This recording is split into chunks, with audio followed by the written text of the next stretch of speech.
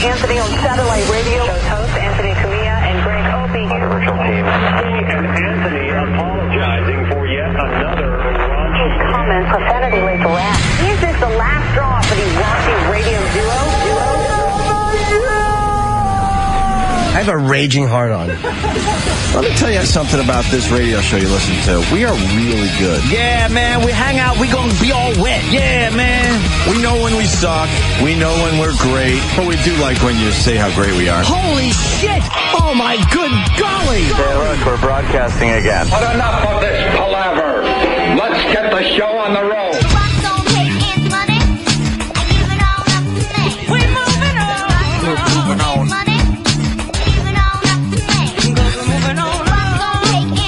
Yeah.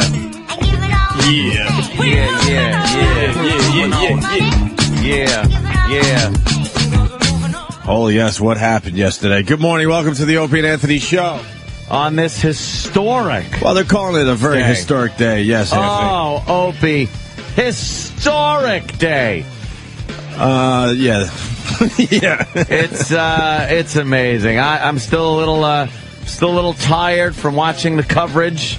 The healthcare coverage. Man, that C-SPAN knows how to throw a party, huh? Oh, my God. Woo! Don't they ever. Wow. I was switching back and forth between, like, Fox News and CNN, and I thought two different things were happening. You know, I'm glad you at least bring that up, because I was doing the MSNBC Fox. Ah, were you? Yeah. Unbelievable. It was one channel is rah rah rah. Holy crap! It's about time. This is the greatest thing to happen. America since blah blah blah blah sliced blah. bread, I'd say. And then you go to Fox and they're like, "Fuck everybody, fuck them." This is for the end of America as we know it. Yeah. This is the end. I was wondering, and then they're just like, you know, on MSNBC, they're just happy as pigs in shit. They're having a great time over there. The media can't even work together. No. It's unbelievable. Not at all. Because I was confused. I was watching MSNBC. I'm like, okay, I guess this is a good thing. And then I move over to Fox, and it was oh my God. Bill O'Reilly. Just picturing refugees walking across the border to Mexico to live a better life. That's what we're doing. Americans are just grabbing their possessions like the Great Depression, like the Great Sarath, the Dust Bowl. The Dust Bowl. And we're just leaving an impoverished, horrid nation. And then MSNBC, you turn that on, and people are just throwing gold bars to each other. and it's free health care, and it's wonderful. I have no idea. I'm not even going to front. I have no effing idea. I try to keep up with the coverage. I tried. You don't have to. I tried. Just know this. Take your wallet and just throw it out the window. Open it up. And whatever money is in there, and by wallet I figuratively mean that. I mean by wallet, you know, your bank accounts, any capital you have, anything like that. And just throw it to the government now. Just throw it to the government. Because the 300 or so odd million people in the country aren't as important as 30 million people without, health care. And now everyone will have it, or why, my goodness, you're going to have to pay a fine. Isn't that amazing? Does everyone know that, by the way? I did pick up on that. If you don't get health care.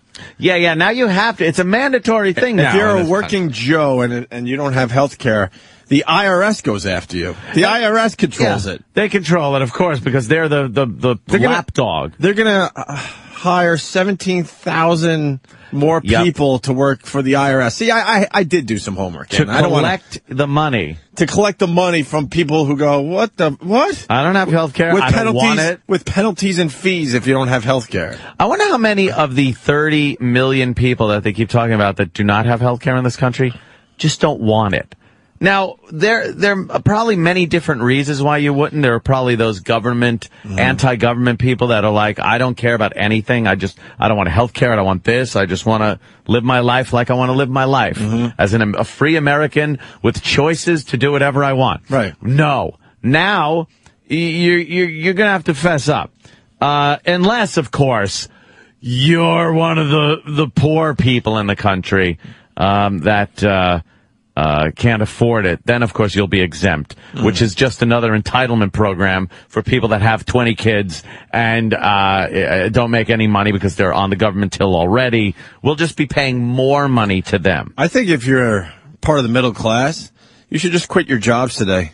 Because it seems to be easier to just kind of live off the government. It's easier to be broke and live off the government till, and you know, you're not going to work yourself up to a status where you have a really nice house or car or could take those nice vacations that you work for in this country. That, to me, is part of the American dream. The other part, of course, is taking care of your family, giving your family things that perhaps you didn't have or that perhaps other people don't have. But that's the thing that makes you special, that you worked hard and you got these things. And that was what America was about. Well, now everyone, for some reason, under this Obama administration, seems to be entitled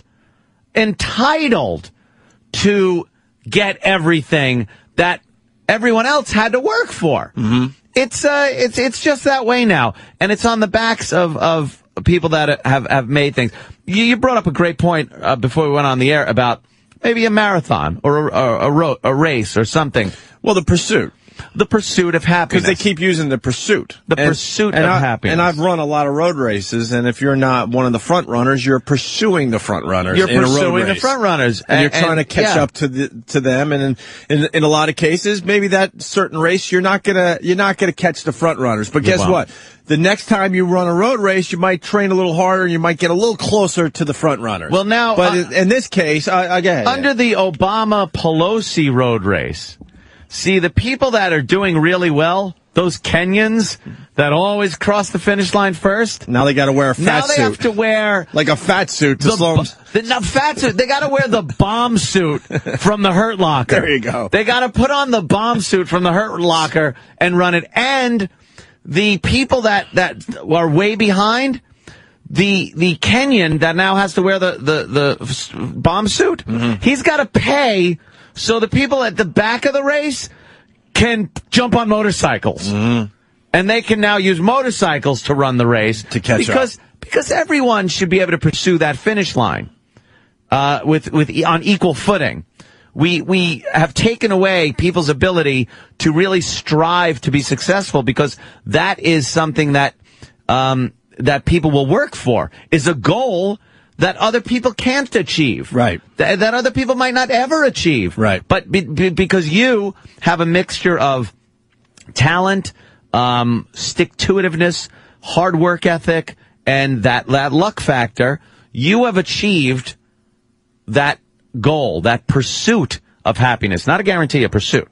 Now, everyone has to be on equal footing under this administration. No one should be any better off than anyone else, depending on how hard you work to get better off. So they will tax the living fuck out of everyone and everything, every business that is doing well, in order to bring up the people that aren't doing as well. This isn't just about healthcare, because I've been asked, last night I was Twittering, and I was asked a lot of things. I was asked, Anthony, how can you possibly be against giving medical treatment to people that can't afford it? Well, let's start there. I mean, do you agree the country needs health care? I think some kind of universal health care. I think it'd be fantastic for everyone in this country to be to get health care and quality health care. I think it'd be a great thing. Okay, I'm with you there. It's not the unfortunate thing is the way this country's system is based. It doesn't include that. Sorry, doesn't include it. Hey, can I get that car with a Sirius XM satellite radio? I'm sorry, that's an extra. It doesn't come standard. Well, I want it standard. No, sorry, doesn't come with that. See, our country doesn't come with that. Right. If you want good quality health care, you have to pay to get it. Whether that's through, just footing the bill to a doctor, which is crazy, it's a lot of money, or paying a fuckload of premium money to insurance companies. These are called the Cadillac policies. Right. Which a lot of people can afford because they have achieved what is called the American dream. They have pursued life, liberty, and the pursuit of happiness. They have pursued it. They reached it. Now, those policies, by the way, if you want to keep, probably the policy you have is considered one of these. Mm-hmm. You're covered for anything, right? I think so. Yeah. Your wife is covered for everything. I think so. You pay a lot of money. I know because you probably have the same plan I do. Mm-hmm. When you get that bill, it's like, whoa, that's a lot of money. But you know what? I could walk into any fucking doctor and get any treatment I need on a fairly quickly basis. These will be taxed 40% Why? Excise tax. Why? On the Cadillac of policies. Why? You know why? Yeah. Because you don't deserve, Opie. You don't deserve to have that kind of good coverage because you have achieved some success in this country. You don't deserve it because some poor fuck can't afford his, so they will tax the fuck out of yours to pay for his. And we're in a weird position because this radio thing, you don't make money in radio. No. We've been lucky enough to make money in radio for the last, I don't know what, almost 10 years now? Yeah, by the way, that could stop tomorrow. Sure, but before that, it was many, many years of making average money. Making shit. And for most of my adult life, I didn't have health insurance. Mm-hmm. I'm trying to think when I started getting health insurance. Maybe when we moved to Boston. So maybe the last 15 years of my life I've had, not even 15, let's say 13, 14 years of my life I've had health insurance. Yeah. And I'm an older guy now. Yeah. I made it to 30 without health insurance. You didn't have it? I mean, is it a good like idea? Of course. And the way the Democrats and Obama and Pelosi, when they were giving their speeches last night after the vote, and how wonderful a thing this is, it sounded, utopian. It sounded great. But someone's going to have to pay for it. But if you actually read... And it's not just like... The Communist Manifesto, by the way. Oh, shit. If you actually read it... You do some of that heavy reading over the weekend? Again, it sounds great. It sounds like, wow, we're all going to share in this wealth that the country as a whole unit brings in, and then it's distributed evenly by the government, and we all get everything. Mm-hmm. And it sounds so amazing. It sounds like such a great thing that no one's suffering, no one's really getting rich, but we're all in this pool of humanity that's surviving and doing great. Well, we all saw how that worked with the Soviet Union. It didn't. It just breeds contempt and corruption. There's no incentive, and that is what's happening in this country. The incentive to work hard and to use your talents to work yourself up and make something of yourself is being cut off at the knees. There's no incentive anymore because the only thing you get is penalized. And you get villainized. And you get things taken away from you to give to the people that didn't pursue the American dream. And how this whole thing went down is a little weird with the backroom deals. And here's what happened. And again, I'm listening to CNN and Fox News and MSNBC. Did you go back and forth? Dude, I went back and forth like crazy. That's how I knew. That's good. It looked crazy. Right. But the whole fact that, my God, what was your point with that? With the fuck. There's so many things coming in. Whoa. That the votes came in, that they got enough votes. Right. The backroom dealings and whatnot. Right. I twittered something last night that said this, the fact that they got enough votes, they didn't have enough votes. They didn't have enough votes just up to a couple of weeks ago and last week. Let me slow you down because I like to talk in way more general terms than you. Yeah, absolutely. Okay, so they're trying to do this healthcare reform. They don't have enough votes. Usually that means, okay, it's not quite right and we need to work on this. It's not ready. It's not ready. Yeah. Let's not push this through. Let's spend more time on this. People are upset with it. People are upset with it. God forbid, maybe we have to take another year to get this thing right. Right. That's sort of how America used to work. Yeah, whatever. But for the most part. But But this time, no, fuck that. What is it going to take to shove it down our throats? Shove it down our throats. Get this done tonight. By the way, like you said before the show, Sunday night at midnight. Sunday at midnight is a great time to make history. If that doesn't say a lot. You know, I understand why Apollo 11 had to land on the moon at, I think, you know, or step out on the moon at 2 a.m. on a Saturday. Right. It was kind of logistics. They had to do that. Right. So when you say, where were you when you watched a man land on the moon? Most people it's another thing. It was very late. Most people have to say, well, I was sleeping. And some people were sleeping. They watched it the next day, whatever. This is something like, look, why did you have to do this in the middle of the night on Sunday? Basically the middle of the night. Yeah. And this, to me, reeks of the Democrats not wanting to be held accountable when this bites them in the ass in November. But we'll get to that. But what does that matter? Because I was thinking about that too. Because this whole healthcare reform thing going through it's a motherfucker, and it's gonna hurt the Republicans when they go back into office in November. How is that? Well, because all this will be in place, right? Well, they'll have jobs, and the Democrats that voted this in won't. And, you know, then they'll fuck things up. But they're gonna have to work with this now, is what I'm saying, right? Yeah, they're gonna have to work with it, but we'll see. We'll see how far it gets. Mm-hmm. By that time.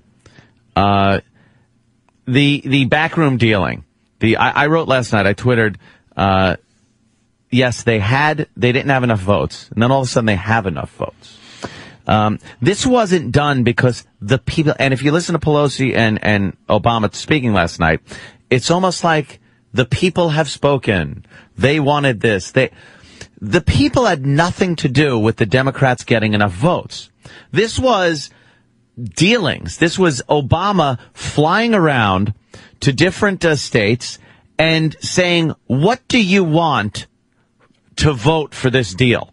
What can I give you? What can I include in this bill to give you, so you vote for this deal?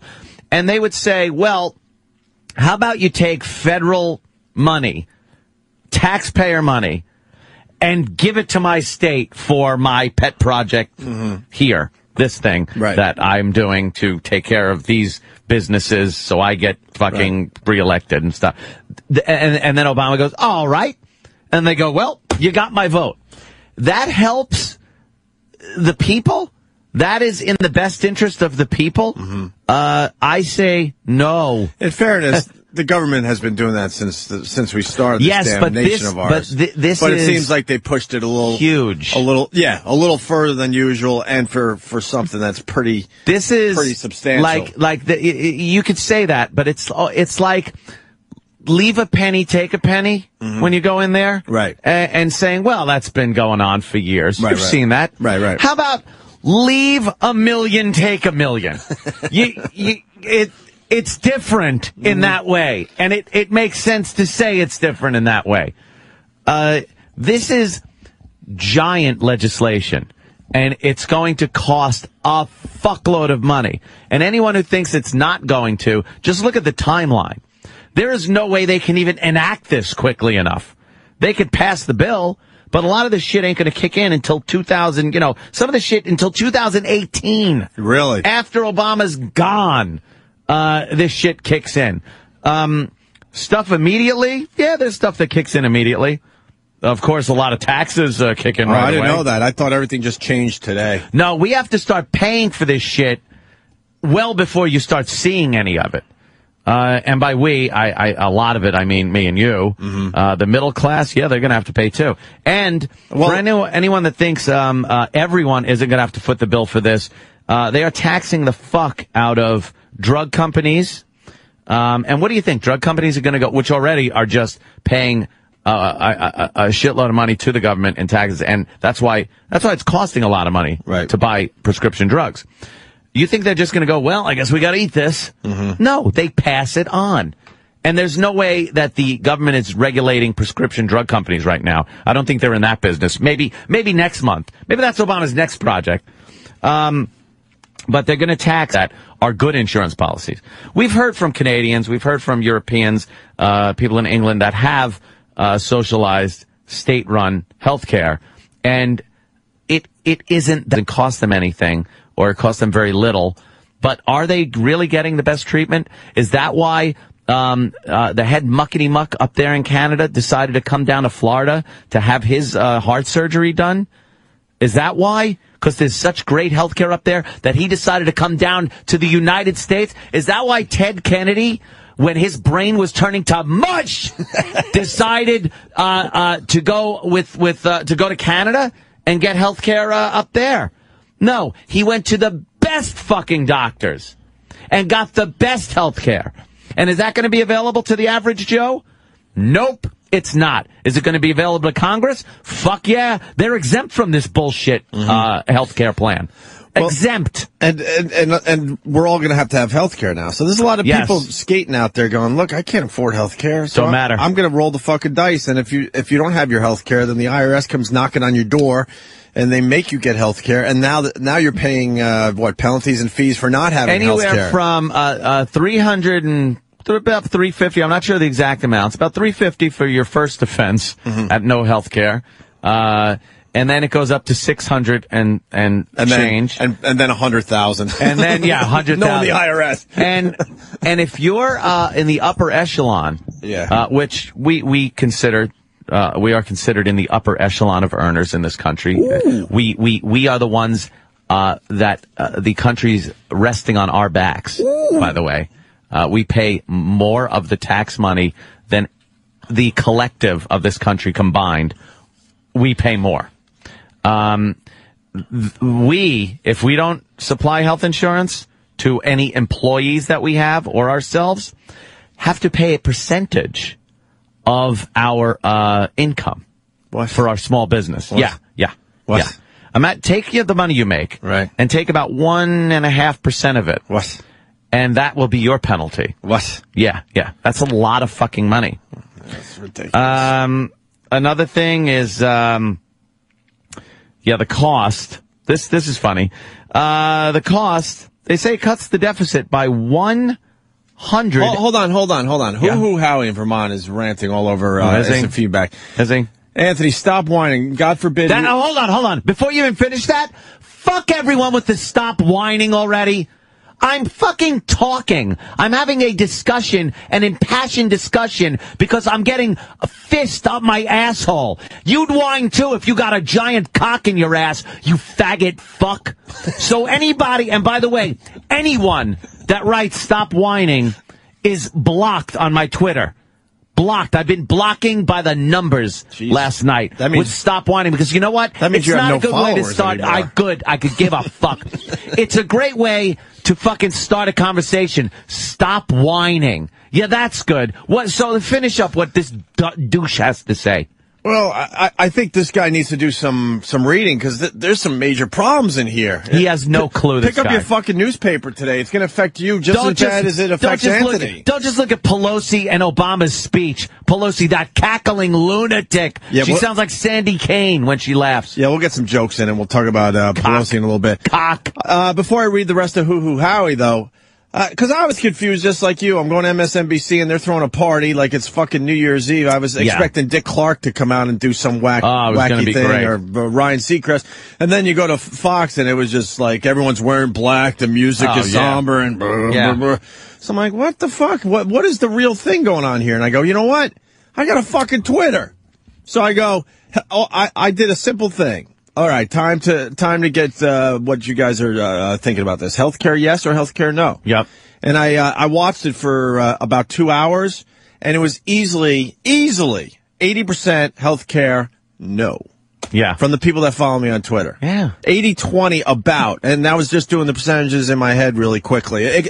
Honestly, it could have been worse than 80-20. Dude, 85% of this country has healthcare. So then they don't want to upset the fucking turnip cart for the 15% that does not have health care. Right. Now, do we need reform on health care? Of course we do. Do we need to hold the insurance companies accountable at some level? Of course we do. Do we need to completely turn the whole fucking industry on its head and have the government grab control of it? No! And that's where hell no! And that's where we completely agree. And then now we get to Howie's. No, stop whining. That's a great opener, by the way, for a comment. Go ahead. He goes, stop whining. God forbid we should have health care as a basic human right instead of a privilege in the United States of America. And he has to put United States of America in caps.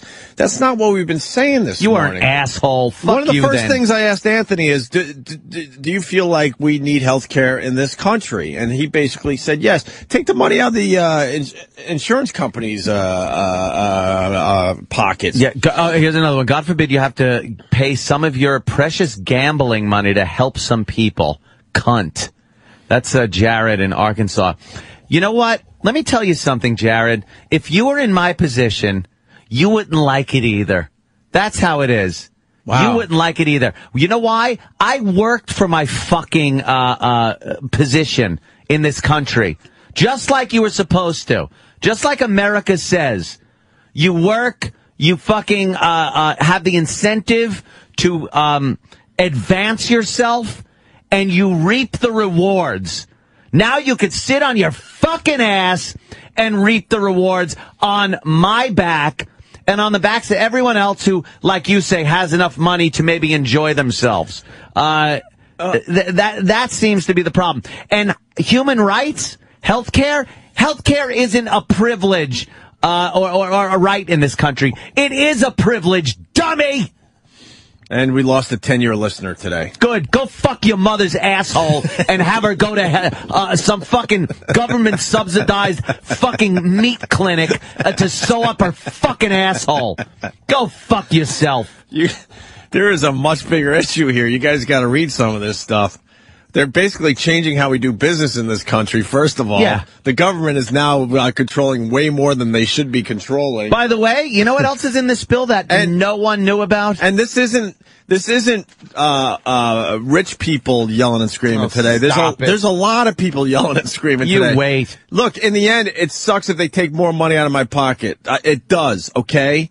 But I'll be okay in the end. This is really going to affect a lot of people in that middle class area. Small business people are gonna feel this, right, Ant? They small business owners are. I've pulled back with hiring people to work for me. Do you know I am a fucking corporate entity? Ooh. I hire people to work for me. I make jobs. Do you understand? I make jobs. Jared from Arkan shit. Do you understand? I fucking supply money to people that they come to my business and they perform services and get paid. Do you understand? I can now look at my money and where it's going and decide I cannot do that now, that I have to do something else. I have to hold off on my hiring of other people. And then what do? What do you think happens to them down the line? They end up unemployed. They end up with less money because I am being taxed out of being able to hire people. That's the real fucking situation. Not me crying over gambling money, you fucking cunt. Fuck you. Let's go to the phones, Ant. Disgusted with people that don't get this. They don't understand it. They haven't done the research that I have. Your knee-jerk response to me is to tell me to fuck off, to tell me that I can't spend my gambling money, to tell me that it's everyone's right to have health insurance on my back. Fuck you. It is not. I pay taxes. I pay more fucking taxes than you can imagine that I pay. And what do they want? More out of me. They want more. Well, it's good to know we get 1% if we put our money in the bank, though. Yeah, that's it. Yeah. Oh, and God forbid you put money in the stock market, Opie, to try to make a few extra bucks. I because saw that. Besides the capital gains increase, I saw that. They're now going to tax the shit out of the money you make in the market to help pay for this fucking plan. Which means, why fucking take the risk of putting money in the market? Which means not investing in companies, well, which means they could, where are they getting their money? Enough. We're commie in fucking 10 to 15 years. We're commie. Well, Charlie Dick writes, I worked for 36 years as a high school math teacher with my best by year topping out at approximately $50K. Fuck you, Anthony. Yeah, well, what? What do you want from me? $50K? That's too much, by the way. You make too much. Wow, really? You're Why? not exempt unless you're making $28,000 a year. So a guy making... You're not exempt. So what happens to a guy... This is what I really want to get into. $50K a year? Oh, you got to pay for insurance, my friend. You're paying. No, in a way, it's like fuck me, whatever. I mean, it sucks, but I really want to know what this does to the guy making like $50,000 a year. That's what I want to understand today, Anthony. He's got to pay for insurance, or else he'll be fined. And that could hurt him. Yeah. He has to be insured. Mm-hmm. He has to be insured, probably under this nice government plan. So you'll be able to buy into the government, because the government is now the United States of America Insurance Company. Right. So you'll be able to, buy into that cheap plan. Right. Which would be great. I'm sure it'll cover all kinds of things. Pre-existing conditions, that sounds like a good thing to me. I don't mind that. Why not? I always thought that was a crock of shit, though. But, that's when you really need health insurance, but they go, well, sorry, you got something. You got something. we don't want to take care of you. But the whole thing is, it's almost like, it's insurance. Right. Now you have an insurance company. Right. It's really no different than car insurance or, home insurance, homeowners insurance, things like that.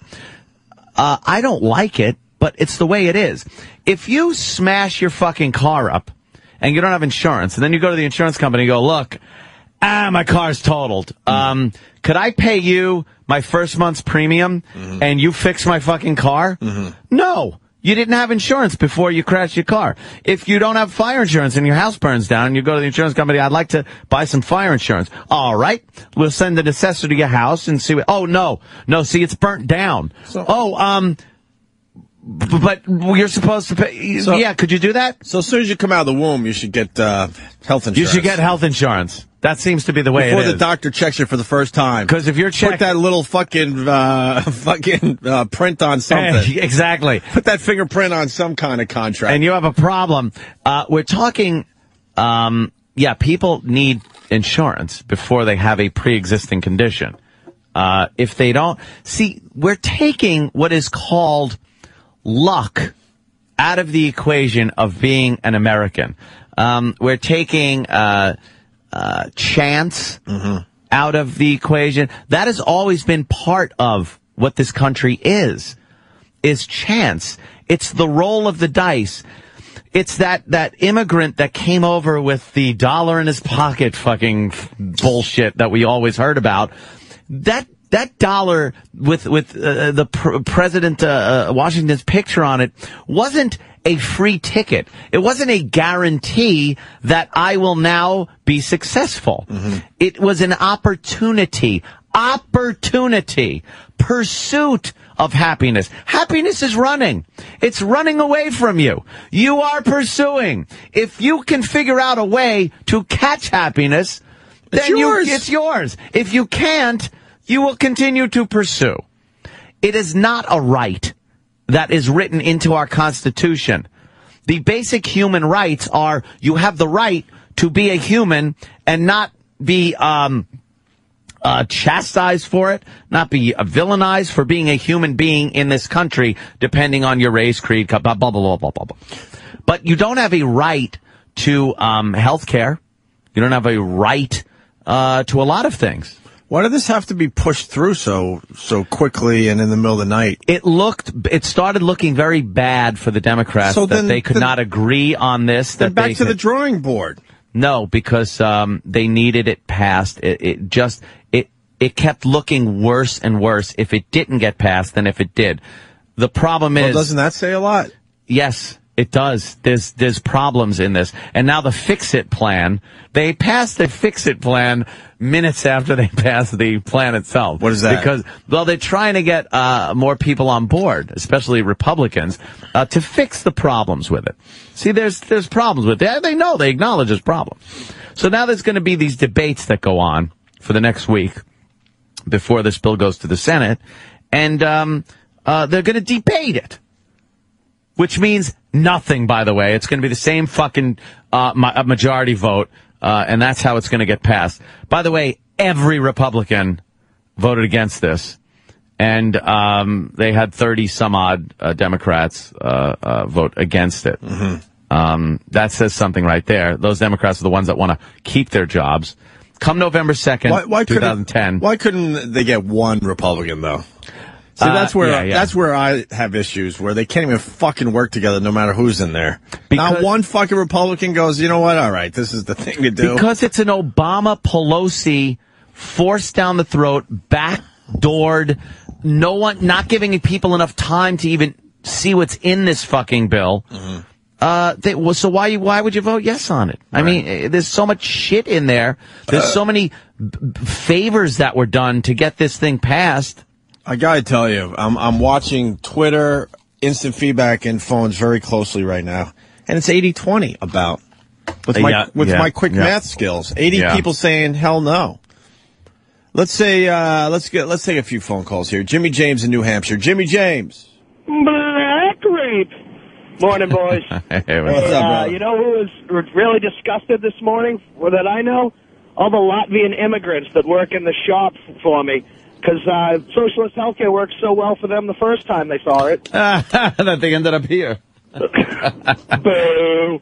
Yeah, it's it is very so. And I did Twitter also last night. I'm really curious. This has been Obama's just taking up all of his time. Immigration. What's the next reform. thing?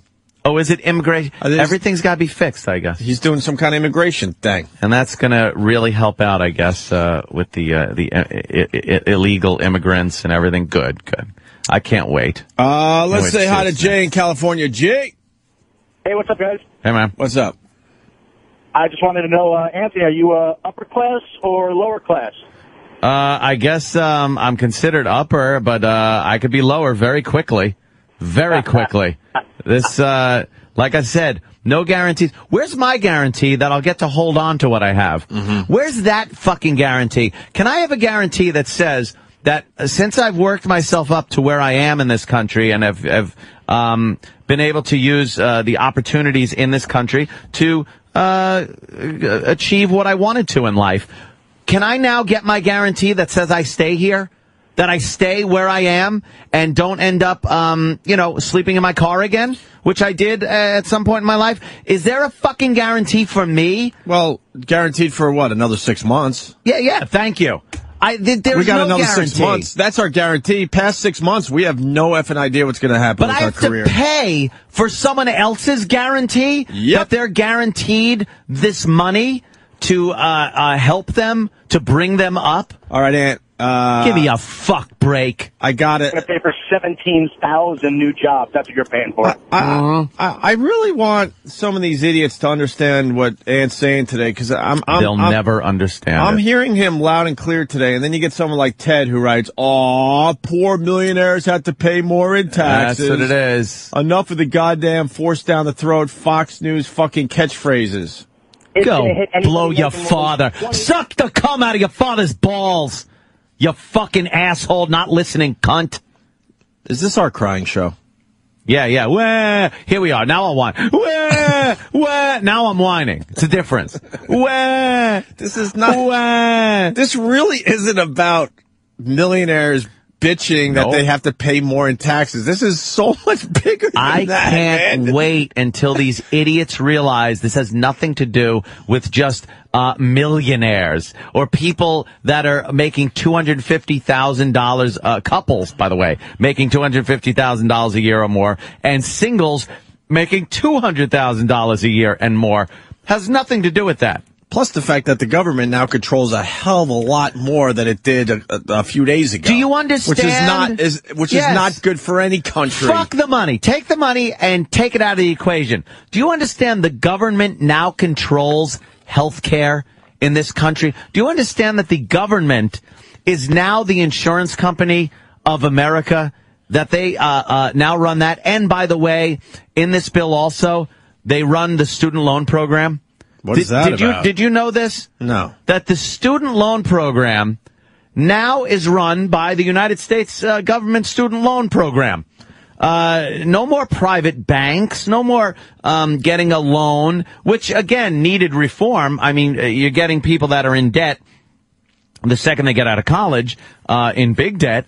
But there's no real change going on there, aside from the fact that instead of owing the banks money, the government's not just going to give you money to go to school. You will now owe the government money. And instead of the banks coming after you and saying, hey, you're reneging on your loan here, what are you going to do? And saying, well, you know, I can't pay it. I'll work this out. I'll file bankruptcy. Some people do that. Now you have, again, the Internal Revenue Service coming after you for your student loan going, no, there's no, bankrupt? No, you pay this. You fucking pay us. Or how about you go to jail? The government is taking over too many businesses that should be privately run. And this motherfucking juggernaut does not seem to be stopping. Tim from Buffalo writes, please, Hope, commercial break, please. We did at least 40 minutes of this. We cannot take any more. He has had his monologue. Please, next topic, please. Shut the fuck up again. Do you understand this is the biggest story today and for weeks? And in history, it's a giant story. So what do you think it deserves 40 minutes? Not even 40 minutes? Is that what you think? And then you go back to what? You know what happens tonight? Dancing with the Stars is on. Good distraction. Why don't you watch that distraction, you fucking brainwashed pussy asshole know-nothing? Go watch Dancing with the Stars. Go drool in front of your fucking TV watching your lame-ass fucking dance show. Go look at the Tiger Woods interview and wonder if that one tooth in his mouth is fake or not. Right. As the government pounds on your door, asking for your fucking money. You fucking asshole. Watch your Monday night prime time shows. Watch them all. Discuss Idol with your friends. Because that's important. Discuss how bad Lost is this year. Let's do a fucking 40-minute break on Lost or how lame Dancing with the Stars. And I hope there's an ending. Well, we'll do that. We'll do that instead of history, American history in the making. Yeah, let's do that. What an idiot. What a fucking idiot. You make yourself out to look stupid. Shut up. I've never seen more instant feedback. Every phone line is lit. As soon as I hang up on 10 new ones pop up. My Twitter never has this much action in the morning. I'm sorry. We'll move on. Jesus Christ. Bill in Jersey, Anthony. Keep repeating Fox News catchphrases, you entitled little Long Island crybaby. That's what I'm doing. Yeah. Fucking that's cry, whittle. He spells widow, I guess, instead of little, but he's really rubbing it in. Widow. W-I-T-T-L-E Anthony. Yeah. Fucking good. Cry widow Anthony. That's what. I'd like to hear that guy tell me one thing about this plan. Give me one fact about this plan. And you know what? You can't. Because you're too busy watching fucking homos on the dance floor on Monday night dancing with fucking celebrities. That's what you're doing. You're a brainwashed, fucking hypnotized dummy that is sitting there watching these dumb shows and have no fucking clue that history is being made around you and eventually is going to bite you in the ass. Anthony, Go ahead. Be fucking hypnotized. Anthony, Phil in New Jersey writes, every fucking morning Ant has to play this whining bag of shit about his pocket money going towards something he can't control. Keep crying, faggot. Sell the fucking Mustang and suck it up. Sell the Mustang and suck it up. You know something? If I had a guarantee that I was going to have this job, and keep my lifestyle going that I've worked for, my life in this country and made something of myself, I would shut up. I would just go, yeah, whatever. But you know what? I don't have a guarantee. That's why I'm talking. I don't have a fucking guarantee. It's guaranteed, though, that I'm going to have to pay more tax. If you only fucking knew what I fucking dole out to your sorry cunt ass every 3 months, if you only knew. We got a big one coming up. And now, more. Yeah, April. We got a big one coming up. Well, you sit there and decide how much crystal meth you're buying with your refund, you fucking cunt. I have to write out a check, giant checks, to the government with no representation, no fucking people that are held accountable for where that money's going. But you sit there and hope for your refund so you could fucking buy your whore a drink at the bar and fucking buy your crystal meth. Go fuck your whole family. Sick of these douchebags. We got our tax envelopes coming soon, Anthony. Yeah. And it's like that scene in Caddyshack. We break out the old Billy Baroo. Billy, please, Billy. I hope this check clears. You give a giant percentage of your money to the government, and let me know how you feel. Let me know if 40 minutes is enough for you after you're paying a giant percent, where the government is getting more for my work than I am. How about that? The government is taking more money than I am while I'm fucking doing a job and performing a service and paying employees. Yet I'm supposed to pay the government more money than I make. How did that happen? When did that fucking become acceptable? And now it's going to be even more. So shut up. Shut up. Yeah, anyone who works is in the same boat. Well, why are you so happy about it then? Why am I fucking being an asshole? Why am I the one being fucking, I'm whining?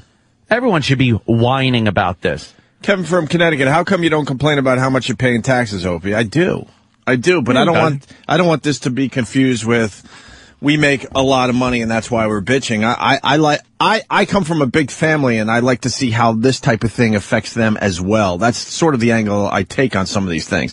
And I know that's where it really, really is going to hurt. Yeah.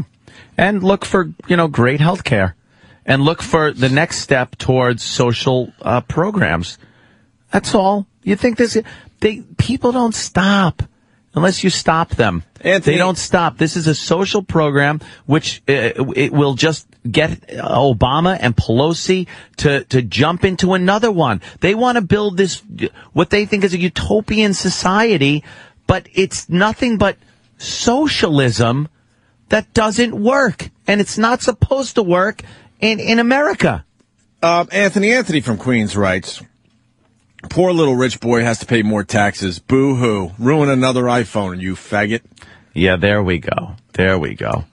I, again, lived in my car. I worked my balls off. Most of your life you were poor. I figured out I had a talent. Yes, I was. Like dirt. I figured out I had talent. I got some luck. Things happened. And I was able to pursue what I wanted to pursue in this country. And now I'm being told that I have to give it back to the country because other people need to pursue that happiness and they need my money to do it. I wasn't given that choice when I was sleeping in my 79 Monza. Great car. It's not a right. It's not a right. It is a privilege. It's a charity. It's a redistribution of wealth. And not my wealth, everybody's wealth. You watch where programs like this go, please. Just watch. I'll shut up now. Well, now we'll fucking, all right. What do we got? Oh, Tiger. Oh my God. Let's read about Tiger then. Let's do Tiger. Well, let me just go to the back of the paper and look at the TV section because my God, let me see what happened. How's everyone's bracket doing? How's everyone March Madness bracket? Well, March Madness, there was a few upsets there, Anthony. Who got oh my God! By the way, who got thrown off of fucking Trump's show? Oh, I don't know. Oh, we my could ask God. Sam. We got to find out. I was too busy looking at that googly-eyed Nancy Pelosi last night. I didn't get to watch. Shut up. Don't talk about that. Opie, come on. We've already spent enough time. Wow, how's Nurse Jackie? Only 2.5 stars from Linda Stasi? Oh, my goodness. Nurse Jackie's a terrific show, That's terrible. Chef Gordon Ramsay had to drop out nearly 2/3 of the way through the L.A. Marathon, cursing all the way. Let's talk about that next. Well, he had a leg cramp, man. Kelsey's own Real Housewife, Kelsey Grammer, and his wife Camille will tell you about it. Well, Camille's going to be a Real Housewife. I'm up on this pop culture stuff. Fuck you. What's on the front page? Historic and Obama's big victory to your health. Historic overhaul passes Congress. Savoring last night's narrow House vote. Go ahead. Go ahead. Just don't pay attention. You want to know what happened to Ramsey or not? His calf muscle tightened up, and he felt like he couldn't continue. I hope he's got health care. He could go to the doctor. Let's say hi to Dan in Knoxville. Dan. Hey, what's going on, guys? Hey. Hi. Man, you gotta love Anthony. What a patriot. What a fucking patriot. Thank you. At least somebody sees it as being a patriot and not whining. Oh, I'm actually sick of my stomach that this health care passed, because I know where it's heading. And these douchebags calling in, these class envy idiots. What is their problem with Anthony and Opie being successful? I mean, what's the problem with that? You can be successful in this country, but not anymore you can't. Yeah. You're going to get taxed out your ass paying for this health care, and then the price of goods are going to go up. These little people who think that it's not going to affect them, that they're going to get free health care, it ain't going to be free. All the products on the planet are going to go up to pay for this health care. They're taxing the shit out of drug companies, and they're not just going to eat it. It's going to be like it has forever. You when you tax something, people raise the price to offset the tax. Exactly. So when, they put a tax on cigarettes, it's not like the store owner goes, oh, well, I got to eat this. It gets passed on to the consumer. Well, fuck the cigarette thing, because we all know that story pretty well. But it's everything. Like pizza tax. They're talking about pizza tax. Hey, guys, yeah, pizza tax. Soda tax. What? I called in a couple of weeks ago. You told me to call back. I've lost 13 pounds. I'm the one that called in. Oh, you're the fat fat fuck trucker guy. Fuck. Yeah. But I went to the doctor just recently to get a clean bill of health. Do you think that I would be able to get into my doctor and have her set up a stress test for my heart this Friday? I'd be in line for like 3 months with this health care thing. I mean, I was able to get in, get a stress test set for this Friday. I lost 13 pounds. I remember you. You're the guy that went, water! Well, we suggested you drink water instead of, 20 sodas a day or whatever the hell it was. Yeah, and I heard you twice last week go I hate water. Give me coffee or something like that. Well, no, we were kind of quoting you, sir. Ever since you said water, we've been laughing our asses off. How'd you lose the 13 pounds? Just cutting down on potatoes, starch, foods, pasta, just snacks, maybe just eating some sugar-free candy and sucking on it for a few hours and just not eating, chips and stuff. Look, man, losing weight. I haven't even exercised any, and I lost 13 pounds without even walking. Well, good. And we should discuss how he lost the 13 pounds. This is way more important than the health care reform. He just stopped eating fatty shit and didn't even exercise. That's good. There you go. The guy does if make I want to exercise, I'll probably start losing more, But not like a tuna salad and take pieces of red pepper or green pepper, slices, and dipping it in tuna salad and just, all right. Don't worry, because soon they'll be legislating. Soon they already are legislating against bad food, so you won't even have to worry about that. The government will tell you what you can and cannot eat. And make it a luxury to eat something and drink something like soda. And what does a luxury mean? Does that mean there's a luxury tax? Yes, luxury tax. They'll tax the shit out of it and make it so it's more expensive for you to eat, because it's the government that should tell you not to eat too much, and not somebody like yourself who, by the way, we all in here sit here. I know Opie, I know me, I know Jimmy. We love shit that, I would love to sit here with a precious sized bucket of fucking KFC and shove it down my throat. I love KFC. I love KFC. I'm with you, Dad. Popeyes. But you know what? You get your bucket in this weekend? I know it will fuck me. I would love sitting here puffing cigarettes. I would love doing things. But as a human being, you should realize that it's bad for you. I don't need the government stepping in and taxing the fuck out of everything to tell me that it's bad for me. Well, but they don't give a shit about the individual health. No, it's all about what this is another excuse to get taxes coming in. The fact is, most people will not change their eating ways because they tax something. No, it's just going to cost more money. A small percentage of people, yes. But the majority will not change their eating habits if something is taxed. No. Which makes this whole thing complete bullshit. The government doesn't care about the individual. No one I know, by the way, and I don't only know rich people, fuckos, No one I know, by the way, quit smoking because the cost of cigarettes got too high. No. Nobody. They just bitch more, which is going to lead them quicker to a heart attack because of the stress. The stress of having to pay so much for their fix. Everyone I know that quit for reasons of health. They said, I don't feel like smoking. I know it's bad for me. I can't walk up the stairs without huffing and puffing or whatever. Whatever the reason was, it wasn't that it cost too much. And they keep taxing the shit out of it because they know people are going to pay. Mm-hmm. All right, Dan. Congratulations on the 13 pounds, but let's be honest, you'll gain that back by the summer. And they're taxing your tanning boots, too. I don't think I have too. another chance. Remember, I had the triple bypass. I don't think I have another chance at life. And how old are you again? Son. 52. Remember, I had the triple bypass. Yeah, Watch out for cap and trade. These people need to wake up, man. That's cap the and next trade thing. Next. Yeah, that's the next. That's the next thing that's hitting. All right, it's gonna be great. Dan knows some of his shit. Yeah. You want to just go down the line? Yeah, why not? Because I don't want people to think that we're picking and choosing here. No, of course I'll not. go from line 1 all the way down to line 10. That's what we do today. Tom, Staten Island, what's up?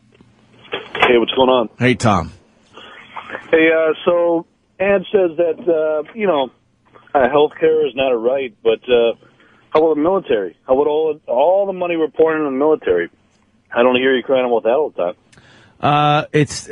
There's a purpose for the military. It's there to, protect the country. Well, there's a purpose for health care. It's there to protect the people, the taxpayers. Oh my God! From when they get sick and whatnot. The military is a right to be protected as an American citizen. Not healthcare and the military. You are way off base on this one. One has nothing to do with the other. I don't know. I don't even know what you mean by that. The tax money goes for both. You're a taxpayer. You have no say in what the military does. It can go after any country and spend all this money in the military. No, it can't. You have no say in where the money goes. I have no say in where the military goes.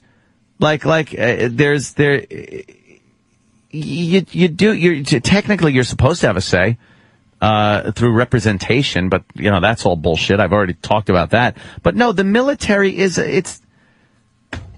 there to protect. What are you talking about?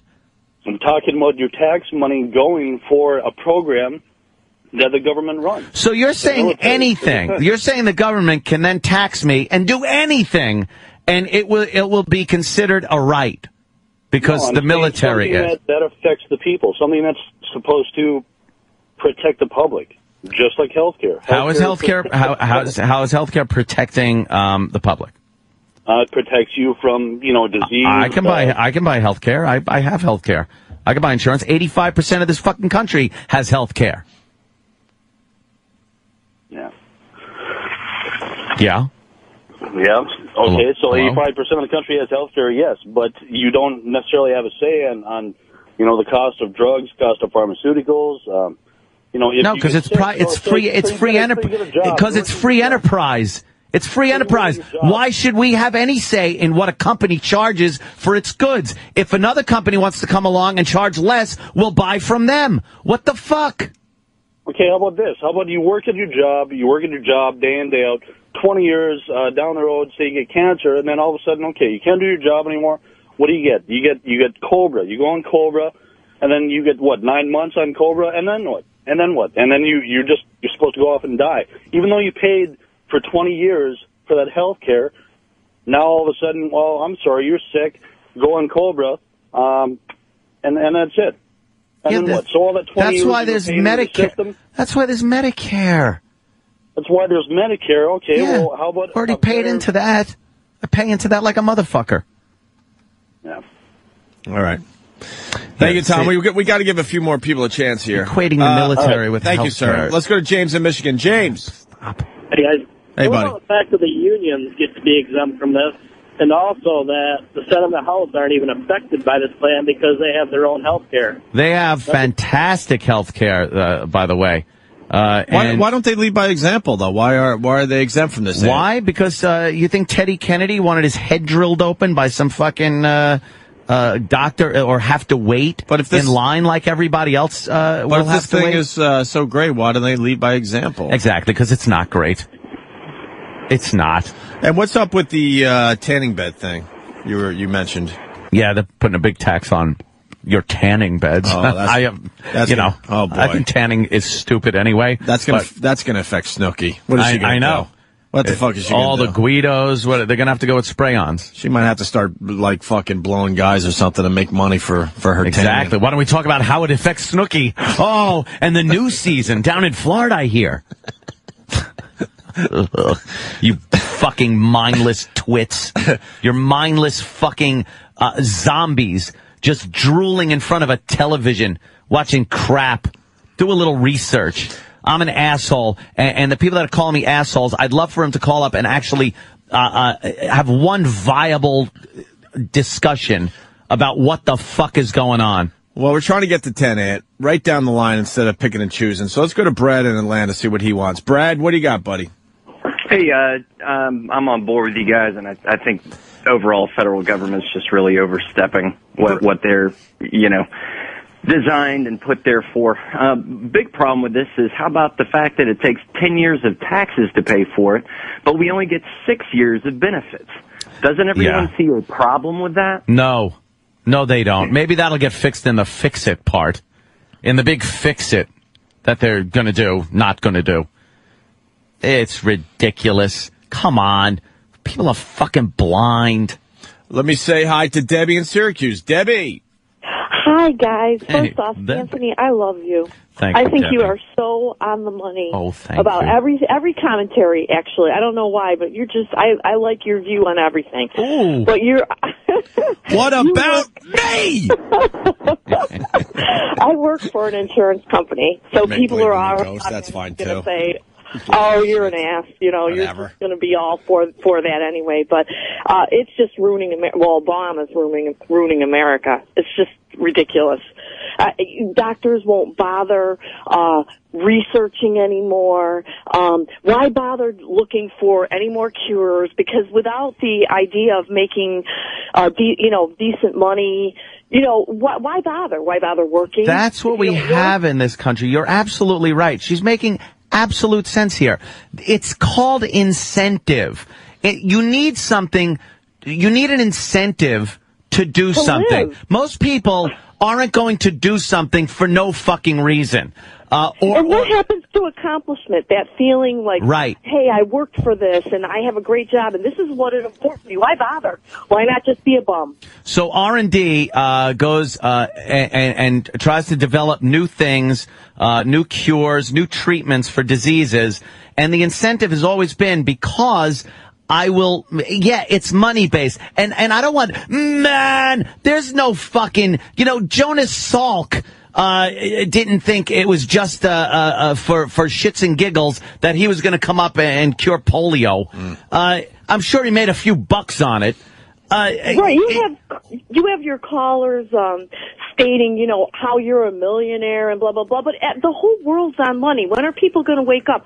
I only make like about $42,000 a year, okay, and I live in Syracuse, New York, and I have free insurance, and it's not really good. I mean, I work for an insurance company. I don't have the best insurance. You can't afford it, but even I realize that you can't have the government step in. America's just going to go to hell. We used to be a force. It takes away the incentive and the want and the pride and the need to excel in this country when all that's going to happen after you do that is you are going to be penalized for it. Does this affect the economy and job growth, Anthony? Yes. In the long term? Yes. Oh, yeah. Yeah. Absolutely. It does. It's, I'd love to see the little offshoots. I can't predict the future, but I would love to see the little offshoots of what happens because of this program and programs like this that Obama's got another, 3 years or so of enacting. All right. Unless, November 2nd, I am going to push for November 2nd, a wonderful Tuesday in November, where we all go out to our various polling places and vote out every one of these assholes that are enacting this shit and turning our country into a socialist haven. All right, Absolutely. Debbie, thank you. We're trying to get... Okay, I love you guys. Love you guys. You have a great show. Oh, now you can include me, huh? Hey, Debbie. Opie, I love you too. I'm just fucking around, man. Thanks, Debbie. By the way, can I have my grilled chicken salad for breakfast? Would I love to have fucking donuts? God, how bad would you want a donut right now? You know what I want right now? Why aren't we fat guys in radio like every other fucking radio guy? Bavarian cream donut and a big chocolate shake. I would fucking come in my pants right now if I could have that. But you know what? I know I can't. I don't need Obama telling me that. I don't need the government taxing the fuck out of donuts and chocolate shakes. I just know that it's not a good thing to do for breakfast. How about a Friendly's Fribble? Oh, a Fribble? Remember those Fribbles? Be great. Friendly's has pretty much gone under, right? They have a few stores. If you travel a little bit, you see one here and there, but they used to be everywhere. They're gone. And those Friendly's Fribbles, and their French fries were terrific too. Let me go to Trucker Dan, Anthony. We're not screening these. I'm going right down the line just to get a general feel of this healthcare thing. Trucker Dan in Texas, what's up, buddy? Love you, boys. Love the show. Thank you, man. Thank you, sir. I wanted to say I'm one of the 15% in America that does not have health care that completely and totally agrees with Anthony. Hey, you know, some people like riding bikes without helmets. And you know, whatever. Motorcycles or regular bikes? Yeah, motorcycles. Well, at this point, I'm a big bike guy. Yeah. You know, pedal. You know, the gay version. Yeah. I'm scared shitless of motorcycles because of my dumb accident when I was 12, 13. But I get looks now because I'm not wearing a fucking helmet. Not wearing a helmet. I'm like, go fuck yourself. I've been biking since I was 8 without a helmet. I can handle this. And the problem with no helmets on motorcycles is not the guy on the motorcycle. It's the massive lawsuits that happen if the guy isn't wearing a helmet. Yeah. So the government stepped in and made people wear things like, you know, seatbelts and helmets and stuff. Has it saved lives? Of course it has. Abso-fucking-lutely. I'm the first one that buckles my seatbelt when I get in a vehicle. But it's not because the government told me to. It's because I don't feel like being rattled around the cab of my vehicle if I get in an accident. Mm-hmm. It's called common fucking sense. Well, why don't other people have common sense, Anthony? Some don't. And it's not the government's job to step in and give people common sense is another thing I'm saying here. But some would say if everybody had common sense, then then we wouldn't have to pay for the head injuries and everything else that happens. I guess so. Right? But you'll never get that. I want to say something here that I want you to know that I think that you're actually understating how serious this is for our country right now. Yeah, I know. Believe me, I'm understating. Your rant isn't even close to how bad we're going to get fucked by this thing. And I'm telling you that from a point of view of a guy who does not have insurance right now. And I'm looking for an employer where I can get onto a, company insurance program, so on and so forth right now. The company I work for is a little small for that, but whatever, that's fine. But the country itself is going to be so screwed financially by this, and it's just the beginning. I mean, your rant is right on, but it's actually a little mild. Yeah, I know. Some people, some people like rolling the dice. Mm-hmm. And that's part of what this country's about, too. Mm-hmm. You roll the dice. You go, you know something? I don't have health care, but I'm not paying out the money in premiums every month. So I have a little extra money to do this or try to get to here with the amount of money. And it is rolling the dice. You're taking a gamble that, you don't have some catastrophic illness that's going to cost you a shitload of money or whatnot. But again, that is, unfortunately for some, fortunately for others, the American way. You have choices. You're supposed to have choices. The government isn't supposed to step into every aspect of your life to and then tell you that it's a right, when indeed it's your choice. The people are getting very confused these days between rights and choices.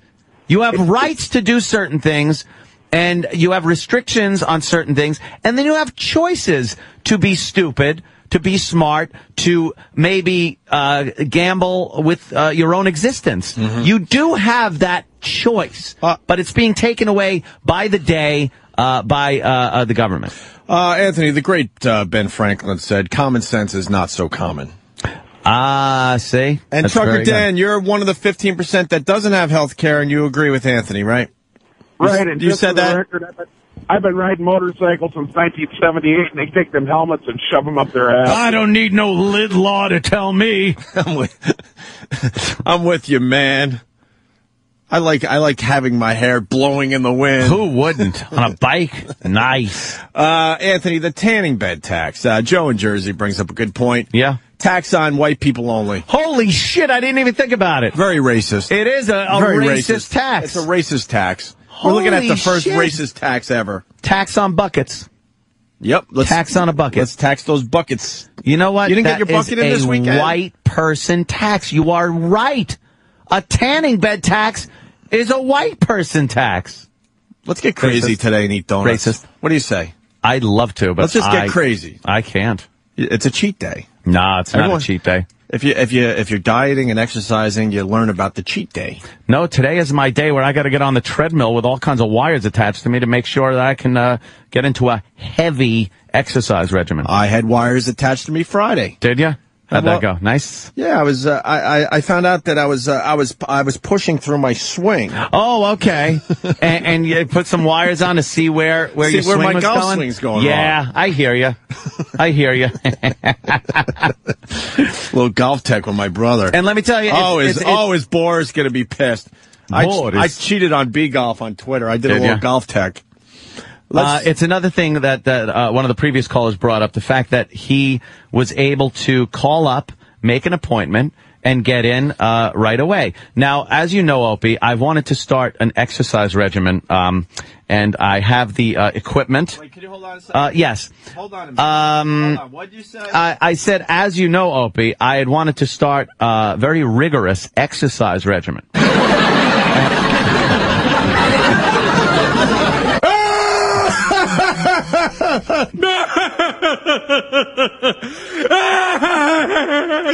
you see that jerk? Did he say, what are you, nuts? Get out of here. Exactly right. Well, I think something fell on your instant replay. Sorry about that. Some sounds came out of it. I want to apologize to the people. I got some donut crap on my board. Yeah, that must have been it. Yeah. So I want to study a very rigorous exercise regimen. I have a personal trainer. I have the equipment and the drive and motivation to do such. I did it before. The holidays rolled around. Other things, unforeseen things in my life. I was just like, what holiday? Easter? Well, no. It was, fucking everywhere from Thanksgiving and Christmas, till after that. And then once you stop, you're just like, man, this really sucks. So, I wanted to get a clean bill of health. So I went to, the doctor last week, everything hunky-dory. And then today I go and, they hook up the electrodes to you. You get on the treadmill. And they take a look at that and make sure everything's great. And then I start my workout, next week.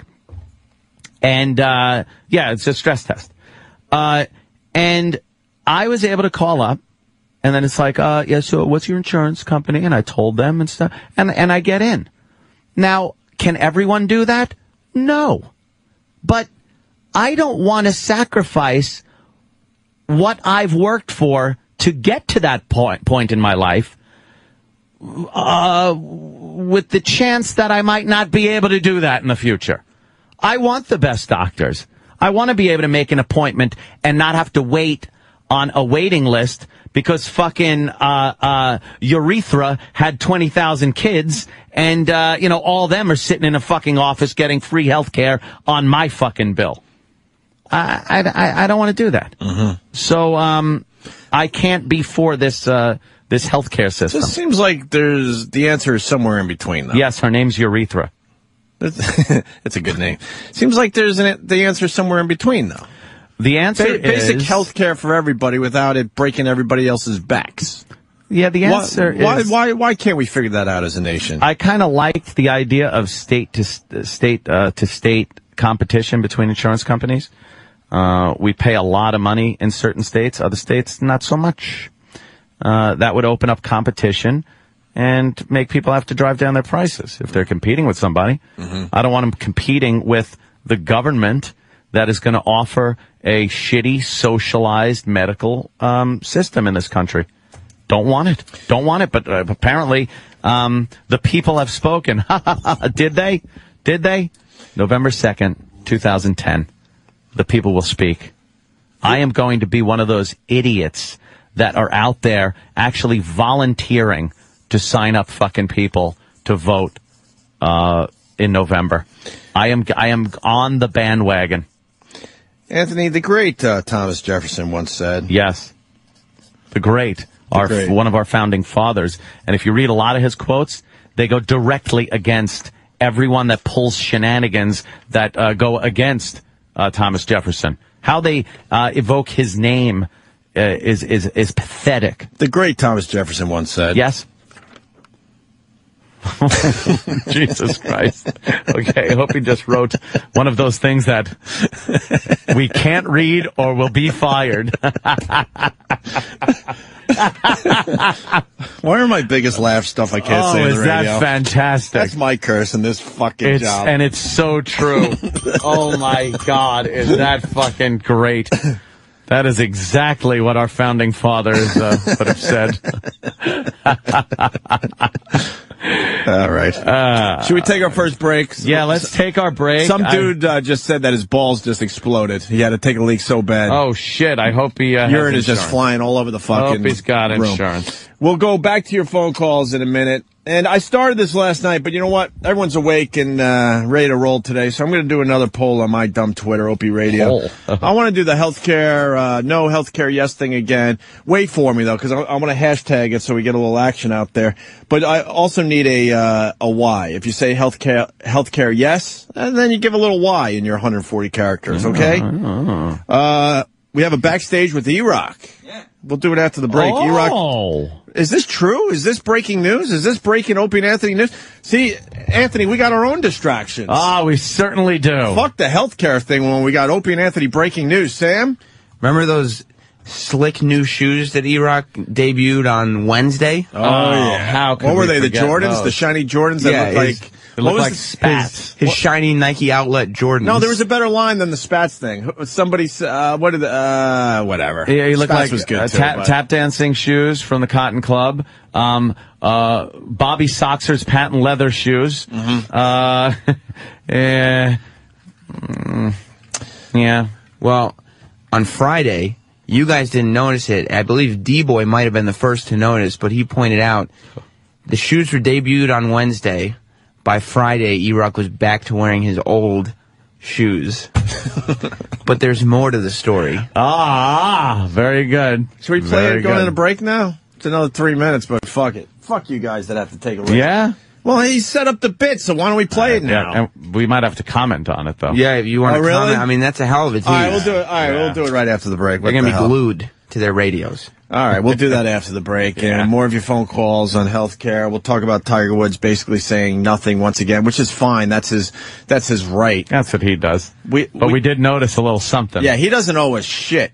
And if he doesn't want to answer these questions, guess what? He doesn't have to. No. But everyone is so fucking pissed off he's not answering the questions. I want to know just out of morbid curiosity, but he ain't going to talk.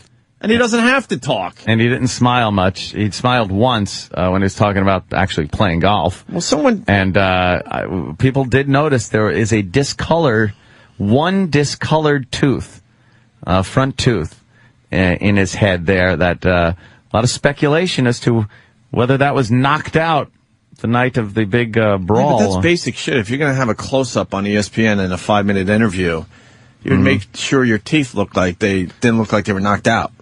Yeah, I guess he got as close as he could, though. You know. All right, we'll figure it all out next. And Dancing with the Stars starts tonight or something. Oh, here we go, everyone. Distractions abound. Don't worry, people. When we come back, distractions.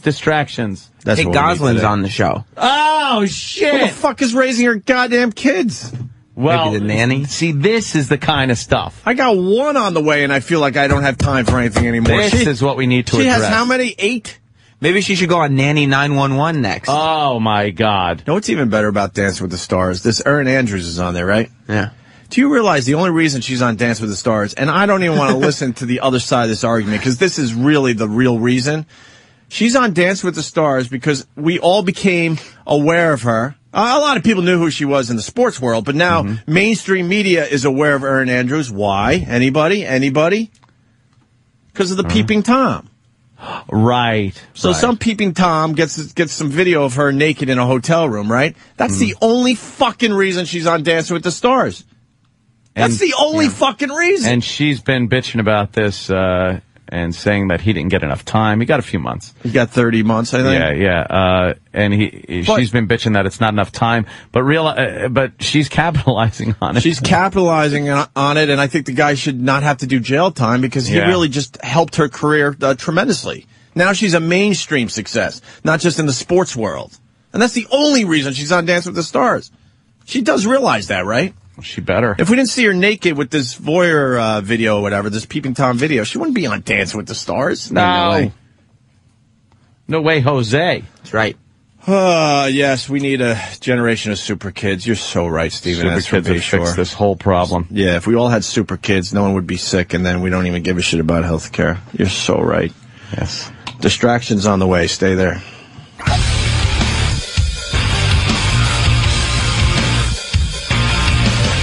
Rock and roll.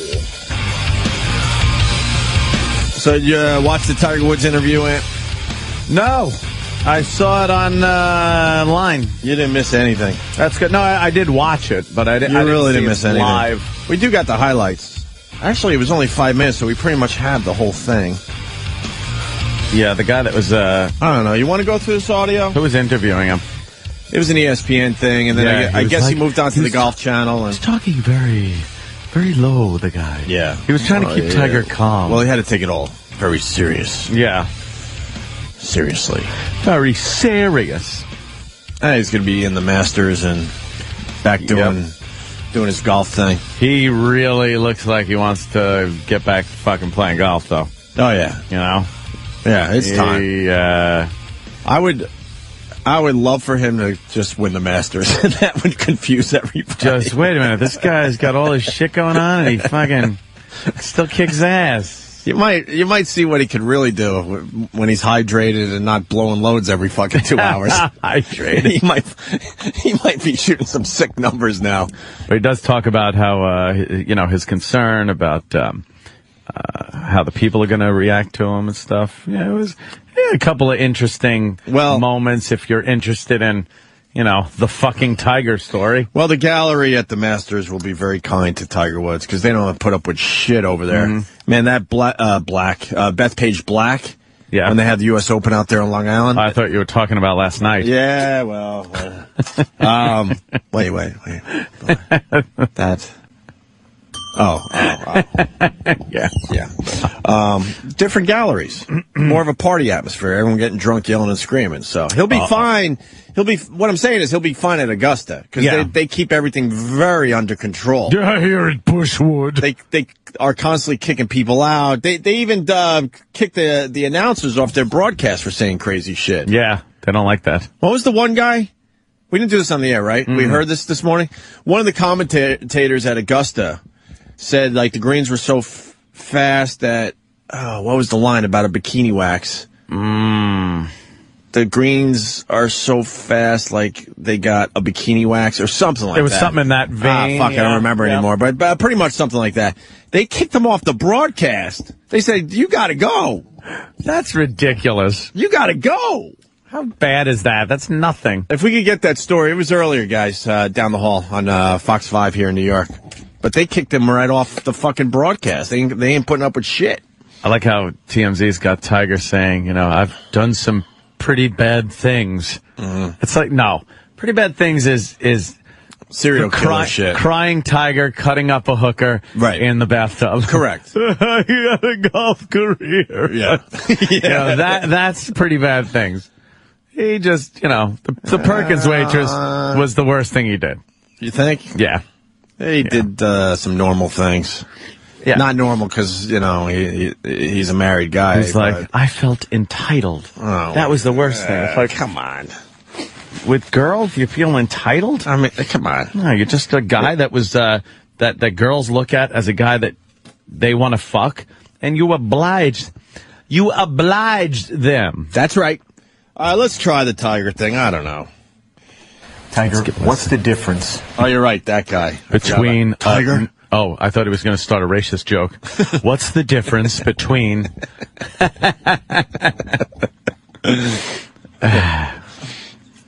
Imagine if he just goes, what's the difference between a shaved pussy and a bald pussy? Tiger, comment? How great would that be, though? Tiger, what's the difference between a pizza and a black guy?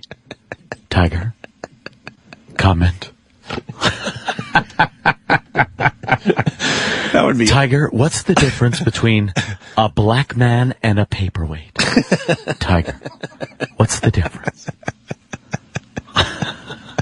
Okay, thank you to Kevin from Connecticut. Gary McCord, perched in the CBS Tower at 17th, quibbed on air that the greens at Augusta were so slick that the club must have used bikini wax on them. That's nothing. That's kind of, you know. And that the bumpy terrain looked suspiciously like body bags. Yeah. Yeah, so they said, Gary, you got to go. Tiger, wow, it's nothing. Keith from Connecticut. Tiger, why no black chicks? Tiger, why? Why no black girls? Tiger, Perkins waitress, really? How great would that guy be if he just blew up his spot? Oh, Tiger's just like, what the fuck? Is this what it's going to be? Is this how it's going to go? Tiger, what's the difference between the man who left Augusta National a year ago and the one who's about to return? A lot has transpired in my life. A lot of ugly things have happened. Perkins waitress. Wait, a lot of ugly things? Perkins waitress. In the last year? Yeah. I mean, all right, the moral thing, whatever, but were they really ugly things? Yeah, it wasn't ugly. He's got to make it sound Are you so kidding bad. me? He's got to make it sound so bad. Was it really ugly things? Yes, ugly things. What, you don't like pussy? Things that I've done some pretty bad things in my life, and all came to a head. But now, after treatment, going for inpatient treatment for 45 days and in more outpatient treatment, I'm getting back to my old roots. For a lot of people, the spark of those bad things is November 27th. Early that day, what happened? Well, I saw in a police report. You know, beyond that, everything's between Elin and myself, and that's private. What's the background sound? Clear stuff just falling out of his cock? It sounds like rain. He has got to be so horned up. You know he's not getting any... This is a guy who went from just fucking all kinds of broads to now he can't fuck. Now you understand why he putted so well. Yeah. His ball bag was empty all the time. Bag is just fucking nice and drained. Let's see if he can make those 18-foot putts with a full ball bag. Oh, it's going to be rough. That's going to be rough. You know his wife's still not giving him any. Because it's all about being really calm. Yeah. And like Zen-like. Yeah. And man, if you don't have any fucking poison in your ball bag, you really accomplish a lot more during the day. It apparently worked for his game. Mm-hmm. Whatever. It worked. But we'll see. We'll see. And that's private. Why did you lose control of the car? As I said, that's between Elin and myself. See, and you know what? No, it's not. That isn't between Elin and himself. Why'd you lose control of the car? What happened? But he's not going to answer the question. Well, you lost control of the car. What happened? Do we demand an answer? I don't think so. If he wants to answer, great. I hit some shit. I went forward. I hit some shit. We're never going to get the full story. No. Unless there's a divorce thing, maybe. Tell-all book. 10 years. It always comes out when you don't give a shit anymore. Yeah. They write the book, and you're like, well, I wanted to know these answers fucking 7 years ago. It's too late. Yeah. Tiger explains why he gave a public apology. If it's a private matter, why issue a public apology? Well, I owe a lot of people an apology. I hurt a lot of people, not just my wife. My friends, my colleagues, the public, kids who looked up to me. There were a lot of people that thought I was a different person, and my actions were not according to that, and that's why I had to apologize. I was so sorry for what I've done. Yeah, but that doesn't answer the question. Why a public apology if it's a private matter? Private matter. If you're going to apologize to the people you hurt, you do that, and then maybe you release a statement on your website saying, I apologize to the people that need an apology. Right? Yes. But that was more to get his public image back rolling. Yeah, of course. It's all bullshit. Tiger does sound like... The whole world, this whole thing is bullshit. Danny, is that yours? Because that does. Tiger sounds like a black guy's impersonation of a white guy. You know when comics do that? Well, honey, we're going to take the old station wagon and go out and... Anytime a black comic does an impersonation of a white guy, that's what Tiger sounds like. Stephen S. from Bayshore. Tiger, did he crash the car because you're both black and Asian? Comment, Tiger. Not going to answer that. Jordan from Scranton. He drives by Perkins restaurants and has to white knuckle it not to turn in. I love their waffles. What if he just loved the food there and he just can't go there anymore? He can't, yeah, he probably loves it. Honey, I'm going to go to Perkins, but look, I just really love the pancakes. Right. They make good flapjacks. Tiger, what's green and sits on my front porch?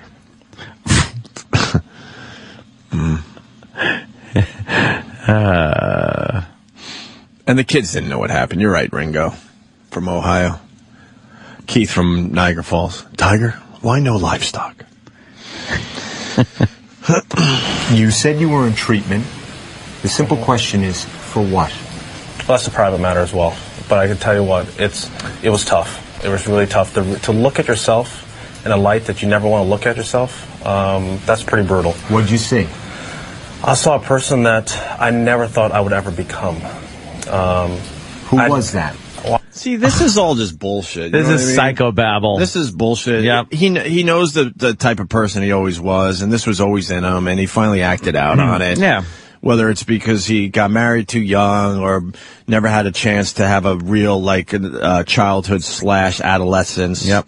Where you are partying and trying to pick up women. Yeah, this is typical of somebody that it was always went into something very young and dedicated his life to it. He had a pretty overbearing father when it came to his golf game, and he excels at golf because he sacrificed those things that I think he kind of delved into later in life. So, Become.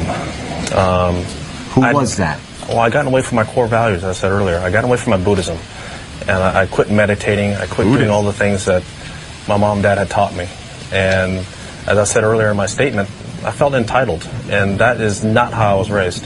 Why not seek treatment before all of this came out?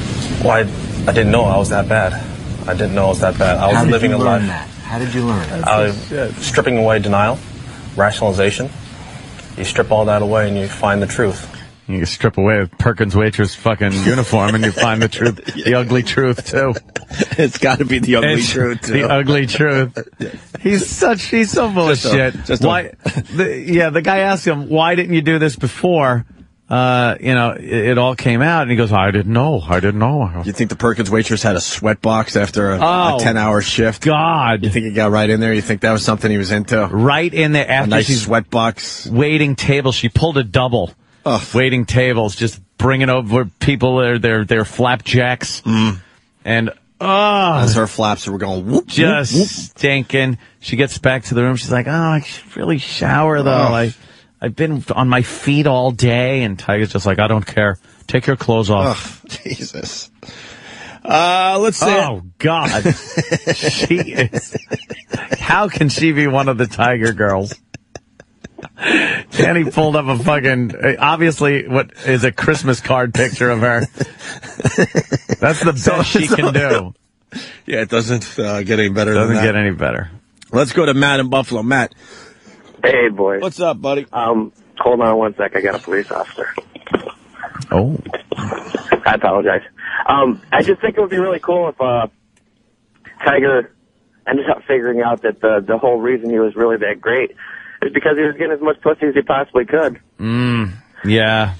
The old Samson and his hair gag, right? Now, how about let's say he comes back and he's just shanking everything and he just can't get anything going. Does he go back to the pussy? Because golf is everything to him. In the end, he cares more about golf than anything else in the world, including his wife and probably his kids. Yeah. So does he go back to pussy? Because now he's got to fucking get his game back. Not if he wants the wife and kids. That's for sure. Does he want the wife and kids? What does this guy want? I'm sorry. No, go ahead, Matt. I'm sorry. Yes, sir. Could you do an imitation of him just coming undone after shanking about, I don't know, 30 balls? No. We'll have to actually wait to see him do that. What do you got, a bucket of fish in front of you? What's wrong with you? Am I a seal?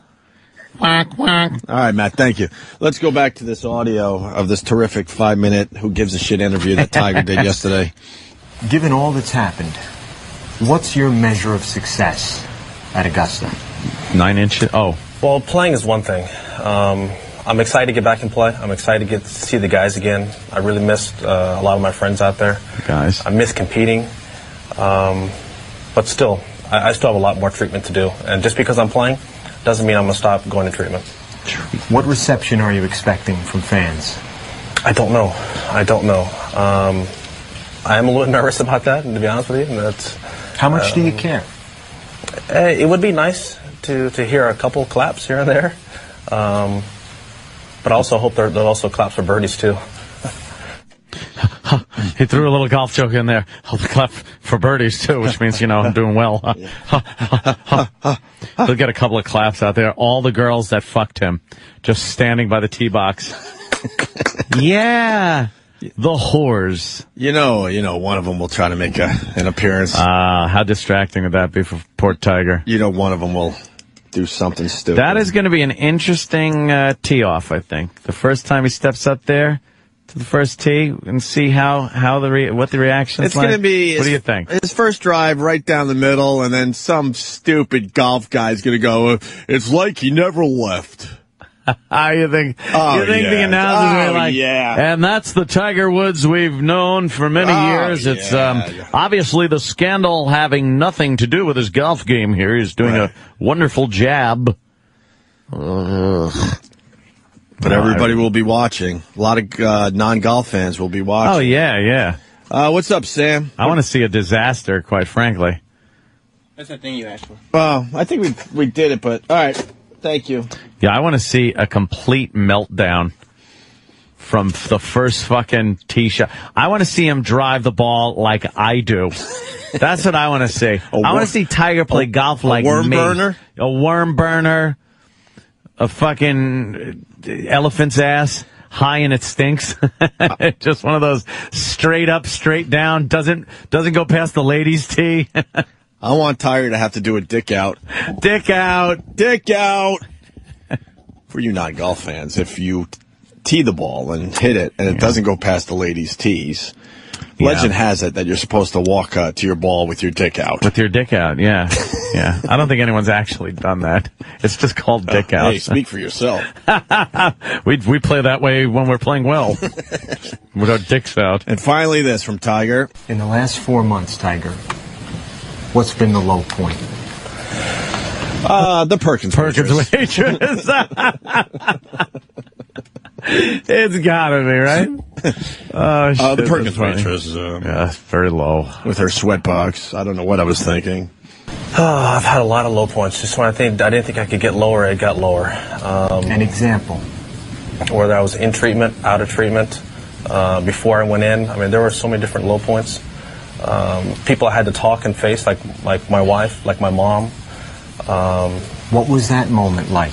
Either one. Either one. They both have been brutal. They both have been very tough because I've hurt them the most. Those are the two people in my life who I'm the closest to. And to say the things that I've done truthfully to them was very painful. What was your wife's reaction when you sat down and had that first conversation? She was hurt, very hurt, shocked, angry. Did she drop the N-bomb? Did she drop the N-bomb? I'm sure she did. But you're half, I believe, Japanese. Did she drop the N-bomb that is used for Japanese in World War II? Did she drop that one? There's 2 N-bombs here. Jesus. Oh, this is just man. a crock of shit. Yeah, this is his straight face. I really have to, make myself look good. I'm going to be back out there on the course. Yeah. He's doing what he's I should have every right to be. And I'm as disappointed as everyone else in my own behavior because I can't believe I actually did that to the people I loved. I ask this question respectfully, but of course at a distance from your family life. When you look at... What were you thinking about that waitress? I asked this with all due respect. I couldn't even get it out. Why would you fuck the Perkins waitress? I'm just obsessed with that.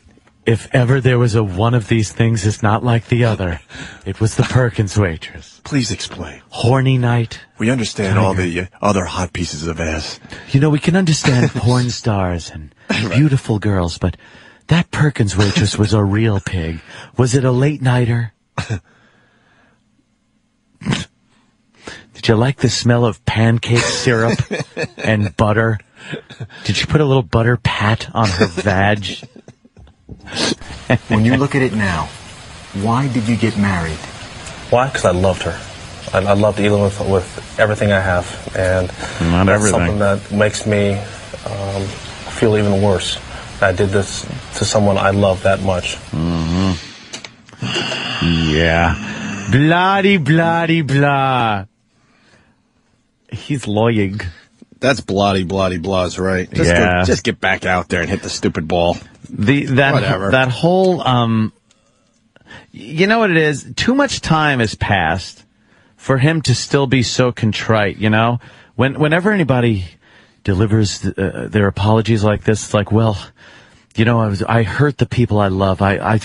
Too much time's gone by for him to talk like that, to be that sorry as he's talking.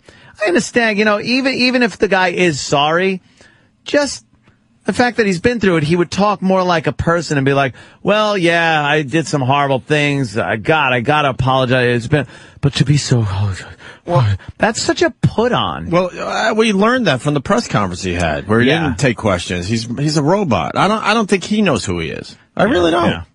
No, because his whole life people have been just telling him, well, you're going to do this, this, and this. He never really got a chance to explore what he's all about. People have to realize there's no difference between him and a child star that, grows up and tears it up and does, some of them get into drugs, some of them get into sex, some both, whatever. Jason in Tampa, I heard that too. Did he say loved? I was trying to figure out. Oh, when I first heard that, ding, ding, red flag. And I didn't bring it up in our discussion because I'm thinking about it. Because when he said loved, why did you marry Elin?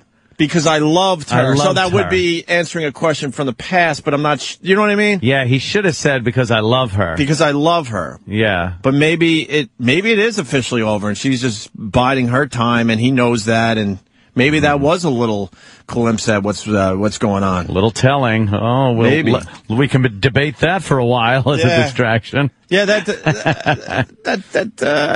I thought that was telling when he said it. You did too? Yeah, I was like, oh, that's odd. He used the past tense. Like this relationship is in the past. Yeah. Rich in Westchester. Rich? I wanted to ask Ope, because you mentioned it before a little bit. Do you think the PGA actually benefits from all this interest? I mean, the corporate dollars aren't going to go to Tiger, but they're going to go somewhere, aren't they? Well, a couple things. I love watching golf on TV, and I like playing golf, and I haven't watched 1 minute of golf because Tiger's not playing. I learned, I guess, that I watch golf to see Tiger play. Yeah. The PGA will benefit from this immediately. Absolutely. So many more people are going to be checking out the rest of this PGA season. Yep. But I think the PGA has a bigger problem on their hands. I mean, Tiger's getting, he's half done with his career easily. Yeah. And they don't have any other stars really coming up to keep this going. He's still got a long way to go, though. Well, he's early 30s. He could be very competitive until 40, 41, 42. That's about where the other guys have kind of started to fade a little bit here and there. So, yeah, you're right. I mean, another 8 to 10 years probably. So, I guess the PGA doesn't have to worry about it as much. But what do you think, Rich? I just stayed on the line because I was listening. I don't know. I think they'll benefit from ratings and revenue from the sponsors, because when they go to sell this the Masters to the sponsors, they're going to be like, look, damn well it's going to be one of the most watched Masters ever. Yeah. So we're jacking our prices up. You're either on or you're not. Why does every monster in sports have to go through some kind of conflict or controversy, and then they make the huge comeback? Because everybody's like this. Think Muhammad Ali, think Michael Jordan, now Tiger Woods. Like some big event happens, and then they have like the second half of their career. Because everyone is just a human. We're all just people. And Tiger was a person that, and still is. I don't care how much treatment you go through. He's a guy that because of his situation and his stature, his wealth or whatever, he likes and can fuck a lot of women. What happens to Tiger? Well, he's going to stay in treatment. No, he's going to go through this, and the second this is behind him by a few years, maybe a couple of years, and he's back on top. He's winning. He's just going to do it again. I honestly think he's just going to do it again. I think I won't even call it sex addiction, because I know Jimmy uses that a lot, and I don't know. In Jimmy's case, it might be true. I think sex addiction is like, it feels too good. And it's not really bad for you unless you're fucking up your marriage like that. But even in that case, your marriage is fucked anyway. It's not like drugs. You do heroin, you're an addict, heroin addict. You're an alcoholic. You're doing physical harm to yourself. Mm-hmm. You're a food addict. You're doing physical harm to yourself. Right. When you're a sex addict, it's because it's something that feels really fucking good. You might have some mental issues as to why you need so many women to appreciate you, but it's not an addiction, I don't think anyway, that has this real negative stigma to it, like alcoholism or drug abuse. I think it's by a case basis. Yes. I really do, and I think in Tiger's case, it's obvious that he didn't get a chance to do what just about all of us got to do from 14, 15, a lot of fun into in some cases your 30s. Yeah, going out trying to get pussy. Yeah, he didn't get to do that. That's why sex addicts. And it finally caught up with him, and he went, "Holy crap! Wait a minute! Look at here." It's amazing, because when you have an addict that's a heroin addict or alcoholic, let's say, it's never the case that they give it up because they went to treatment because they got caught. If you're doing heroin and you're in your room and a loved one walks in, whether it's a parent, a wife, or whatever, and goes, "Oh my God, you do heroin? You better get off that stuff." It's common knowledge that people don't get off of alcohol or drugs until they absolutely want to. Right. A sex addict, it's always that they got caught. And it's the only reason they're in treatment. I've never heard of one motherfucker that's gone to a sex addict treatment center because they decided, oh, I hate pussy. Right. I hate fucking this many different women. I need help. Right. It's always they got caught by their wife or some shit. That's what makes me think it's a load of crap. You think Jesse James will go into some kind of sex addiction thing now to try to save his marriage? I think he'll just blast out of the marriage and be Jesse James. He's one of those, like, kind of tough guy, kind of fuck you, rugged. You think he just blasts through this and says, all right, fuck this. Yeah, hey, I fucked Sandra Bullock. Right. He's one of those guys. From that. Yeah, and he'll be back to the padded Nazi bitch. You like the Nazi bitch? No, she got too many tats. A lot of people asking me on my Twitter all weekend, man, this is Ant's dream girl. Because she's got that Nazi fucking thing going on with her tats. The Nazi thing is great, but too many tats. No. I like a nice Aryan-looking blonde wearing Nazi attire. If she didn't put the fucking tattoo on her forehead, then I'd give her a few more points. But she scares the living shit out of me. She's got a nice body. She's got a really nice body. But sometimes you can't tell. Where's this video, Danny, for the people out there? We're watching her sort of strip on YouTube. Yeah, well, as much as YouTube will allow. Yeah, let me... See what the title of this actually is. Too many tats on it. Jesus. Oh, God. How about a that's short long title? Fucking. Sandra Bullock's blindsided into a Hurt Locker by Jesse James, Mistress Michelle Bombshell McGee. If you could put that in YouTube, you could see the video we're looking at. I'm sure if you just put in like I know. Michelle Bombshell stripper. Yeah. Fuck, dude. The too many tats. Here's why I don't like full body tats on girls. What about Kat? No, don't like her either. There's a reason I don't like full body tats. It works like fucking like camouflage. It breaks up the natural lines which are so attractive on a girl. Holy shit, is that a great fucking point? I want to see a girl's body. I want to see the hips. I want to see the waist, the tits, the shape of her ass, everything. And when there's too many tats, it works as camouflage, which is to break up the natural lineage of the object you're looking at, whether it's a tank, a battleship, or a hot bitch. That's a pretty good point. Yeah, I don't know what is the biggest turnoff is when the women get tats around their fucking boobs. Nips. Just that, yeah. Or even if it gets close. It's like, what are you doing? Leave it alone. I prefer, to tell you the truth, tatless girls. Totally tatless? Yeah, I kind of like a girl that just fucking is. Believe me, girls, your body's good enough. What about the tramp stamp? You don't really have to. That is so done.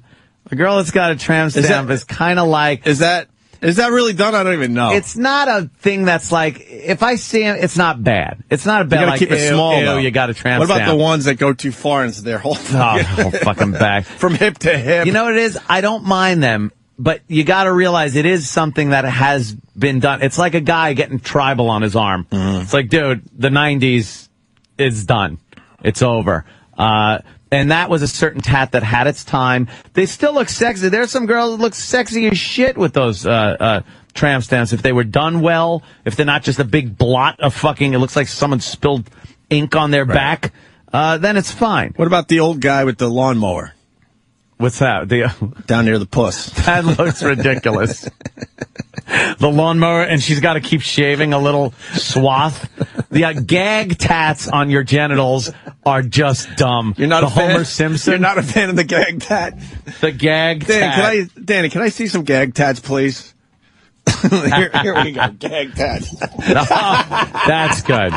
A tat of Bart Simpson around a guy's belly button, and it's him mooning and spreading his ass cheeks, and Bart's his belly button is now Bart's asshole. Jesus Christ. He's got a fucking ass cave. He's on a skateboard, though. It's a nice gag tat. That is, gag tats just... God, Danny knows where to go. He's not into gag tats. He's putting in personal tattoos. Which one is this? What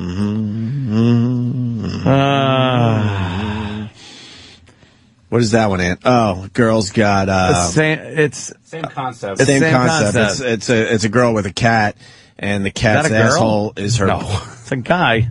What? That's a guy's big gut. Yeah. Wait a minute. That's a guy's gut. He's wearing Budweiser fucking or something. It looks He's wearing boxer shorts. Are you? Oh yeah. You sure it's not an out of fucking shape fucking girl? No, that's a fat guy. Are you sure though? Yeah. All right. And his belly button is the cat's asshole. That would be really gay if it was on a guy, though. The guy's probably really gay. The fucking cat is half the belly. Yeah, that's just stupid. Gayest. Let's see. No one really has that. That's a bullshit tat. What is it, Patrick Swayze? As a minotaur? Yeah, whatever. Wearing like a tuxedo shirt. Yeah. And there's a big rainbow behind the gay rainbow behind the tuxedo it. From the famous SNL bit he did with Chris Farley there. Yeah. Two nude mermen and big dicks coming out of the water coming. All right, that's pretty good. And it's his full back. That's on someone's back? That's the only time anyone's going to see it. Is when they're fucking drilling his ass. Wow, that is bad. No, and believe me, I know a unicorn fucking a dolphin with a rainbow behind it. That is a gay ass tattoo. No, I don't mind chick tats, but personally, I think a girl's body in and of itself is very attractive. I don't think it needs any sprucing up. Little one, oh my God, does that look like Steve? Is that Steve? That's not Steve. No. Little ones are fine. Like little ones that mean something, if there's a meaning to it. But other ones that are a little too big, a little too, they break up the line of the girl. They're in weird spots. Like I want to look at a girl's ass. I want to see a girl's ass. I don't want to see something on her ass cheek. I don't want to see a fucking, her fucking daughter's name on a fucking ass cheek or something like that. Just me, personal, preference. Before we finish with the Tiger Woods thing, this is the sports talk about the Masters tournament. Masters tournament that we were discussing. In this sportscaster's opinion, the Masters may be the most controlled sporting event in America. That's why I think he came back here. Fans will be respectful. Remember, every fan has to wear a badge. If they're not respectful, they'll be asked to leave the grounds. The broadcasters will not push the envelope. If they do, they could hear about it and be removed from Augusta National and the coverage. Remember, years ago, Gary McCord once said the greens were so fast they looked like they had been bikini waxed. Taken off the broadcast. Yeah. That's bullshit. He wasn't going to miss an opportunity to win another fucking major. Yeah, he was coming back no matter what. I think you're right. To Augusta. I think he didn't want to miss another major. Yes. Yay. Yes. Because if he blew off Augusta, then he was going to blow off the whole year. Yeah. In my opinion. Why bother? Because winning just regular tournaments is not as important to him as winning more majors, because that's the benchmark. I think he has 14 majors that he's won, and Jack Nicklaus has the record at 18. And that's the one everyone looks at the most. Well, we'll have to be the top dog in golf. Have to see how Tiger holds up. For the people that don't really know much about golf, there's only 4 majors a year. So he wasn't going to blow off one of the majors. A lot of pressure on him. It's going to be interesting. Going to be fun to watch, I think. And that starts in a couple of weeks, I guess, right? Yeah. Early April, I believe. Mm-hmm. All right, guys, we're going to take a break. The fucking E-Rock thing. We never did that. Look at us. Backstage, E-Rock abandons his new shoes. We'll have Sam set up the whole bit again after the break. Is that supposed to be a Pats logo? That is the worst tattoo ever. Yeah, the hiking logo, the hiking the ball Patriot guy logo. And it is horrendous. I don't know who the fuck did that. That is horrid. Some people got some really bad tats. But the favorite is the fucking girl. With the bad teeth. The bad teeth. Most tattoo artists can't do the teeth. I don't know why. Oh, wow, look at that. Wow. A portal tattoo. The cube and the cake. I don't know what that means. Love and lies. They got to play Portal. I know. A lot of people say that's a fucking solid game. Portal 2 coming out. Not soon enough. Really? Yeah. Aren't we too old to be playing video games? Nah. That's all I have left in life. Really all I have left in life are video games and crime shows, murder shows. Yeah. And The Pacific. Watched the second episode. All right, let's talk about it after the break. I had my review of the first one. And I'll give a little review. I won't be a spoiler, but saw the second one last night. Okay.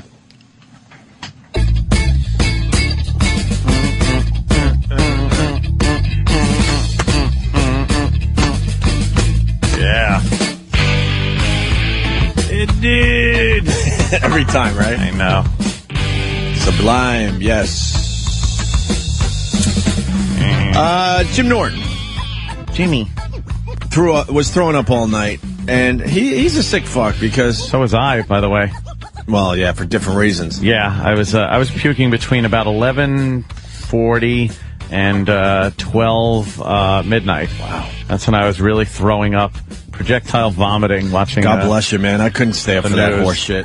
Yeah. They said, this should be done around midnight. I'm like, I gotta go to bed. I had to watch. But Norton...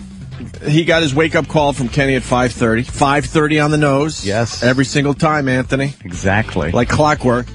And then usually it's like a quick, okay, and then Kenny goes, all right, I'll see you in a bit. But this time there's a little chit-chat going on back and forth. I'm like, what's this about? A little chit-chat at 5:30 in the morning.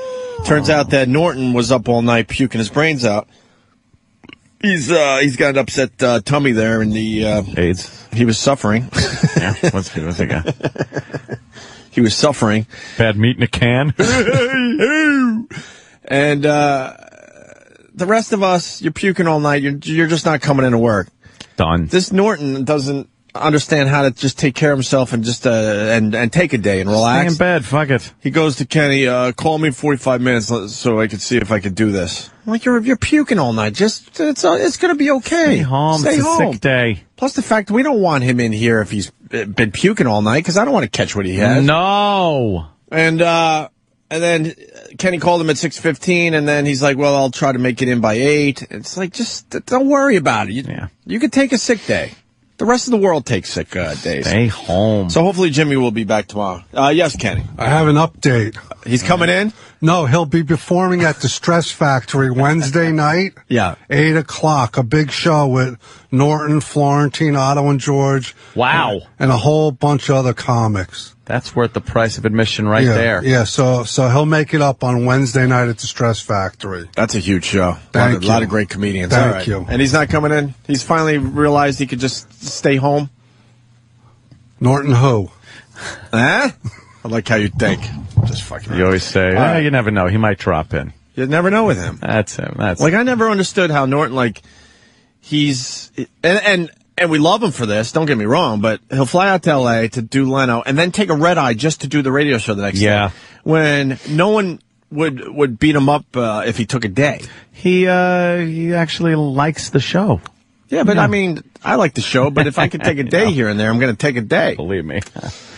But he's just a different animal when it comes to that stuff. Yes. William Shatner, 79 today.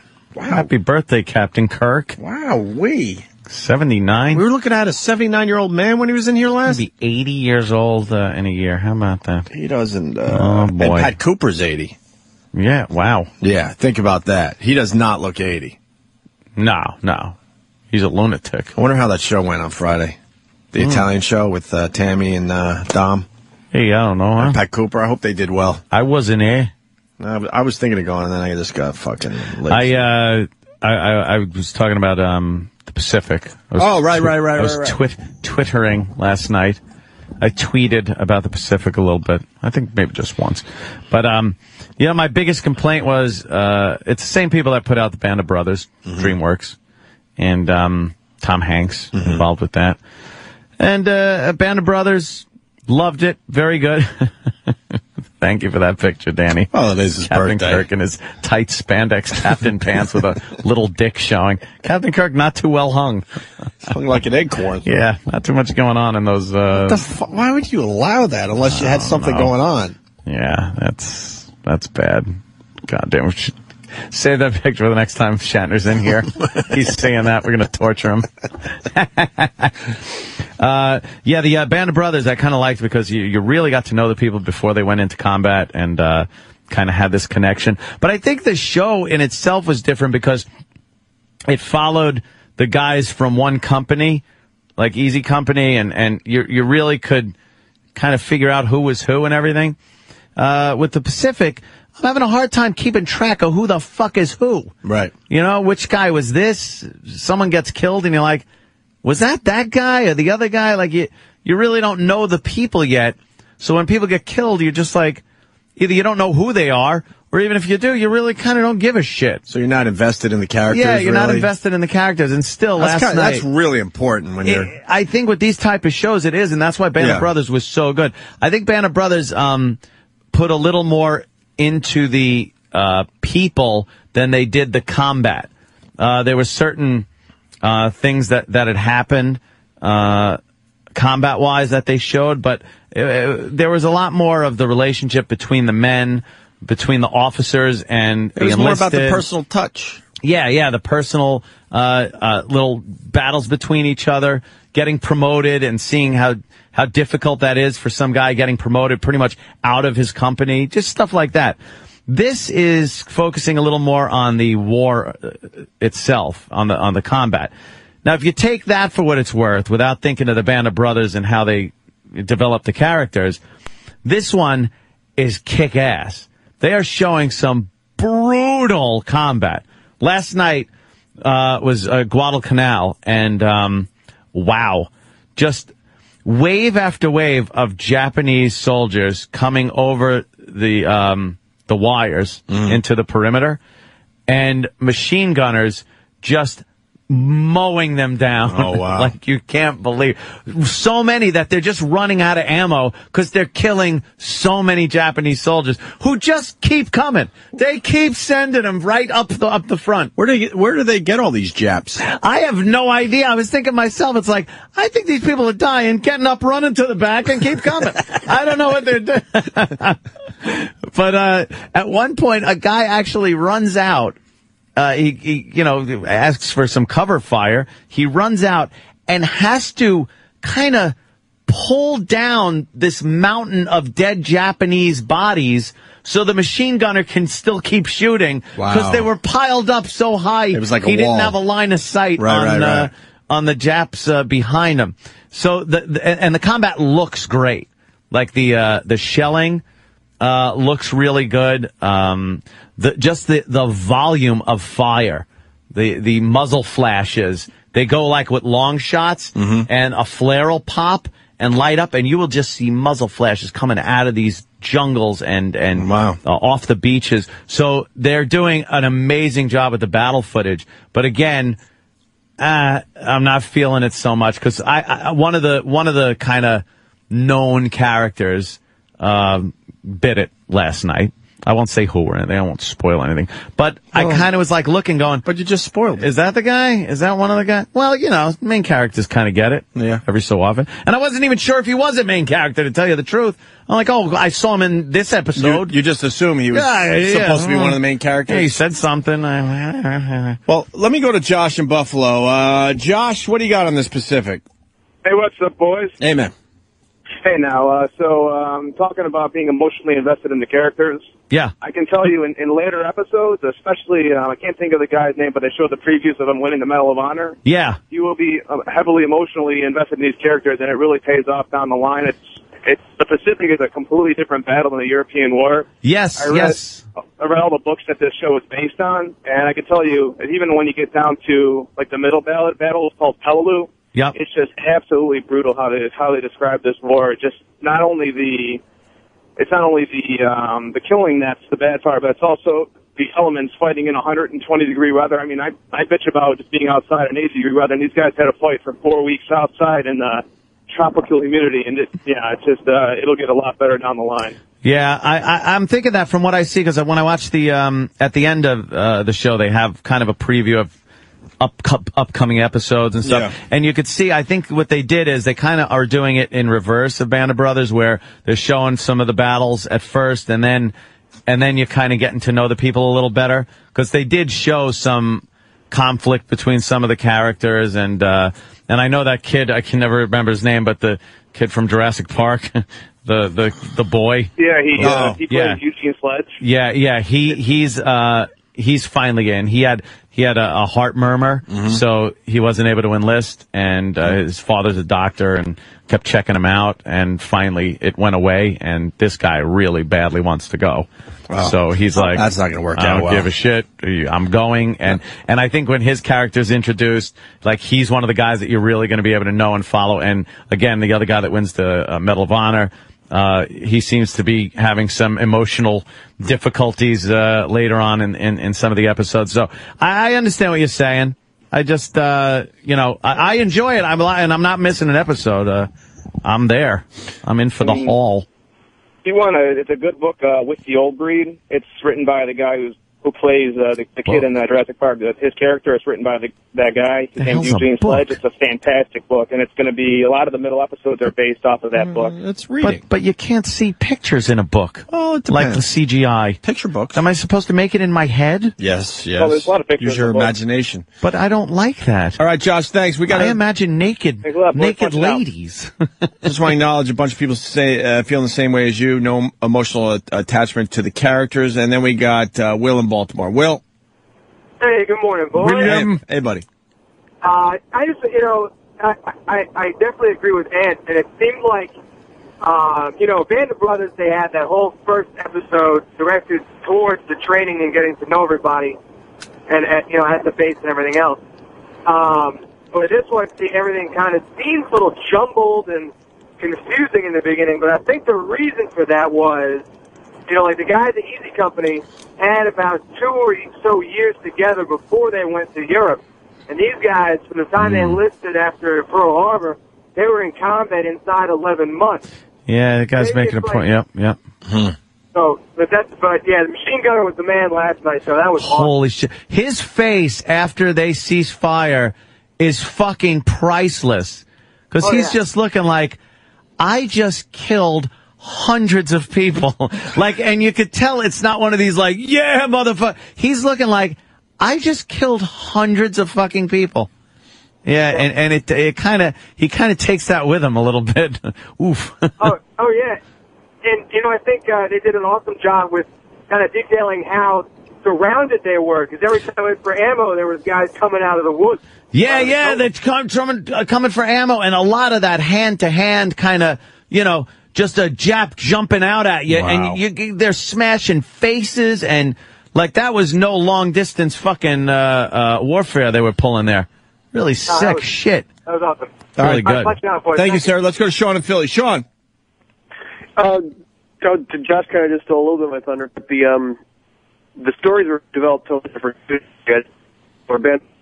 Yeah, Sean, you're going to have to call back. Bad phone today. Let's go to John in East Brunswick. John. Hey, guys, how's it going? Hey, man. Yeah, I was in the service for, about 10, 11 years, I loved the Band of Brothers. The machine gun scenes last night were pretty awesome. But I get turned off every time I see the promo, and every time they're climbing up and down the side of the ship. That CGI of all those U-boats, the PP boats and everything, whatever the hell they're called, the landing craft. Yeah. It just looks so goddamn cheesy. Does it really? I take it. Looked okay in high def. I'm seeing it in high def too, but it looks like it's fake. You know what I mean? Really? I thought they did a pretty good job. I thought it looked all right. I mean, based on what? Yeah, and you haven't been over there. No, I mean it just looked kind of real. Based on other war stuff you've seen on TV. I'm not saying Guadalcanal looks fake. I'm saying when they're climbing, when the Marines are loading the landing craft, they're climbing. Yeah, I got you. Climbing down the rope, and you see that top-down view. Yeah, and you see that side view with all the other PT boats that are taking off, and everything's going in the ocean, and then they're coming in the shore. It just looks computer generated. I thought it looked good, and there's only so much they could do. Jesus Christ, it's they're making it look like fucking. You know what that shit would have looked like years ago? Like real crap. This is Spielberg and Hank. And what they do is Band of Brothers with the graphics and the fight scenes and the explosions in that movie. Just unbelievable difference compared to this one. I think the shelling scenes are fucking really intense.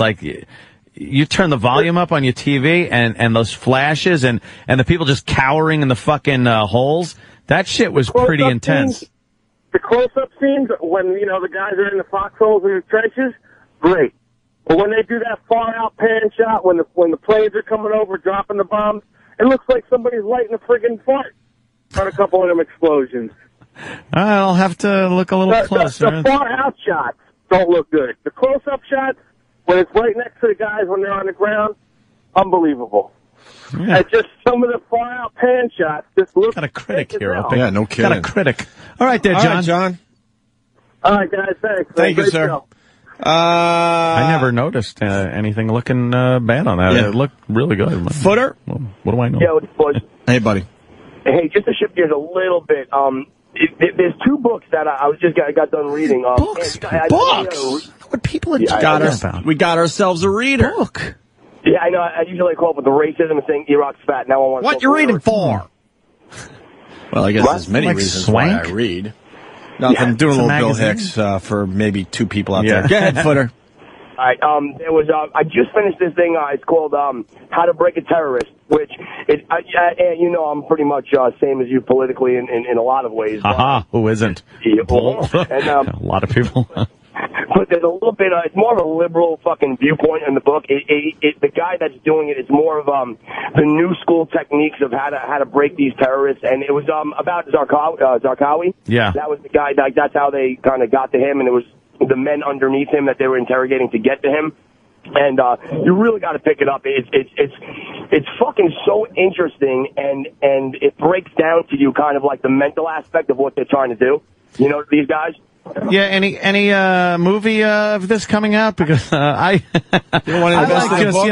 just like burning discs and watching movies. That's what I like doing.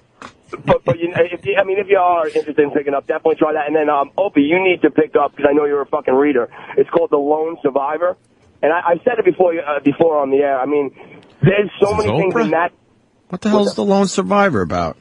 That one is the best because it's a true story, obviously, and it's about a Navy SEALs team, Navy SEALs, that goes into fucking Afghanistan. And what it is he tells the story how his troop, they're trying to do their mission. And one of the points that they bring up, that they come up to these 4 Afghani farmers, and they're walking down the path. And the long story short of it, they have to make a decision on whether, A, they let them go, B, they blow them away. I mean, they're unarmed.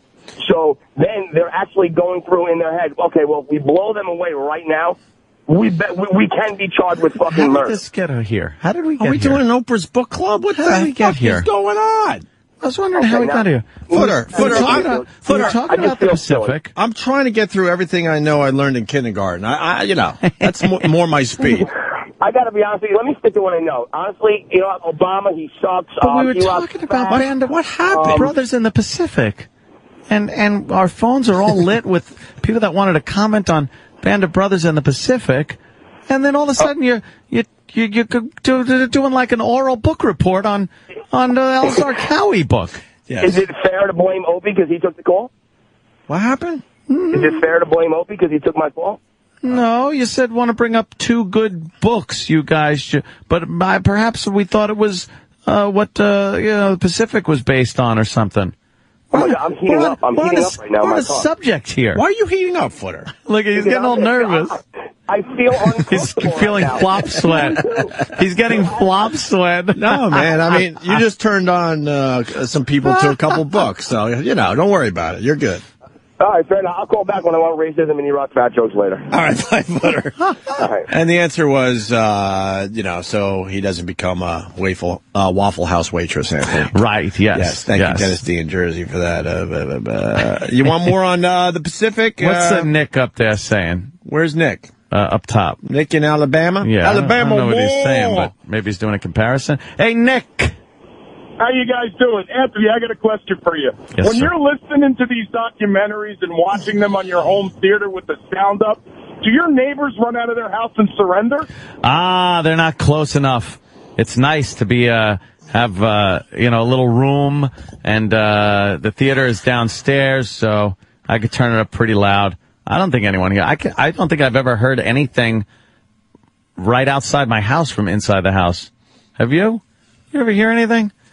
Ever hear any loud noises? I don't think so. No? Good. Yeah. All right. Let's get into the Iraq thing. Yeah, screaming. No screaming. No people, in bondage. When you cut up a hooker in the bathtub, you want that chainsaw to be an electric one, not gas powered. You sure do. Where is Sam? We got to do this backstage Iraq thing. Iraq. I have a question. Do you think Dennis Rodman's going to be kicked out of the house? I'm a little worried about that. Oh, Jesus Christ. What is he in? Well, you think Dennis Rodman's going to be kicked out of the house, Sam? I don't know. I mean, you have to behave a certain way to stay in the sober house. Oh, it's the sober house? Do you think that Jen Broad has more problems than anyone that's living in the house? I mean, this sober house is such a fucking joke. Yeah. Fucking Dr. Drew can't get anyone sober, by the way. No. Dr. Drew is just he has a big graduation where everyone is now sober from celebrity rehab, and they move on to their normal lives. And then you learn, like, the first episode of Sober House, that pretty much all of them are using again. Of course. Now they're in this sober house trying to stay sober, but they live in an amazing house overlooking all of L.A. in the Hollywood Hills, where all the temptation is. They walk out their front door and they see temptation and below there's them. Temptation Everywhere they go. Does Dr. Drew realize that everyone's on to him?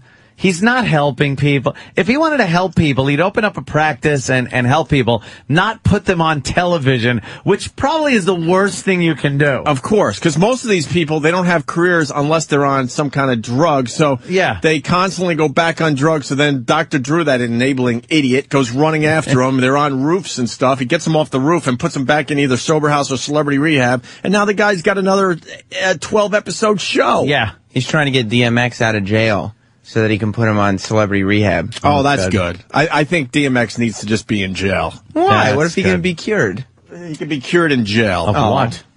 Huh? His drug addiction. Sort of what? But the next episode of Sober House, they're threatening to kick everybody out, so then there's not going to be a show aired because everybody's wants to use. Dennis Rodman's at a club somewhere down in L.A., somewhere off Sunset Boulevard. He's hard to manage. And now he's fucking going to miss his curfew. And this Jen girl, we got to kick Dennis Rodman out of the house because it's my rules. You got to watch Sober House. It's so fucking ridiculous. I can't watch those shows. I cannot watch reality television that is like that type of gag, wacky fucking shit. It's a huge show, though. And what's great is the way the reality shows are kind of, the storyline is building on like on The Celebrity Apprentice, Dennis Rodman was drinking all the time. So then he shows up on Celebrity Rehab because we saw him drinking on Celebrity Apprentice, which leads to Celebrity Sober House. I can't fucking do. I can't do it. And where do they go after Sober House? Back to drinking so they can get on another season of rehab. Hopefully in the morgue. Yeah. Why don't they have a reality Celebrity show based morgue. on all these fucking zeros dying good. of their addiction? Here's Celebrity Morgue with Corey Haim is our latest line. Right. Here comes Corey Haim. Oh, man.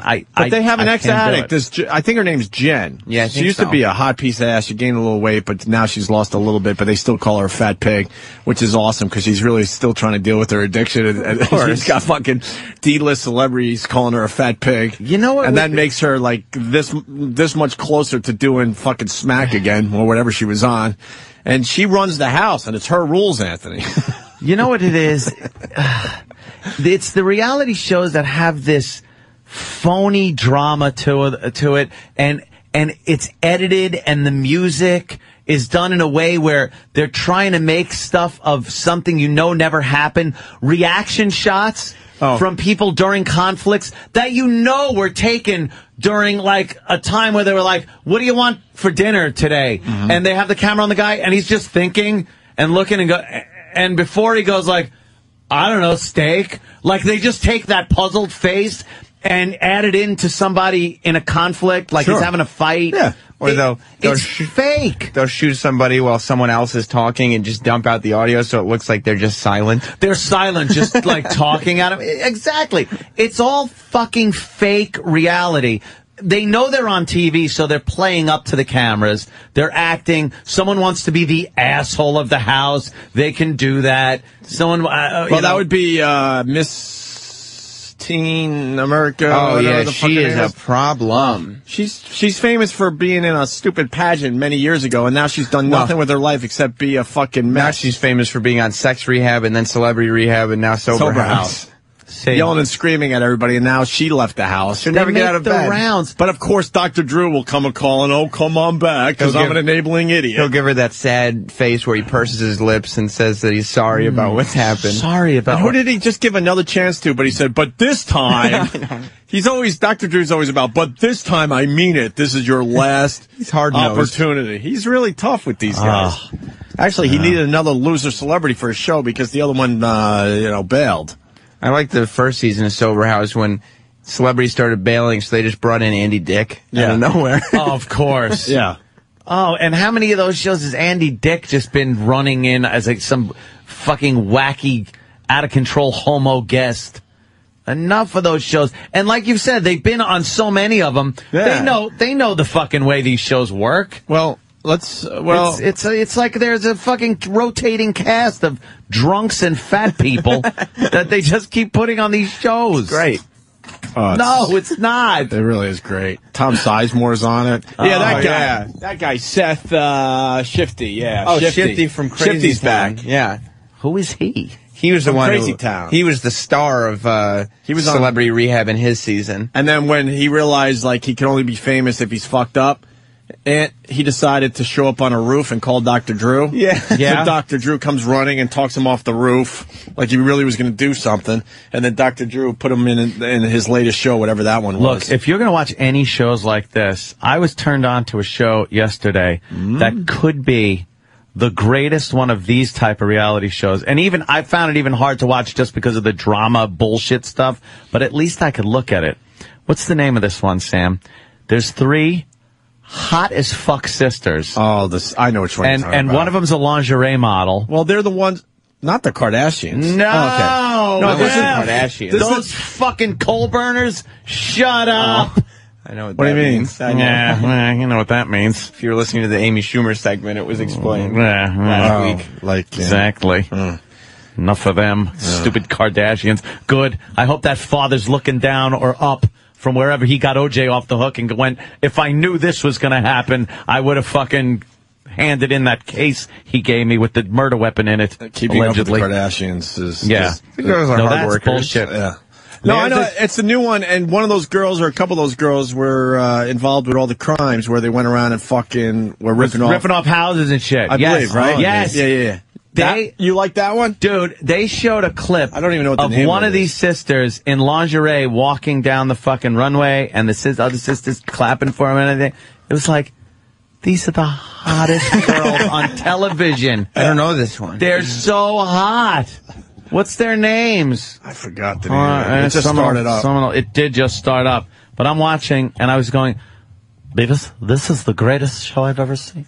What channel is it on? It's I don't VH1. know. I believe it's another No, it's not called Prussian Blue, Steve from Bayshore. Oh. John in Georgia. John? Hey, that woman that runs the sober house has the worst lip job I have ever seen. It literally looks like someone just took a bicycle pump and pumped up her lips. Yeah, she's got some kind of like duck bill thing happening with her lips. I think she has issues with her body image. You think? I think so. Oh, she'll so be back on whatever she was on. Yeah. Oh, yeah. Oh, yeah, man. She can't take it. No. She fucking can't take it. And then we get Dance with the Stars starting up, man. Ah, well, that's something Says a lot, though. Cares? Says a lot. You know how many fucking people watch that show? It's gotta be in the Midwest. And by the I don't know. Where are all these people? I don't know anyone that watches it. I watch the elimination shows. I don't need the dancing shows, you know? Especially if Idol's on. I'm not going to turn off Idol for Dancing I'm with the done Stars. with Idol. I've been done with Idol for years. For years. Done. We had Taylor Hicks in here on Friday. I walked right by him like, gives a shit. Who cares? Gives a fuck about you.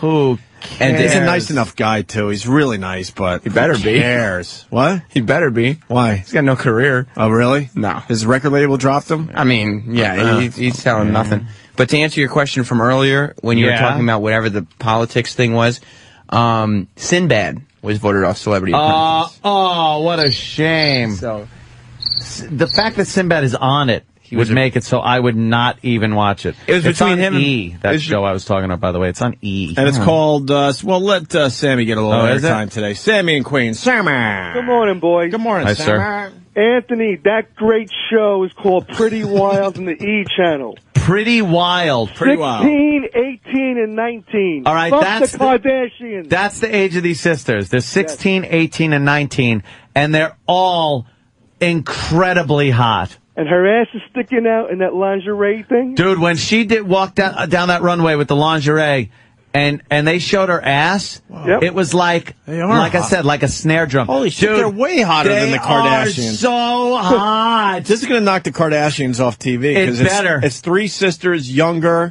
and they got the same look, the brunettes. Yeah, 3 brunettes. They're like... Sunday nights, Aunt. Sunday nights. Sammy knows. Right on, Sammy. There's the 3 sisters and the stupid mother. All right. The mother, I think, was in Playboy once. She had to be. And but there they are, the 19-year-old, the 16-year-old, and they're all... Which one's the 16? You can't even tell. That one right there. Oh, okay. What do you mean Where's you the can't mom? tell? The mom's right there. That's the mom? Yes, that's How the old mom. is she? And then the lingerie Look that model. old. That fucking lingerie model scene was just... She has... And what had of tits on her and everything. My God, it was just a fantastic show. I didn't know what was going on. But all I know is they showed previews from upcoming shows, and 90% of the time they're crying.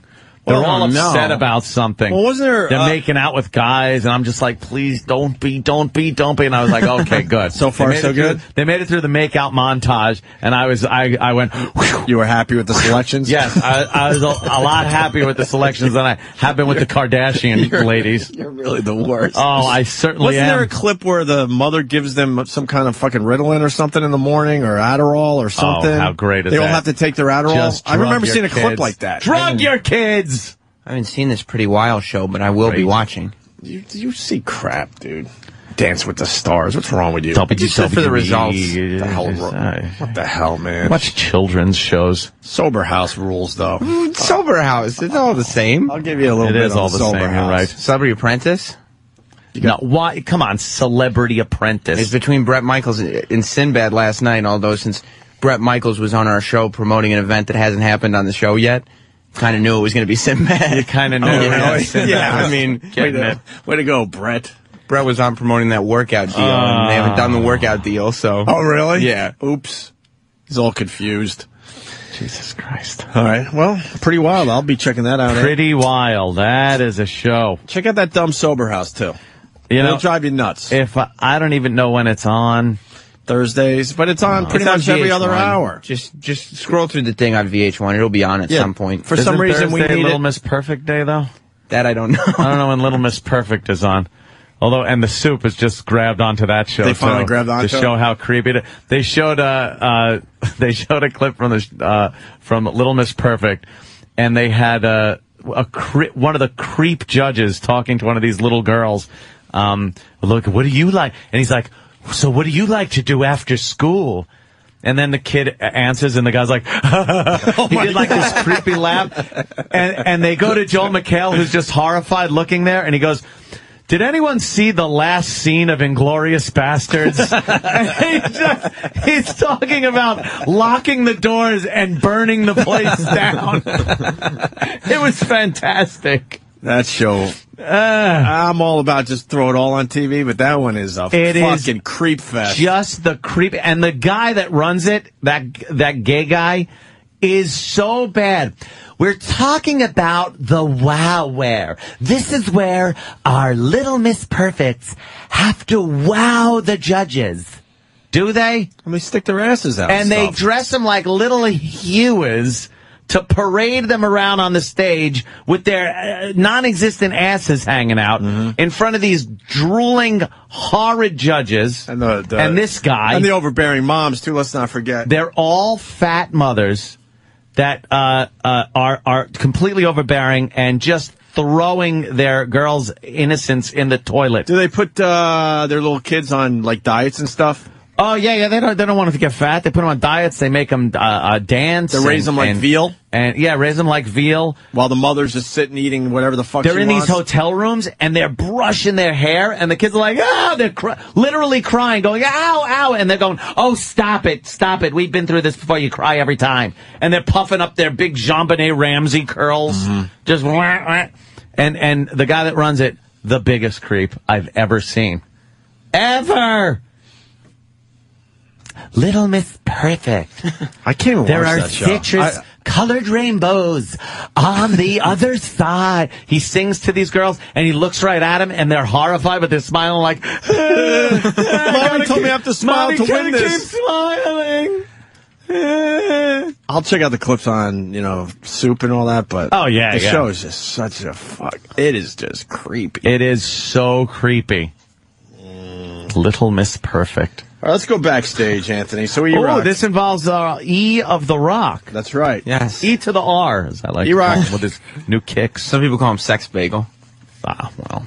Of course we've seen 16 and Pregnant. We've talked about 16 and Pregnant. That show rules. They lost me, though, when they lost the girl with the braces.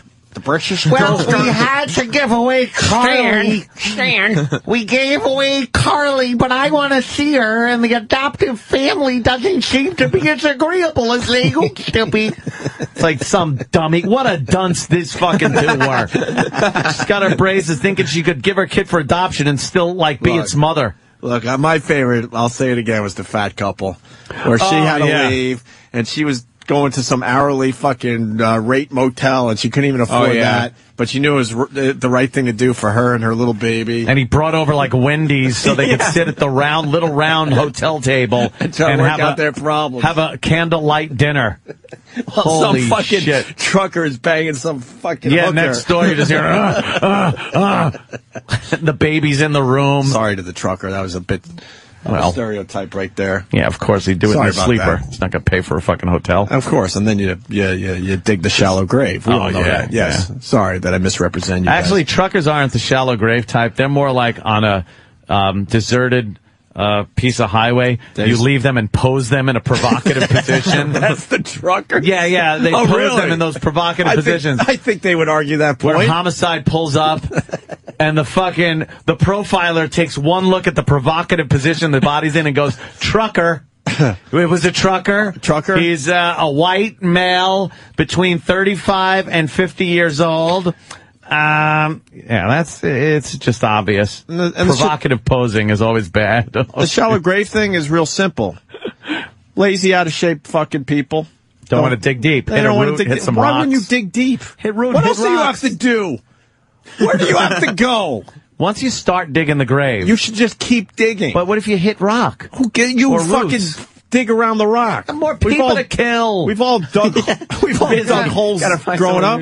You know what it's like. But I never understood the shallow grave thing. Simple, because where are you going?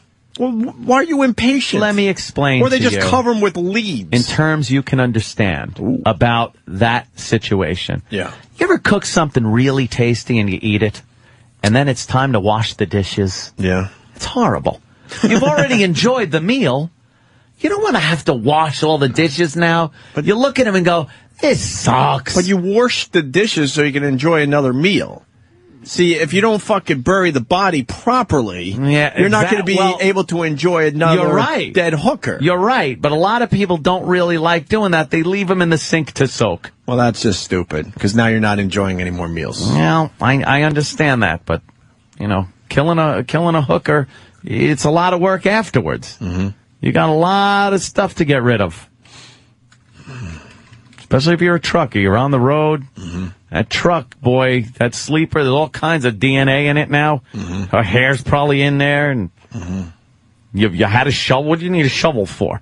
There's dirt on it from an area you're not in. It's just, they find all this shit. Too much CSI for you. Oh, man. They could take dirt off the shovel tip and go, well, you know what? That's the same type of dirt that was around the body. Where were you? That's dirt from Kansas City. We know. Big old fucking recap fucking treads that they're pouring plaster into. Yeah, that's off of your rig. We could tell. Okay. Well, this truck is going to tell us what he does with the bodies. All right. This should get the fucking authorities fucking meeting with us after the show today. We haven't had the authorities by in a while. How many times have we had the authorities by because of there's been a couple. Okay, there's been a couple over the years. Let's just leave it at that. Yeah. Go ahead, Nelson. Yeah, what's up, guys? Hey, man. What I do is I usually leave the dead hooker in a rest stop bathroom with a atlas shoved down their throats. Ah, there you go. See, an atlas. Mm-hmm. Thank you, sir. That's great. Family Guy, Terry Schiavo. I did not see that. A lot of people are saying it was really funny. They did a Terry Schiavo song. Maybe someone take a peek, see if it's worth throwing on the air. Hey, by the way, creepier. By the way, yeah, go. Just to what we were talking about. Nothing creepier than the provocative pose. That is nothing creepier than someone that kills somebody and then puts them in a sexy pose before they leave them out in the open, mind you. What's that about? For people to find that is a twisted individual.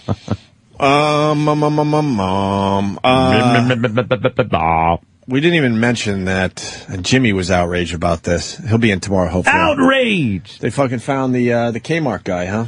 Yeah, apparently some 16-year-old just kid. A 16-year-old kid, just fucking being fucking off. Just being a dummy. He's not the even guy a dummy, that was in the Walmart. Just fucking off. Just trying to fucking impress his friends.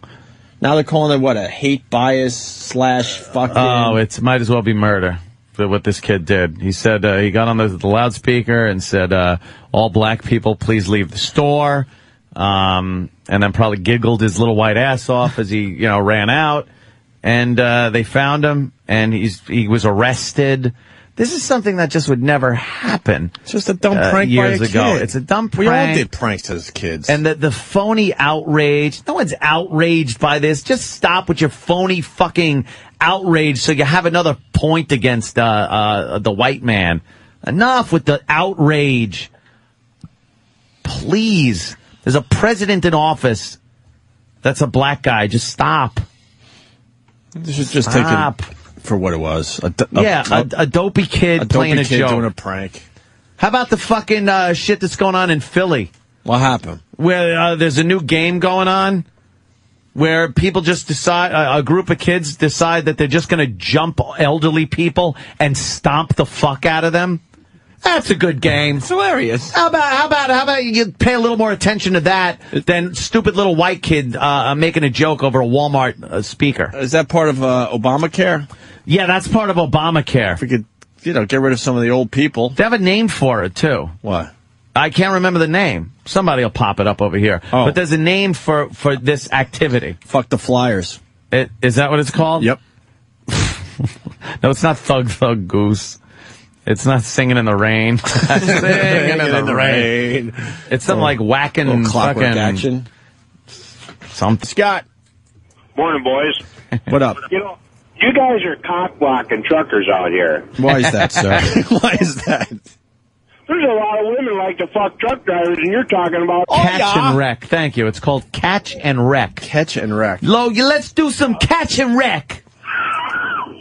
Well, we don't need to be broadcasted. We all know it happens. But, Yeah, well, we love our truckers. Well, hopefully there's women out there that wow us. Ever since I first saw Large Marge on Pee-wee's movie, Pee-wee's Big Adventure, or whatever the fuck. What the fuck? Yeah, always loved the truckers. Yeah. All right, sir. We'll try to tone that down for you. All right. Have a good day, boys. Are you Cheesehead? Tell him Large Marge sent you. And she laughs like Pelosi. Yeah, so I guess they had to fucking arrest somebody. And why? I don't. Why couldn't they That's just how society is. You know what you do? You take the kid to his parents. And go, don't be stupid. And then you tell the parents what he did. And then the parents administer home justice, which could be anything because it's up to the parents. They could say, what were you thinking?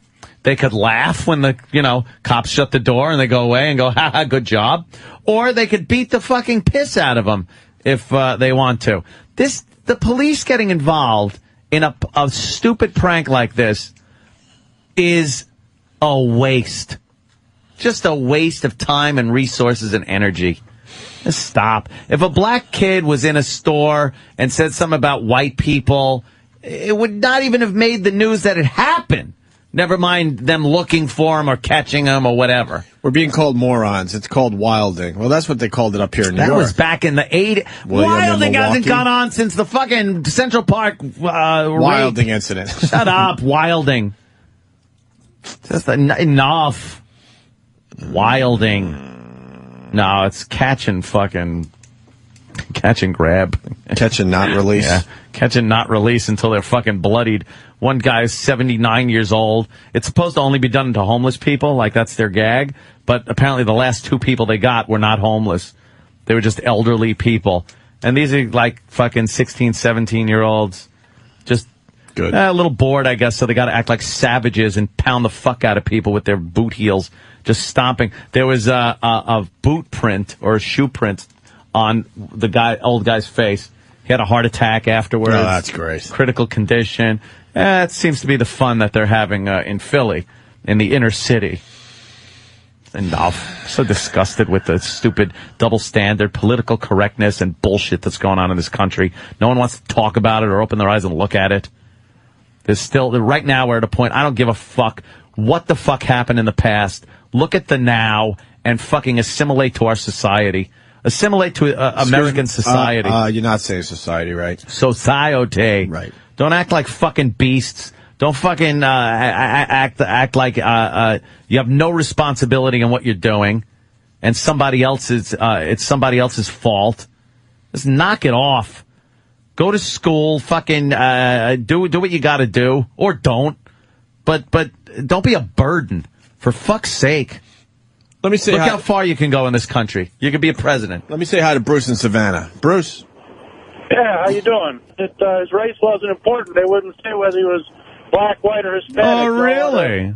Make sure that he was a white guy. I think his race was very important. If he was a black guy, it doesn't matter. If he was white, he's fucking a hate crime. Well, they wouldn't tell us in the paper here.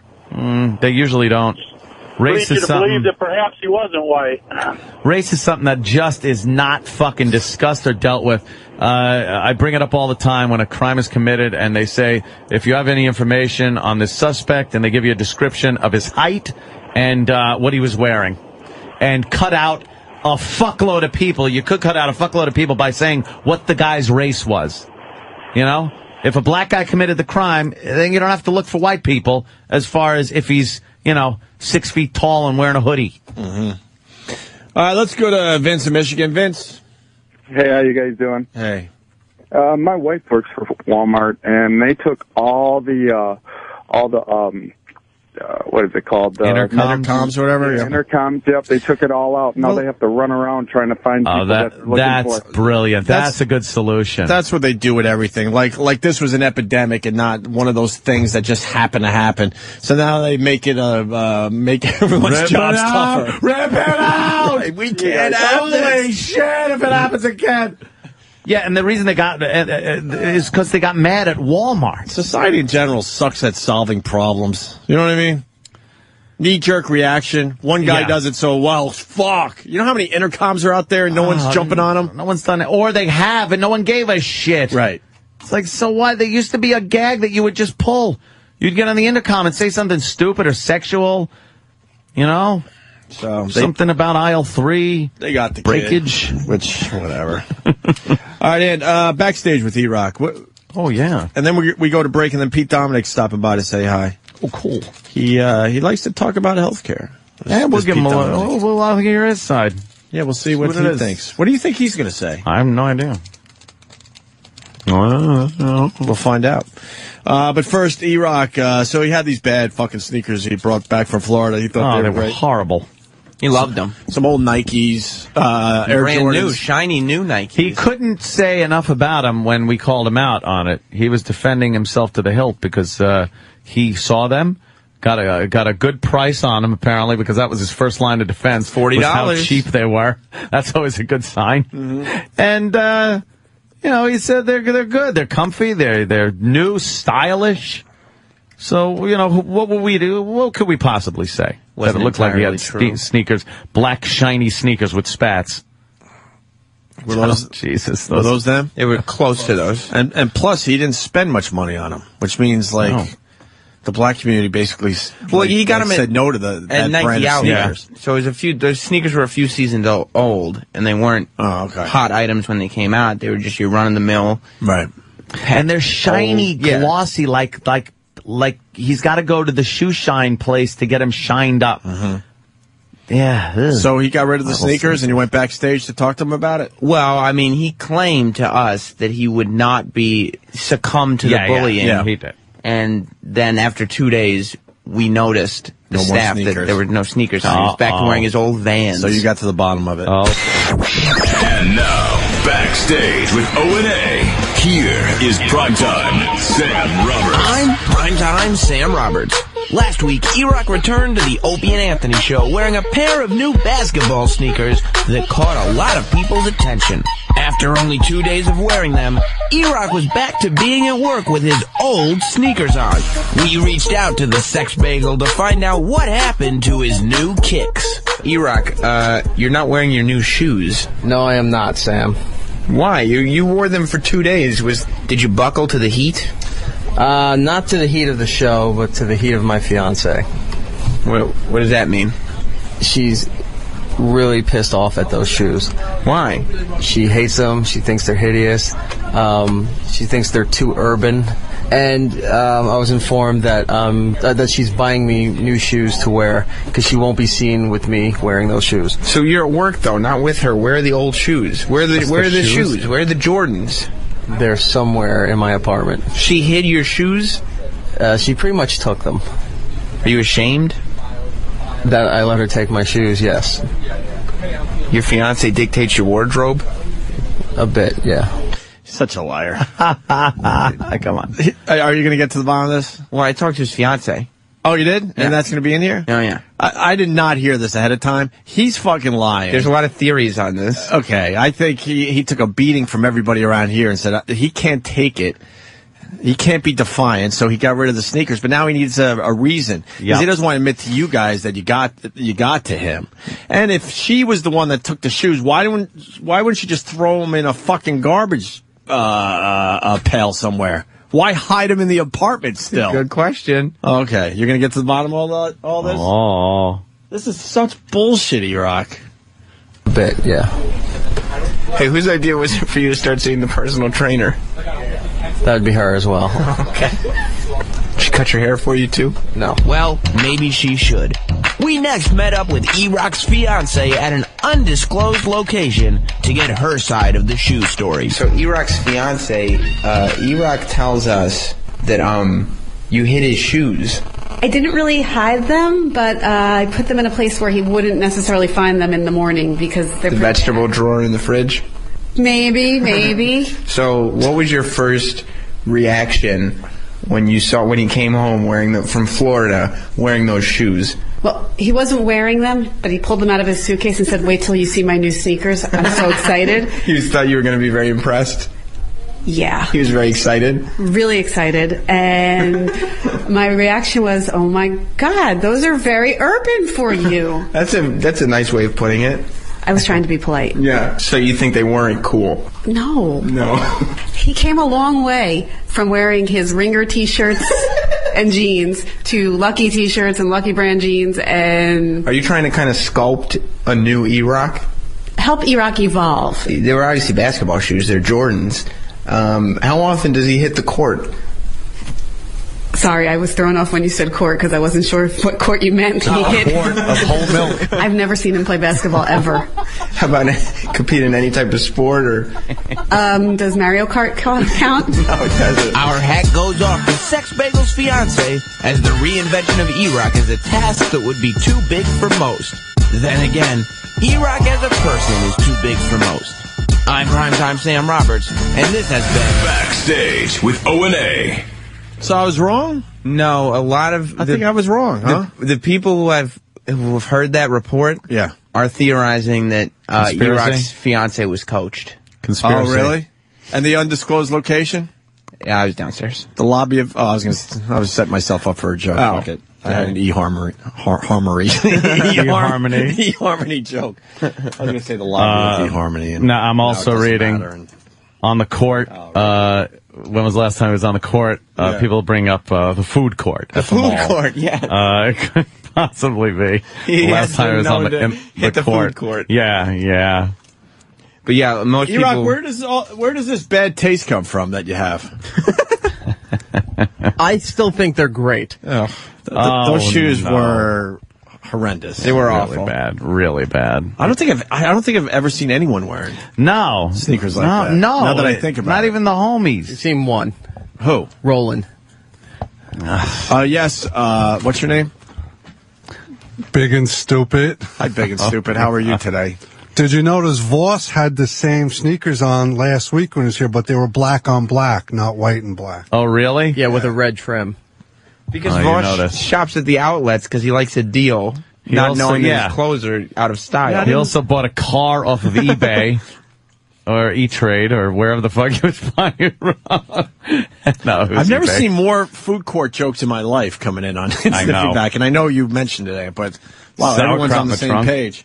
Huh? Sauerkraut in his trunk. Yeah. And then he bought a fucking chick's bag, a girl bag, Louis Vuitton. But yeah, I mean, even E-Rock is still wearing his old Vans today. He's given up.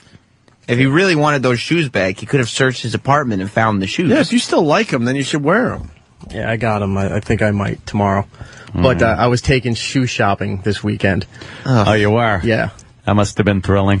It was... nothing better to do on a nice 75-degree day. Go shoe shopping. And go shoe shopping. What kind of shoes you get? That's fantastic. Didn't get any yet, but a lot of Why they didn't have extra wide feet.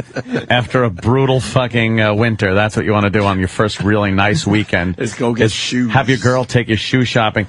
Steve from Bay Shore wants to know where there is a blacksmith. See, because like that would be your shoes would be shaped like, you know, like horse feet. Yeah, horses, shoes things. Type. Hooves. Yeah. Hooves. A hoove. Sam, also, we never got to your St. Patty's Day stuff. Is this worth playing, or should we move on from this? If you want to. I mean, there were a lot of drunk people out. Sam went and did a little What's the Haps. It's been a while at the St. Patrick's Day Parade. We might as well do a little Sam Twofer here. Okay. Get all his material out of the way. What's the Haps from St. Patty's Day? St. Patrick's Day Parade in New York City. I just talked to a few Sam people. was trying a little angle on this, so we meet Megan. We're at St. Patrick's Day with Megan. Megan, what's the Haps? What's the Haps? The Haps is I'm wasted, they're wasted, and we love each other. That's so sweet. You're here at St. Patrick's Day. What's your plan of the day? My plan of the day is someone just found... Oh, my God. What the fuck is this broad, man? Well, the best plan of the day... Like her tongue doesn't work or something. How old is she? She's drunk. I don't know. There were tons of girls, because it was a warm St. Patrick's Day, so there were tons of girls that were out there shouting out their senior high school class, cheering that they were getting into college next year, and then going on about how drunk they were. And now tell me about it. Same thing I heard the whole time, the whole drive home. Really? So they were all just drunken teenagers out there. Someone just found my ass, his name's Nick, and also I'm gonna get a hot dog, and also the parade. What's been your favorite part of the parade so far? My favorite part of the parade is all this green shit. Green, green, green. Everyone's green. Is it hard to celebrate when you know that the 9/11 attacks were a government conspiracy? No. What? The government planned 9/11. How else would you explain building number 7? It was a surprise attack.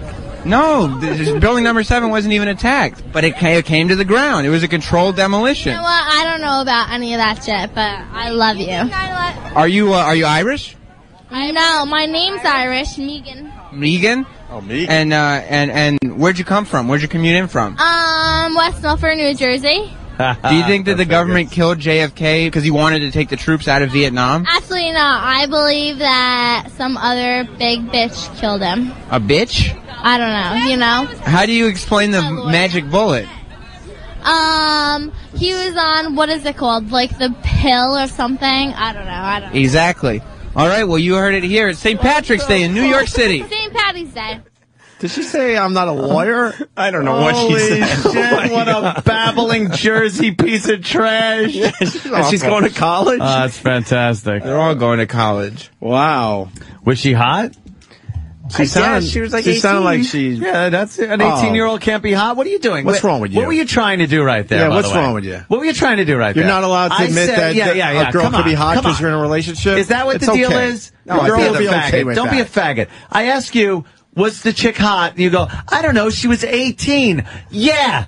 She looked very young. She was not... Dude, so would you stop you being get a bonus bullshit points. artist? If she's 18, you get bonus points.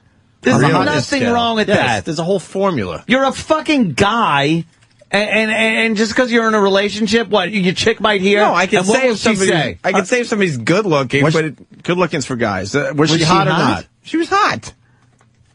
But, I mean, it wasn't. It's not. Oh my God! Look at you backpedaling, motherfucker! I'm not into you sound like E-Rock right now. You sound like Sneakers E-Rock. Sneakers E-Rock. Right now with the fucking his girlfriend telling him. It's not a matter Your of a girlfriend is girlfriend. dictating to you who you can say is hot into that microphone. She's got it hanging over your head. She doesn't even listen to the show. Why not? It'll get back to her. Who's gonna tell her? E-Rock? One of her friends will be like, oh, and then, did you hear today? Who are you texting over there? Let me tell you something. Your boyfriend, your fiance, your not fucking fiancé. whatever the fuck you There's are. none of that. He was talking about some girl and saying she was hot, and she was 18 years old. That's disgusting. You know how their friends are. Bop, bop, bop, bop, bop. Nothing worse than your chick's friends. They should all be fucking decapitated. Horrible chicks' friends. Well, why don't we meet Eric? Eric was hot. He was kidding. It was a little joke, you know. I can admit that Eric was, I got it. It was very right. It was quite clever. Yeah. We're here with Eric on St. Patrick's Day. Eric, what's the haps? Not much. Just celebrating St. Patrick's Day in the city. It's a great day. It's beautiful out. You know, just hanging out. What time did you get here today? I took the train in at 11. Got here probably around 12. What's your plan for the afternoon? Plan is, just walk around, have a good time with my friends. We came in, just celebrating St. Patrick's Day. So, have you been partying today? Absolutely. Is that easy to do when you know that the government planned 9/11? I had no idea that the government plans 9/11, but they never showed. There's no footage of a plane going into the Pentagon. I have heard that. I've heard rumors about a missile. Yeah, it was a missile. Yeah, that's what I've heard. I heard that the impact, it was too small to be a plane, that it was done by the government. Absolutely, yeah. Aren't you glad you know the truth? I'm glad I know now. Happy St. Patrick's Day. Happy St. Patrick's Day. Jesus. Happy St. Patrick's Day. St. Patrick's Day. I kind of like the angle on this. And finally, a Jamaican-Irish guy. Yeah, he was Jamaican, but he said, everybody's Irish on St. Patrick's Day. I wish Jimmy was here. He does such a good Jamaican accent. I know. Caribbean Jimmy? Jimmy. Maybe tomorrow. Yeah. We'll do one more of these. We meet Patrick. Yeah. All right, we're at St. Patrick's Day with Patrick. Patrick, what's the hat? The hat? The haps. Oh, the haps? Yeah. It's right here, baby! Yeah. Oh, you have no shirt on also. Yeah. Fucking good. So what are you doing out here for St. Patrick's Day? Why I'm out here for St. Patrick's Day?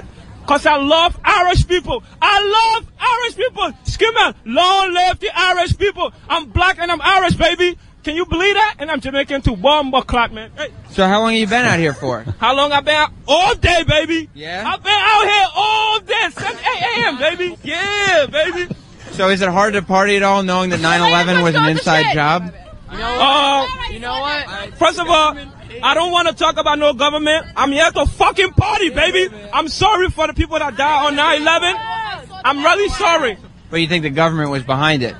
I think so. How do you feel about all the world elite coming together to form a one world government that would kill off 2/3 of the population? They would kill everyone? 2/3, not everyone. I don't know. If it's a good idea, I'm with it. If it's a bad idea, I'm not with it. Because I'm here to fucking party, man. What if you're one of the 2/3 that they exterminate? Oh, motherfucker, they're gonna kill me? Yeah. I'm not with that idea. Fuck that idea. You heard it at St. Patrick's Day. Yeah. Yeah, what the fuck? That's all right, man. That guy was trash. Yeah, that's Patrick. Very good. We got to cut it there for now because Pete Dominic is waiting to come in. So we're going to take a break. Pete Dominic does a terrific job. What channel? POTUS, right? Yeah. He's on POTUS every afternoon, and he knows a little something about this healthcare thing. So we'll get into that with Pete Dominic next. Certainly. It was a big day down there in Washington. Oh, yesterday. was it ever? And once again, we'll discuss that after the break. Stay there.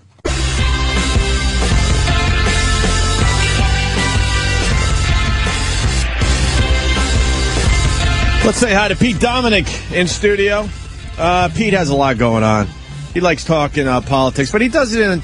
I like listening to Pete because he does it in a way where he keeps it entertaining. He understands there's an entertainment value to this whole fucking thing. That's what you got to do, Jesus. Yeah, you get some laughs in there, and you're not so fucking dry and, like you were just saying, monotone. You know how to move your voice around a little bit. Yeah, you got to try to have fun with it. I mean, if you're talking about healthcare for 13 months, that can get pretty.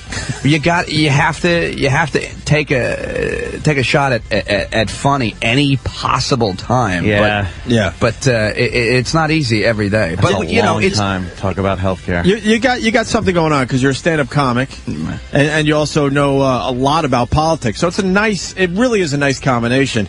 And Pete was telling us just before he got on air that he's got a big new gig with CNN. That's huge. Yeah, starting this evening, I am Pete on the Street. On John King USA, 7 p.m. every night.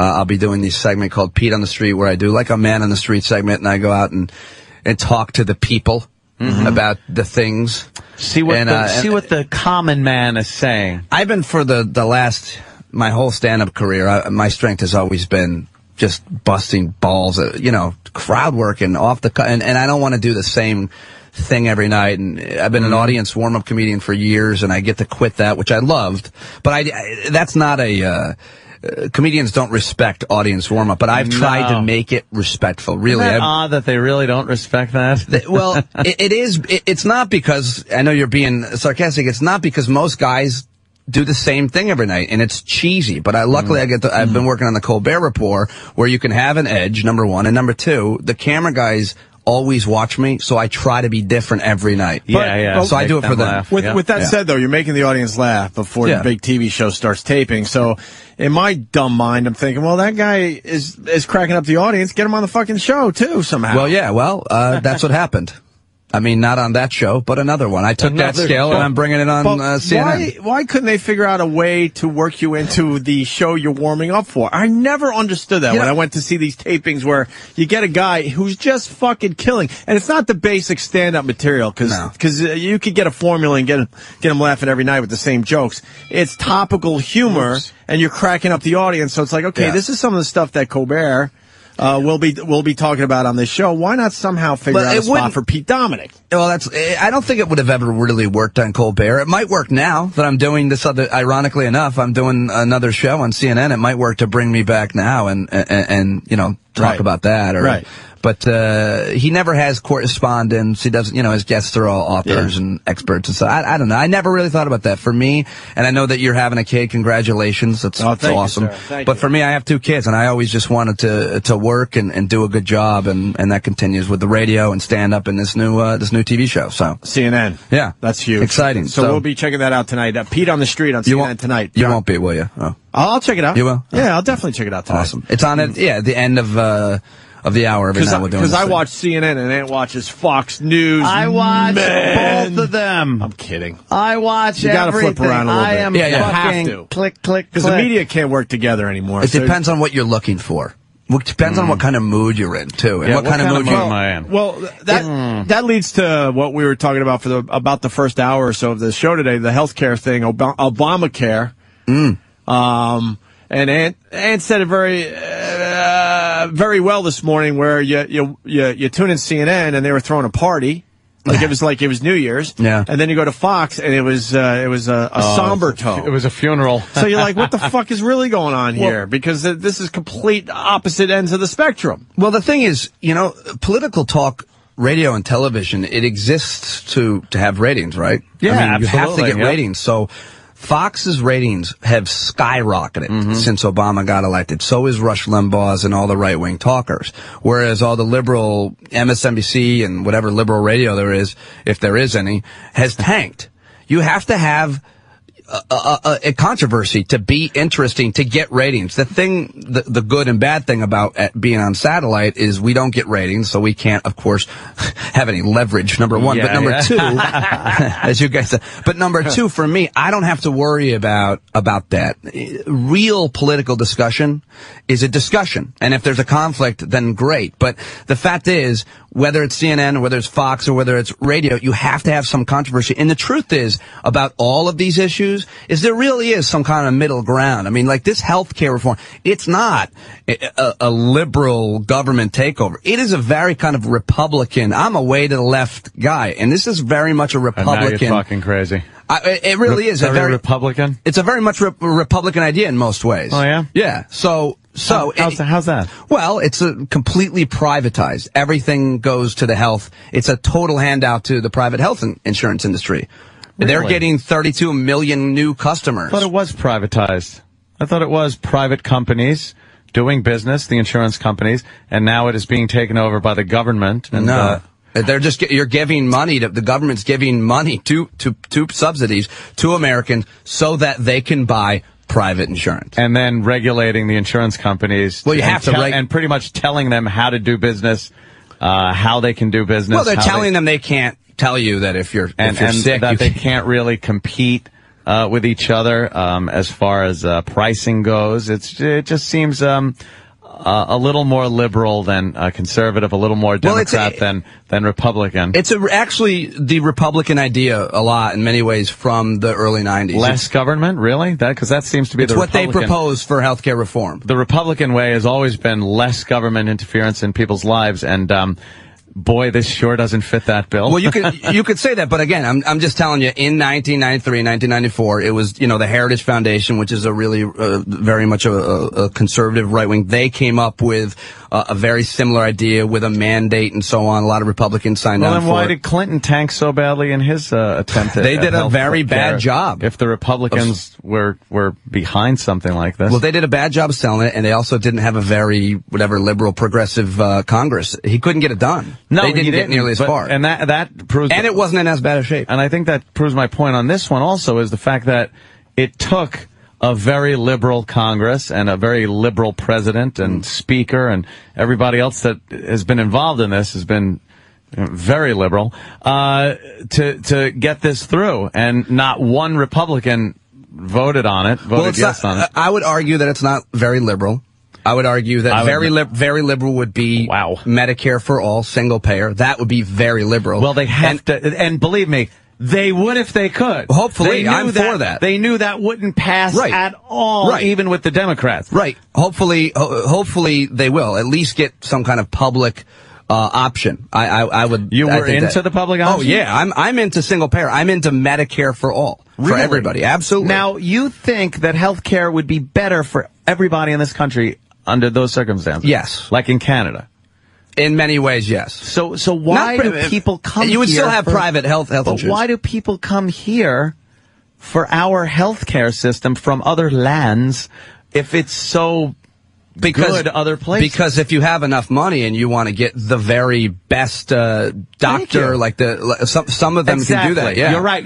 But you would still have that here. That wouldn't go away. But isn't that the way America is supposed to work? It's not fair. We don't have a fair country. We have a fair playing field. It's a level playing field, but some of the players on the field are better than others. Some deserve to play certain positions because they perform better than others, and it gives people incentive to do things. Now, if I want to have really good health care, the Cadillac of healthcare, as they're calling it, why should now I be penalized? You'll still have that. You would still have that. And a 40% fucking tax raise on that.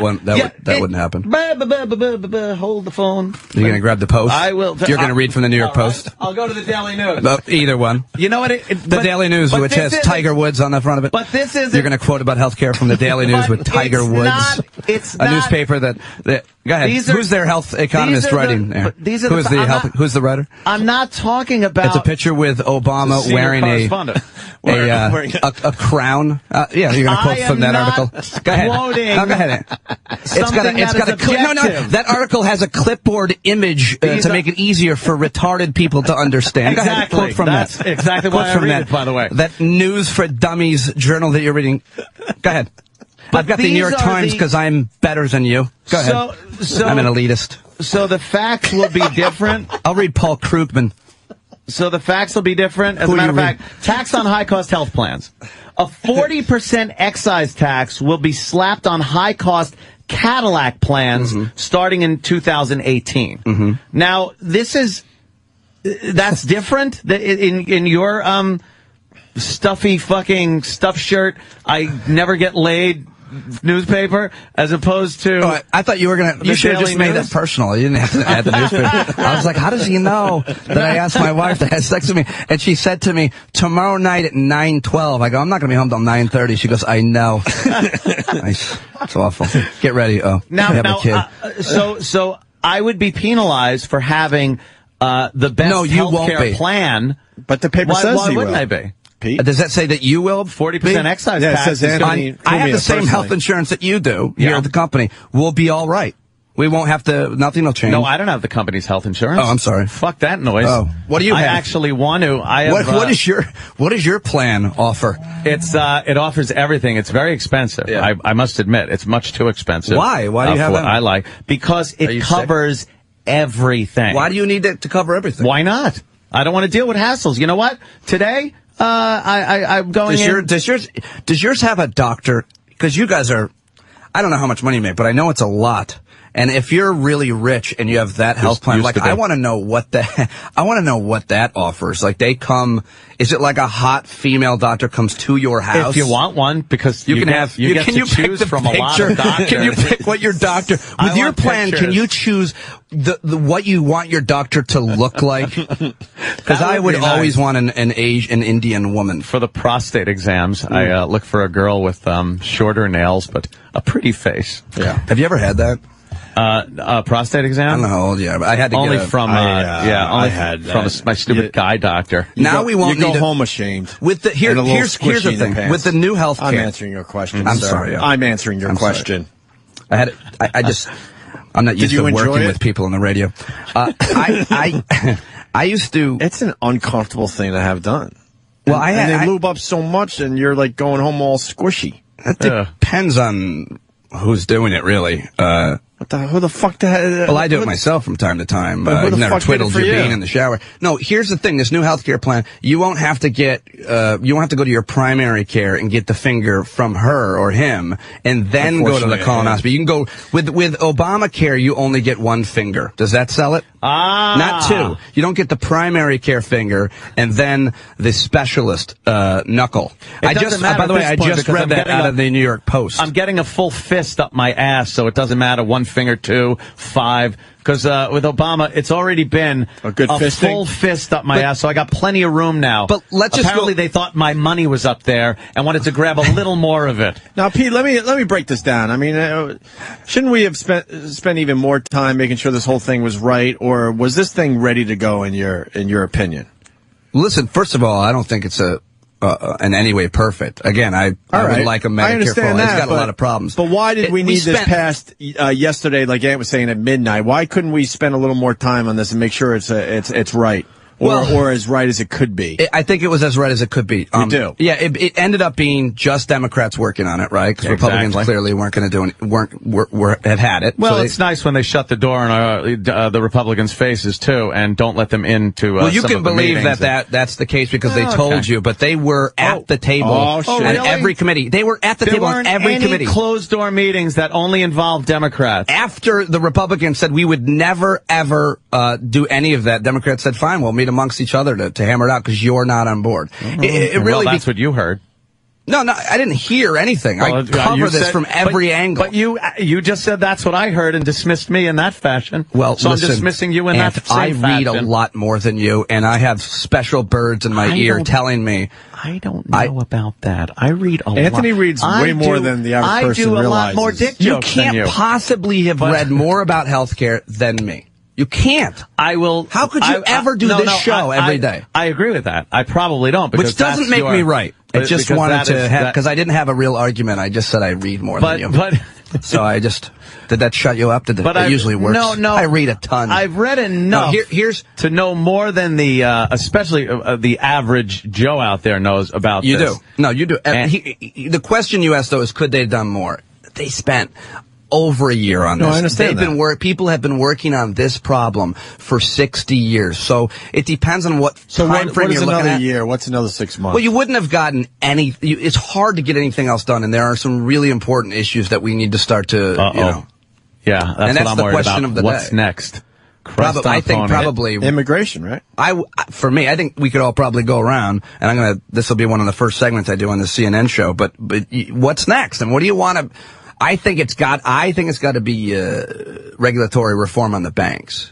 I mean, I think, again, and I don't think that's a partisan issue. I think that's liberals, conservatives, Republicans, Democrats would like to see Wall Street have to have some rules. That they can't screw the world. It's not a liberal, I mean, Clinton deregulated everything. You can blame Republicans and Democrats for what happened. But really you have to start to say, listen, you can't do that. You can't, you don't have any money to cover that. You can't say you're going to do, and I think that they have to do that. I don't know that they'll be able to get that done, but which will be weird. Who's standing in the way of that? I don't know. Yeah, what Republican or Democrat? I don't know either. I think there are a lot of rules in place that were just overlooked. It would be nice to enforce things that are already kind of there. Well, they deregulate. In 1999, deregulated everything that the Great Depression put in, so that wouldn't happen again. They said, let's get rid of all that, and it happened again, pretty much. Yeah. And so I think you have to put some over. Banking, in my opinion, should be boring. Think about what we do for a living. How much more talented, frankly, are we than any of those douchebags working down there that, raped to get their lacrosse scholarships? They have no skill, and they're producing nothing. It's not a bias thing. They'll tell you themselves. I have these guys that have completely turned coat on their former industry and colleagues. They are not doing anything. They're not highly skilled. They have no talent. They were, I'm just generalizing, given everything, their whole lives. They're not like, why should that industry be exciting? It shouldn't. You stink. You're not talented. It's just math. It's banking. Can you give me a loan? Yes. Thank you. Are you responsible enough to cover it? Yes. Well, I don't think that you are. Then you can't have it. All right. Well, when I get more responsible, that's it. It's boring. That's the way it should. It was. That's the way it should be. So, that would make it easy. Sure. I want to get back to the healthcare thing. Do you see problems in this whole thing at all down the road? Yeah, of course. Some people saying it could bankrupt, the country and all that crap. Where are you at? Are you nervous, Pete? I'm not nervous about it bankrupting the country. Okay. I'm not. The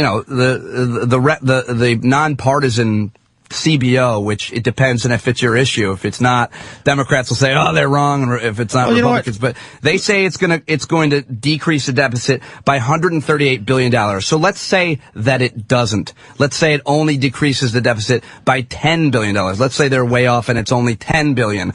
Well, it's still decreasing the deficit. It's not increasing the deficit. But now, if you talk to other people and look at their math, that changes. Yeah, I think they're lying. Okay. Yeah, I think the people, because it's the Congressional Budget Office, so I think they're lying. I think they're twisting it around, and I think they're lying, and I think it's wrong, and I think it's unethical, and I think it's, Anthony, I think it's mean. Wow. Language, sir. I think it's very, very mean. Language. So break this down to the basics. Enough with all your highbrow reading shit. Let's break it down to the basics here. Highbrow reading. My apologies. No, but let's because I think let's talk the way that people talk about it. Yeah, but let's just break it down. What does this mean? What does healthcare reform mean? Yeah, what happened last night? It wasn't healthcare reform. First of all, it was health insurance regulatory reform more than anything that else. I would have agreed with more than what happened. It's not doing it nearly enough to bring down costs. Insurance. I would have totally been into smacking the fucking insurance companies around. Yeah. But this takes it a little too far. Well, it's funny you say that because it's hard to smack. I mean, let me ask you a question, Anthony. Because sometimes people call the show and they'll be like, you know what? Screw everybody. If you're sick, let's represent everybody. There are certain Americans and people in the world that are like kind of social Darwinists. They think that survival of the fittest. Listen, there's some religious people that think, Calvinists or whatever, that God said you made it. I think that you guys, I don't know what your past is, Anthony, but I'm pretty sure how you got on this show was that you were really talented and that you worked hard. I don't think someone handed it to you. Yeah. And basically, if you have a kid, as you're going to, and let's say, God forbid, your kid has some kind of congenitive anything. Oh, that's great. Let's say it's not asthma. Like I'm thinking about that every minute of the day. Every parent does. Thanks for reminding me. Let's say it's anything. Yeah. You're gonna have to pay more. Mm-hmm. Whose fault is that? Did you not work hard enough? So the idea is pre-existing conditions. They can't cancel you. They can't deny you. Would you, Anthony, say that we shouldn't prevent private insurance from doing that? I don't think any American agrees with that. I don't think that's a political thing. I absolutely don't think pre-existing conditions should keep you from keeping your insurance. But if you don't have insurance and have a pre-existing condition, it's very difficult to kind of go to an insurance company like you would a car insurance company after an accident and say, could you insure me? I just wrecked my car. Right, but what is insurance for? What is health insurance for? It's to ensure that you can pay your medical bills, but you do have to pay in premiums before the fact. Right, but it's so that you can see a doctor if you're sick. Mm-hmm. So it's for sick people. But in this country, you can. No, you can't. You have anybody that has Here we a go. health problem. Here we go. This is talking point 3A. Hold on. Let me get my my counterpoint. Hold on. Let me find my counterpoint for 3A. Look at MSNBC 3A. guy. Anybody look can... Look CNN guy. Yeah, how dare you? I'm right down the middle, Anthony. I'm at CNN. I'll blurt make it Fox News stuff, and it'll sound like I'm Mr. Fox News. In this country, go back. I found my counter. Here it is. In this country, that if somebody has a problem, they cannot walk into an emergency room and get treated. They can walk into an emergency room and get treated, but that's stupid if you're a conservative to think that that's what you want. Because do you want to pay for the person's ER care where everything's more expensive? Did I say I want that? You're going to have to. That's what you're doing that right now. Did I say I want that? What I said is it's there already. Don't you want to prevent that? Don't you want to not pay for them? And you think this is going to be cheaper for me in the long run, tax-wise? Absolutely. Oh, really? Maybe not for you tax-wise because you're really rich. You might get hit a little bit. Yeah, I might get hit a little bit. Yeah, but how about I'm getting hit over the head with a sledgehammer but already? Maybe not by this. But no, let's go back to the ER thing. Mm-hmm. Can you get care? Yeah. But what's the ailment, number one? And number two, most people, if you can't afford insurance and you go to the ER to get care, you're going to have to pay for that, and then you're going to go bankrupt. Some people think that you can just get care in the ER and they don't charge you. Those people who think that are very stupid. No, I know that. I know absolutely. I know you don't think that, but Mitt Romney thinks that. But it gets to the point where people absolutely think that you cannot get care, which isn't true. But you can't get care. If you can go to the emergency room for a lot of different things, but I mean, you can't get a mammogram in the emergency room. You can't get preventative care in the you go to the emergency room because you find out you got a painful lump in your breast. You wouldn't have had to have gone to the emergency room if you could have gone to a doctor and got that mammogram earlier. If you had preventative care, I mean, you wouldn't have gotten sick if you had a doctor to go to ahead of time. You wouldn't be in the emergency room. Fucking 20 years old, I'd have loved to have a Porsche, but I had a Volkswagen. But really? That's what you're... Yeah, that's what I'm basing it on. So you're saying that you're spoiled if you get to see a doctor? No, I'm saying that in this country... Wait, what did you have instead of a Porsche? With a Volkswagen Bug. Yes. I had a Plymouth Reliant K car that was completely totaled on the right side, and my dad told me I could take his Corvette to the prom, and then that's how I got my date, and then the day rolled around, and he said I was kidding, and I had to drive the Plymouth Reliant K car. Your date must have loved that. Hope Moses. Damn her. She wore a dress that looked like a curtain that night, too, and she was so beautiful, and she dressed poorly for me. She dressed like my car. Did you get any action? Did I get any action? What'd you get? Ask me if I got any action in high school. Much less prom. What'd you get? Nothing. In all of high school. Nothing. I made out a ton. Starting my sophomore year. Balls. You didn't get laid in high school? No. Not even close. Not even close. When did it happen? No one saw my penis until... Freshman? Late freshman year, and only because a bunch of black guys that I hung out with, like, basically forced a girl to have sex with me. All right. Yeah. As a freshman? So maybe late. Sophomore? I mean, I went to a junior college. Did you have all your hair back then? Sophomore. When I had hair... It didn't matter? No, I mean, I only could get laid now because of what I do for a living. I mean, I look like a cancer victim. I look like no one's. But no, I didn't get. Do you want us to say no, you don't, just to make your? Not at all. If you do that, then I'll feel like I'm surrounded by women. No, I'm a comedian. If you're not honest with me, I'll walk right the fuck out. Pretty sure why the show is successful is because you don't. Yes. BS people. Pete Dominic in Unless studio, you want tickets to their starting his big CNN segment tonight on John King's show at 7 o'clock on CNN. Check it out. It's Pete on the Street. But what were you saying there, Ant? I think we went off Volkswagen. Volkswagen. Yeah. And I was going to ask you, do you think healthcare is a right in this country? Absolutely. Really? In America, absolutely. If it is in countries that are way worse than ours in every metric, then yes. Yeah, I like to think we're a better country. I like to think we're better people. But every other country in the civilized world, industrialized country, their government provides through taxes, it's not free obviously, health care, and they get way better results and they spend way less. If we instituted what France has right now, we would decrease the deficit immediately. But the statistics I've seen on, especially things like brought up before, like breast cancer, the United States is really in the lead with taking care of breast cancer patients. There are a couple of metrics that we do better on, but very few. Most they do better on everyone. And I think, and honestly, and we wouldn't have a system like France or like Canada. We would have a uniquely American one, and we would still be the leaders in innovation, although that's definitely changing, because pretty soon China's going to take over everything. Thanks to us, by the way. Yeah, I know. Don't blame China. Blame us. My dad goes, we're at war with China. I'm like, that's because of us. We let them do that. You know, anyway, we just got to wait until they hit their fucking bubble and it pops and they have their They won't depression. be doing that. They have at some point that you can't sustain. You know, we have our ebbs and flows financially in this country. Right. When we become a third world country and stop buying their junk, they will go out of business. Then they'll go out of business. That'll be the end of China. But no, you said why? We have better, on certain things than other countries, and I'll give you that. And probably certain cancer treatments, but mostly no.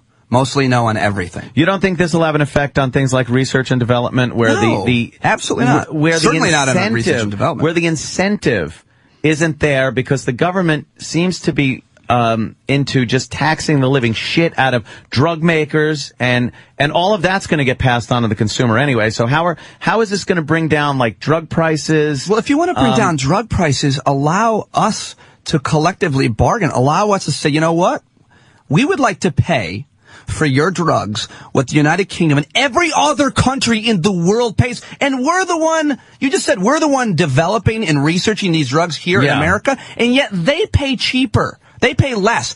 Every American, again, not conservative liberal, every American would like to pay a lot less. And if you can get them from Canada for the same exact drug, you'll pay less. But someone's eating the cost overseas, or someone's inflating the prices here. Now, if the government's taxing the shit out of the drug makers, they're not going to say, well, I guess we're making less money on this then. They're going to charge an arm and a leg to the consumer. I'm not sure where the government is taxing the drug companies way more in this reform anywhere. But here's the thing. By the way, they are. But you're describing what would have been a single-payer Medicare for all. What you're doing is what a lot of people do and being critical of this bill.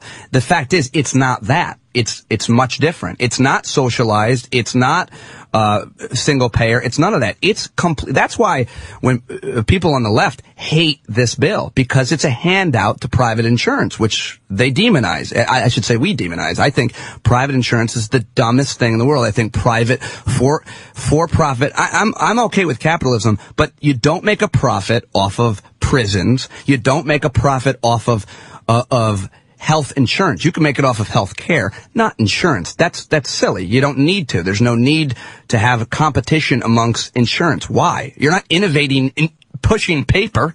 Innovate hospitals, innovate treatment, innovate drugs, innovate all that. You can't innovate insurance. What can you do? Come up with a better Excel spreadsheet for the doctor to file his claim and you get it back quicker and get paid? It's stupid. There are certain things that just shouldn't be for profit. You shouldn't incentivize a prison to say, if you fill up all those cells, then you'll get paid more. Because then we'll have dumb laws to put people in prison for no reason. But this goes further than just the insurance companies.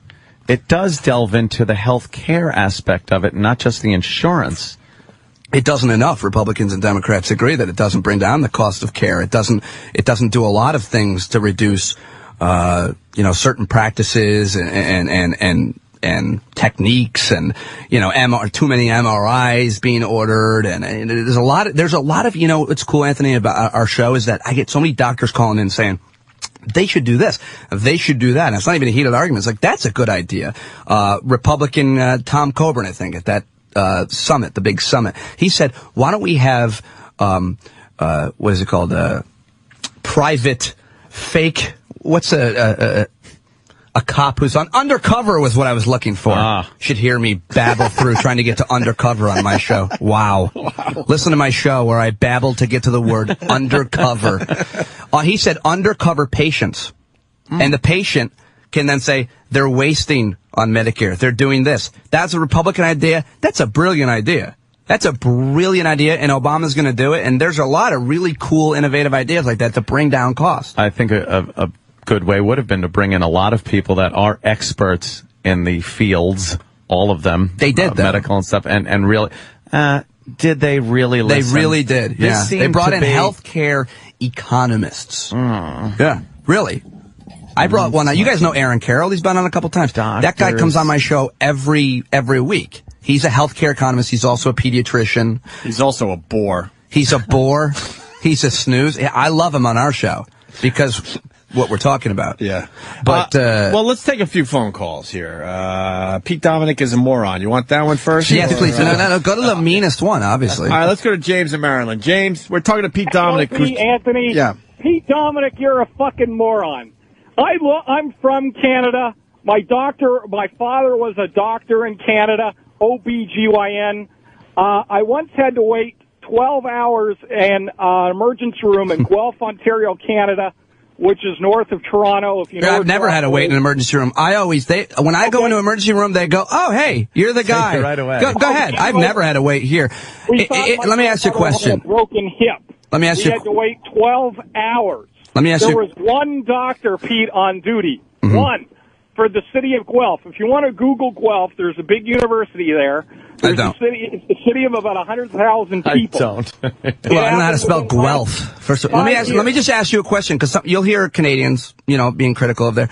So why doesn't Canada rise up and repeal their healthcare situation? Because the most famous Canadian, like the most famous American, like Abe Lincoln or George Washington or Martin Luther King. Who's that guy in Canada? Yeah, that guy in Canada is a guy named Tommy Douglas, who is the premier of a Saskatchewan province. He's also, this will make it interesting, Kiefer Sutherland's grandfather. He's the most, their favorite Canadian of all time. He brought them their current system in 1968. They love him. Canadians, there are problems, as this caller's saying. There's problems. It's got problems. Pete, do you know anything about Canada at all? I've been to Nova Scotia. Okay. Hey. The only thing great from Canada right now is when we won the Olympic gold and we have great gold. Yeah, I don't know what to tell you. This guy is not speaking for most Canadians. Why not repeal what you have there then? Why won't you elect someone in Canada to get rid of it? Yeah. Pete, there's a conservative right now. He's a Republican. His name is Stephen Harper. He's kind of a Republican. He's hated by Canadians. Okay. The biggest... He's their George Bush. Okay, the biggest province of Canada is Ontario. Mm-hmm. Okay? The guy there, he's kind of like an NDP socialist guy. Mm-hmm. There's more people that live in the province of Ontario than the whole country of Canada.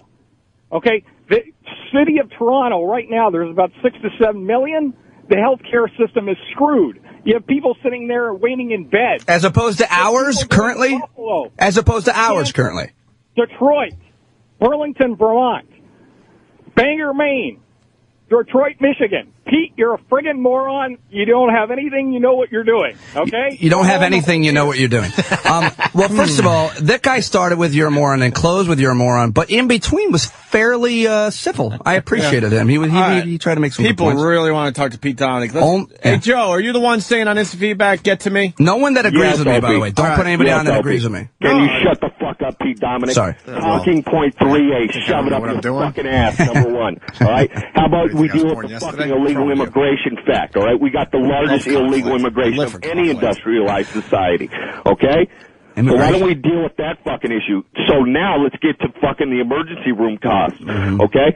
So we deal with fucking the illegals and the fucking immigration costs, right? Then you say that was the highest cost for fucking medical care, okay? And here's your counterpoint to your fucking point, you dumbass. Let's collective bargain fucking drug prices. Let's collective bargain them. Why don't we collective bargain fucking medical insurance costs? Why don't we spread it out? Why don't we go state to state? Why don't we allow it? Why don't we allow the free marketplace to fucking take place as it is? You want to know why? You want to know why? Yeah, I do. Well, the state-to-state argument, like when I first fucking money, and they all fucking want to get paid, and don't think about they're doing this for the common good because they're not. Let me ask you, what's his name? Let Pete retort. What's his name? This is Joe in Vegas. Hey, Joe. First of all, what's bothering you? Like aside from this, like what are you angry about? Like do you hit people ever, or do you?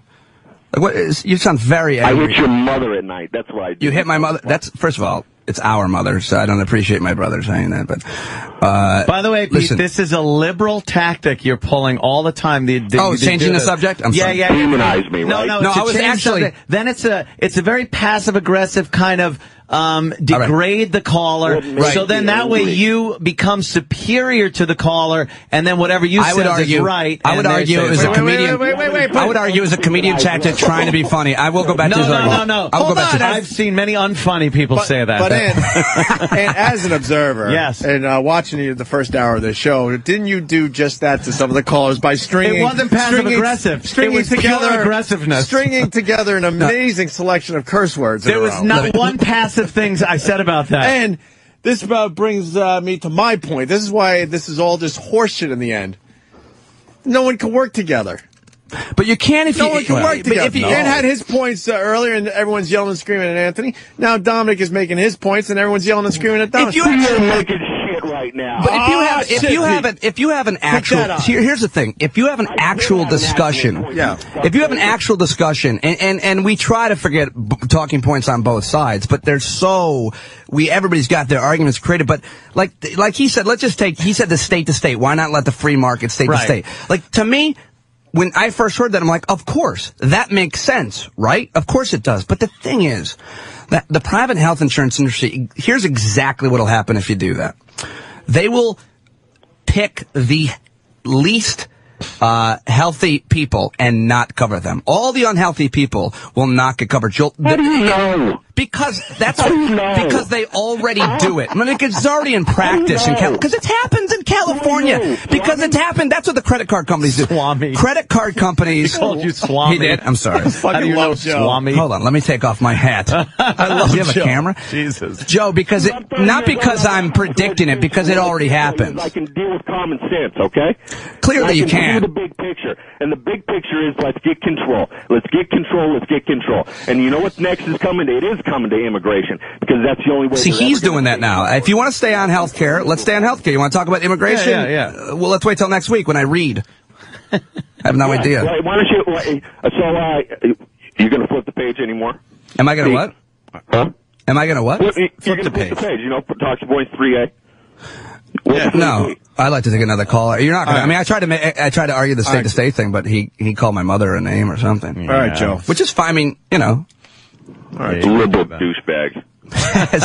But that's the thing. That's what it waters down to all the time. It's like this name calling. Like, I actually, here's my thing. I love coming on the show and talking to Anthony. I come in and leave respecting the guy. You know why? Because he's engaged in it. But you're engaged in it. It doesn't matter if you're right or wrong, as long as at least you and I are paying attention. I like having a discussion and being informed, learning things even. You know, there are certain things. I'm not saying I know everything. That's for shit sure. And so you're able to learn. Me neither. In a discussion. I'm a comedian. I'm not an expert on any of this stuff. You know, I know a little bit about a lot of things. A little. And except for music and dance. You don't know anything about music? What's wrong with you? Don't bring it up. Band. If you want to do favorite a bit, band. I don't want to do this. I don't want to do it. If I do it, I'll get U2. What's your favorite band? U2. Well, that's not a bad choice. No, it's not original, isn't it? Could be. It's not original, but I'm going to give you a more original one. ABBA. I like the Samples. You ever heard of them? Okay. If you haven't heard of them, I sound like I'm nothing. And good. It's the band I was in high school. That's I don't know. Right? No, they were a band. Who else you got? What are we doing?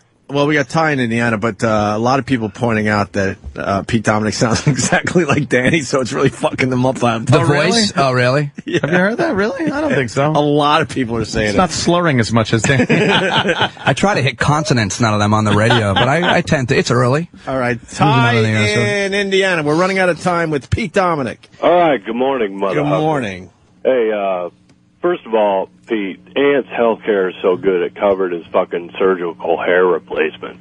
It did not. Shut up. And I got follicles individually put in the direction that the hair grows, and it was from the harvest area. Well, first of all, they should never cover cosmetic anything. No, insurance shouldn't. My question should only be able to get that if you're plugs. rich. Shut up. All right. Would you get plugs, Pete Dominic? No. I feel like we're off on the wrong foot. I've got so much material in my ass about being bald. That would just fuck up your ass. But I mean, what are you going to do? That's so most handsome, strong men are. Hey, I got 2 kids and fucking a wife and me, and the company I work for, I can't afford $900 to insure my family. You know, which is what come out of my check. That's like a fucking mortgage payment. What's this Obamacare going to do for my ass? Well, how much money do you make? Around 40. Yeah, you should. This is really to help. Which that's doing all right, believe it or not. This should help you. You'll probably qualify for subsidies. And you'll be able to afford health care. I mean, I was making at one point, doing just stand-up, $80,000. And I had 2 kids and a wife who was working a little bit. And my health insurance premiums, because I'm a comedian, there's no union. Right. I would argue I was working as hard as anybody who wasn't doing manual labor and working outside. And my health care was $13,000 a year. Now, I afforded it because I'm responsible and I paid for it, but I couldn't save up for a house. I couldn't afford a car. I couldn't afford a lot of normal stuff. Now, then I started working at Sirius and got health care, and now I can buy organic berries. But I mean, the truth is, there's a lot of people out there that freelance. Yeah, if you're a freelancer, if you want to promote, if you're a freelancer, you're fucked because you got to get your own insurance, and it's a nightmare. If you're a fiscal conservative and you want to promote entrepreneurship and being able to start, one of the things here is, people get locked in jobs, and they only stay in their awful job because of the health insurance. They have skills that they would love to start this business. They might even have capital. On CNN last night. I heard this. Yeah. Did Wolf say this already? I steal all my talking points from Wolf now. But I mean, don't you want to encourage people to pursue their dreams or whatever, even especially if they have like money to open a business? But they can't do it because they can't cover. And only an irresponsible parent would take a risk. Well. And hopefully, let me tell you something. Hopefully, that entrepreneurial spirit. Entrepreneurial. Oh, well done. Spirit will let somebody grow their business and achieve the American dream, so they too can get the fuck taxed out of them and have to stop hiring people. Like I have, by the way, I've had to stop. Because of your taxes? People. Yes, because of my fucking taxes. They're too high. I am over 60% now when you take everything into consideration. I am paying more to my government than I am getting myself for already, by the way, already. But for some reason, that's still not going to be enough. And I have to be taxed more. And you know what? I don't pay enough, according to, a lot of the people that fucking don't know me from a hole in the wall. Well, I don't know what your personal situation is, and I want to get a violin out for you. But exactly. But that's what a lot of people say. But here's the thing. Good, get chastised. I hope everyone in this country can make it so they could see that you will all of a sudden become the beast of burden for everybody that hasn't made it. You have really victimized yourself with the beast of burden. Yeah, that's it. Phrase. It's on my fucking back. Fucking back. I understand. No, you know what? I don't think that you're wrong. I don't think that there's anything wrong with that complaint that you're too taxed. But things don't come for free. Taxes for free. There can only be such mismanagement of funds to fuck up the amount of taxes that are paid in this country. Well, why don't you get a pilot's license and fly it into the IRS building? That's been done. All right. You want to be original. I like. What are you going to do? Doing something original. What will your terrorist act be? Because you're an original guy. I don't know. He doesn't want to play his cards. I think I'll just burn illegal movies. And watch them. Yeah. like that. I'm thinking like you setting fire to movies. No, why that would be dangerous. Hey. I'm just talking burn them off the computer and then watch them and chuckle. Here's the thing. If you're 50 years old and you've been working in a steel plant your whole life and providing for your family and you just lost your job because the steel plant moved to China, you shouldn't be penalized. You can't afford health insurance for your family. No one worked harder than that guy, and he's getting shafted. And this will change that. This will change for the hardest working Americans. Everybody thinks this is for poor blacks. It's not. This is for hardworking whites, blacks, and everything in between. We already have health care for poor people. It's called Medicaid. This is going to help the people like that caller who fell through the cracks, who are working their asses off, liberal or conservative, making $45,000, $50,000, $60,000 a year. Their ages 40 through 55. They've been working their whole life doing everything fucking right, and their kids now are getting fucked, and their dad has to come home and say, I'm sorry, not only can I not afford your college, You can't go to the doctor because I lost my job at the plant, which I've had for 20 years. That's not right. It's not right. See, if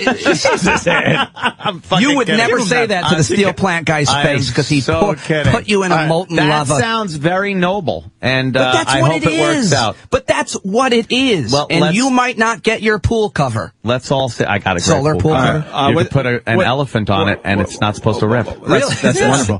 Fascinating. With that, Jeff from Hoboken, it says here he wants to attempt a conversation with this clown. Jeff, I'm headlining the Gotham Comedy Club this weekend. Bring Steve Carlisi in then, if he wants to. Oh, this clown. I thought you meant our producer. Oh, sorry. What do you got, Jeff? Hey, Danny. You're actually a great dancer. You keep dancing around the truth. Danny. Well, it's Pete Dominic. Some people say he sounds like Danny, but it's Pete Dominic who does a show here at Sirius XM on POTUS, and he's going to be on CNN. Tell me the truth. Doing a regular thing. Tell me the on truth. John King's I mean, honestly, show. I don't understand most of what's in the whole health package. All right.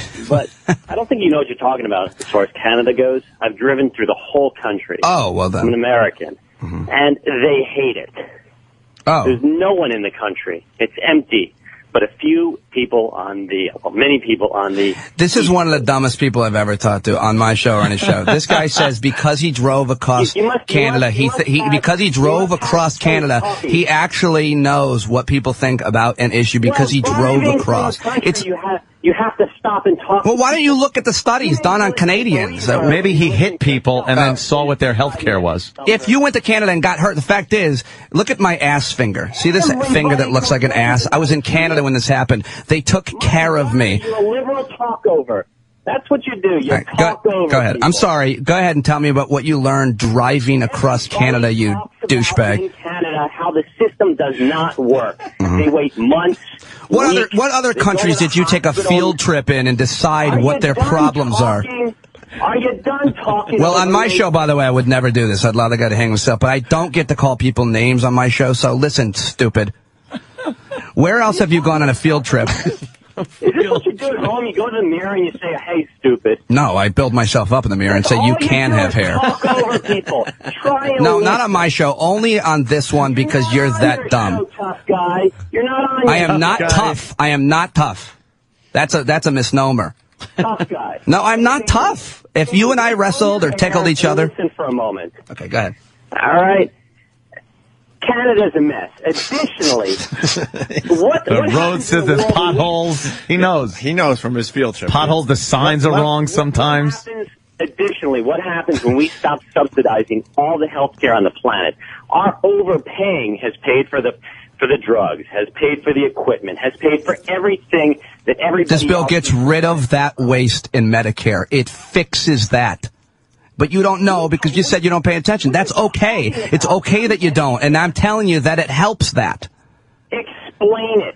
Don't make your blanket statements and then talk over somebody. Explain it since you're a genius. Explain how it cuts Medicare, the waste in Medicare. When a country like Denmark has health care, and they have these fabulous drugs and equipment, who do you think pays for that? Their cheapo health care that costs nothing to the people? We pay for Denmark's MRI machines? We pay for these. No, they bought them from our capitalist, innovative technology companies. Stop it, Mr. Liberal. Right. Talking over people. We pay for the research and development. Now, did you go hiking in Denmark and stay in a hostel in 2001? Tell me about your trip to Denmark. The country with the happiest people. When did you go there with your backpack? You're a bad comedian and a bad arguer. Well, those are both accurate. Over people. You're a bore. A bore, and you're stupid. Well, he's got the phones lit, so I don't know if he's a bore. The show is Stand Up with Pete Dominic. Yeah. It's on POTUS, 3 to 6. Boring. Your show's a bore. You're a bore, and you got nothing to say. Have you ever listened to my show? Have you listened to the show? You're a boring show, and thank God there are 200 other stations. Yeah, you should check out...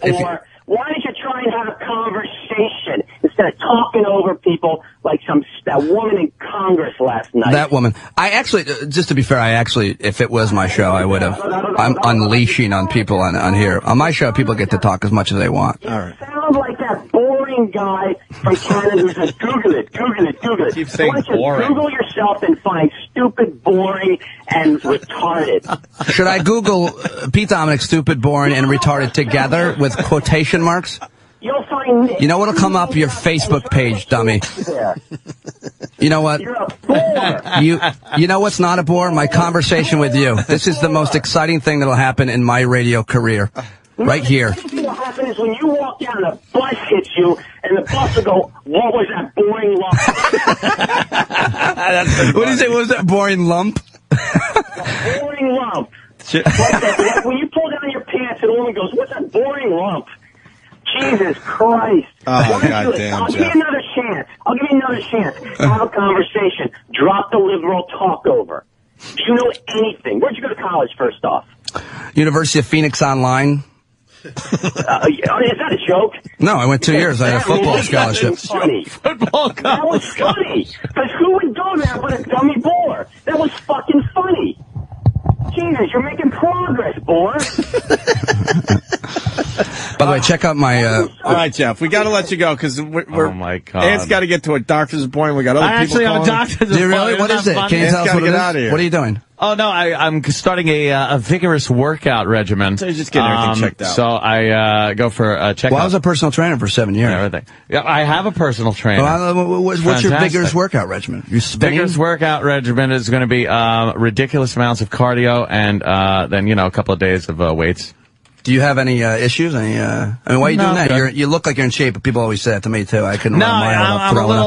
I'm a little doughy down here. I was working out like a year ago and really got into good shape, and then I let it go. So, and then it's been like 2 years since I've had a Is it checkup, what kind of a personal trainer is it? Some of these guys.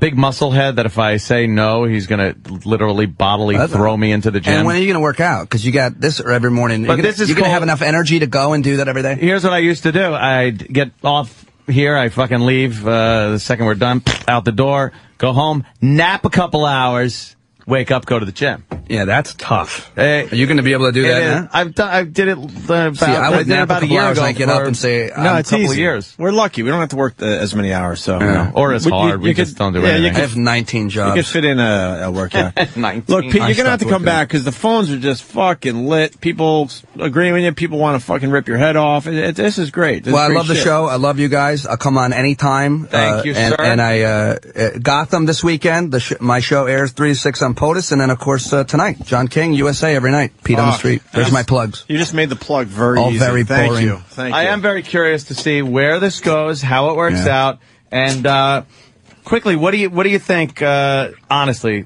how do you think this bodes for Democrats in November? Well, that all depends on the only thing that matters, Ant. The only thing that, first of all, people are going to feel a couple of these nuggets real quick, and secondly, if people, none of this healthcare stuff will matter in November. All that matters is jobs. If people have jobs, Democrats, people will say, whoever's in office did that. It does not even whether they did or not. If unemployment drops, Democrats will win. If it doesn't, they'll lose. I don't think this healthcare thing will be as much of an issue in November. That's my take. I could be very, very wrong. The Republicans are the best at campaigning. Better hope so, because they've collected up quite a bit of material over the past year. We'll see, but it's all about jobs now. All right, let's thank Pete Dominic for stopping by. Thank you. We're going to end with a little production piece that just popped in front of me here. It's called Unmatchables with Jim Jeffries and Justine Jolie. Remember that fine appearance from last week? Well, the boys took the audio and, whoops, I don't know if it's going to work, and came up with well, maybe it's not going to work, Ant. Oh, did someone give you a bum disc? I don't know. Let's see. That's that healthcare. Wow, this fucking machine nothing to do with it. I just blame everything on healthcare. That's Obama's fault. That doesn't work. That's all I do. If I miss a light driving home. I know, I did that with George Bush for 8 years. It's weak, but it's fun. It works. You pull out a plug in this goddamn thing, Ant? I would. Oh, did I? I don't know. Maybe you did. All right, E-Rock will play it for us. What the hell? We'll see you guys tomorrow. Pete, thank you so much. Thank you, guys.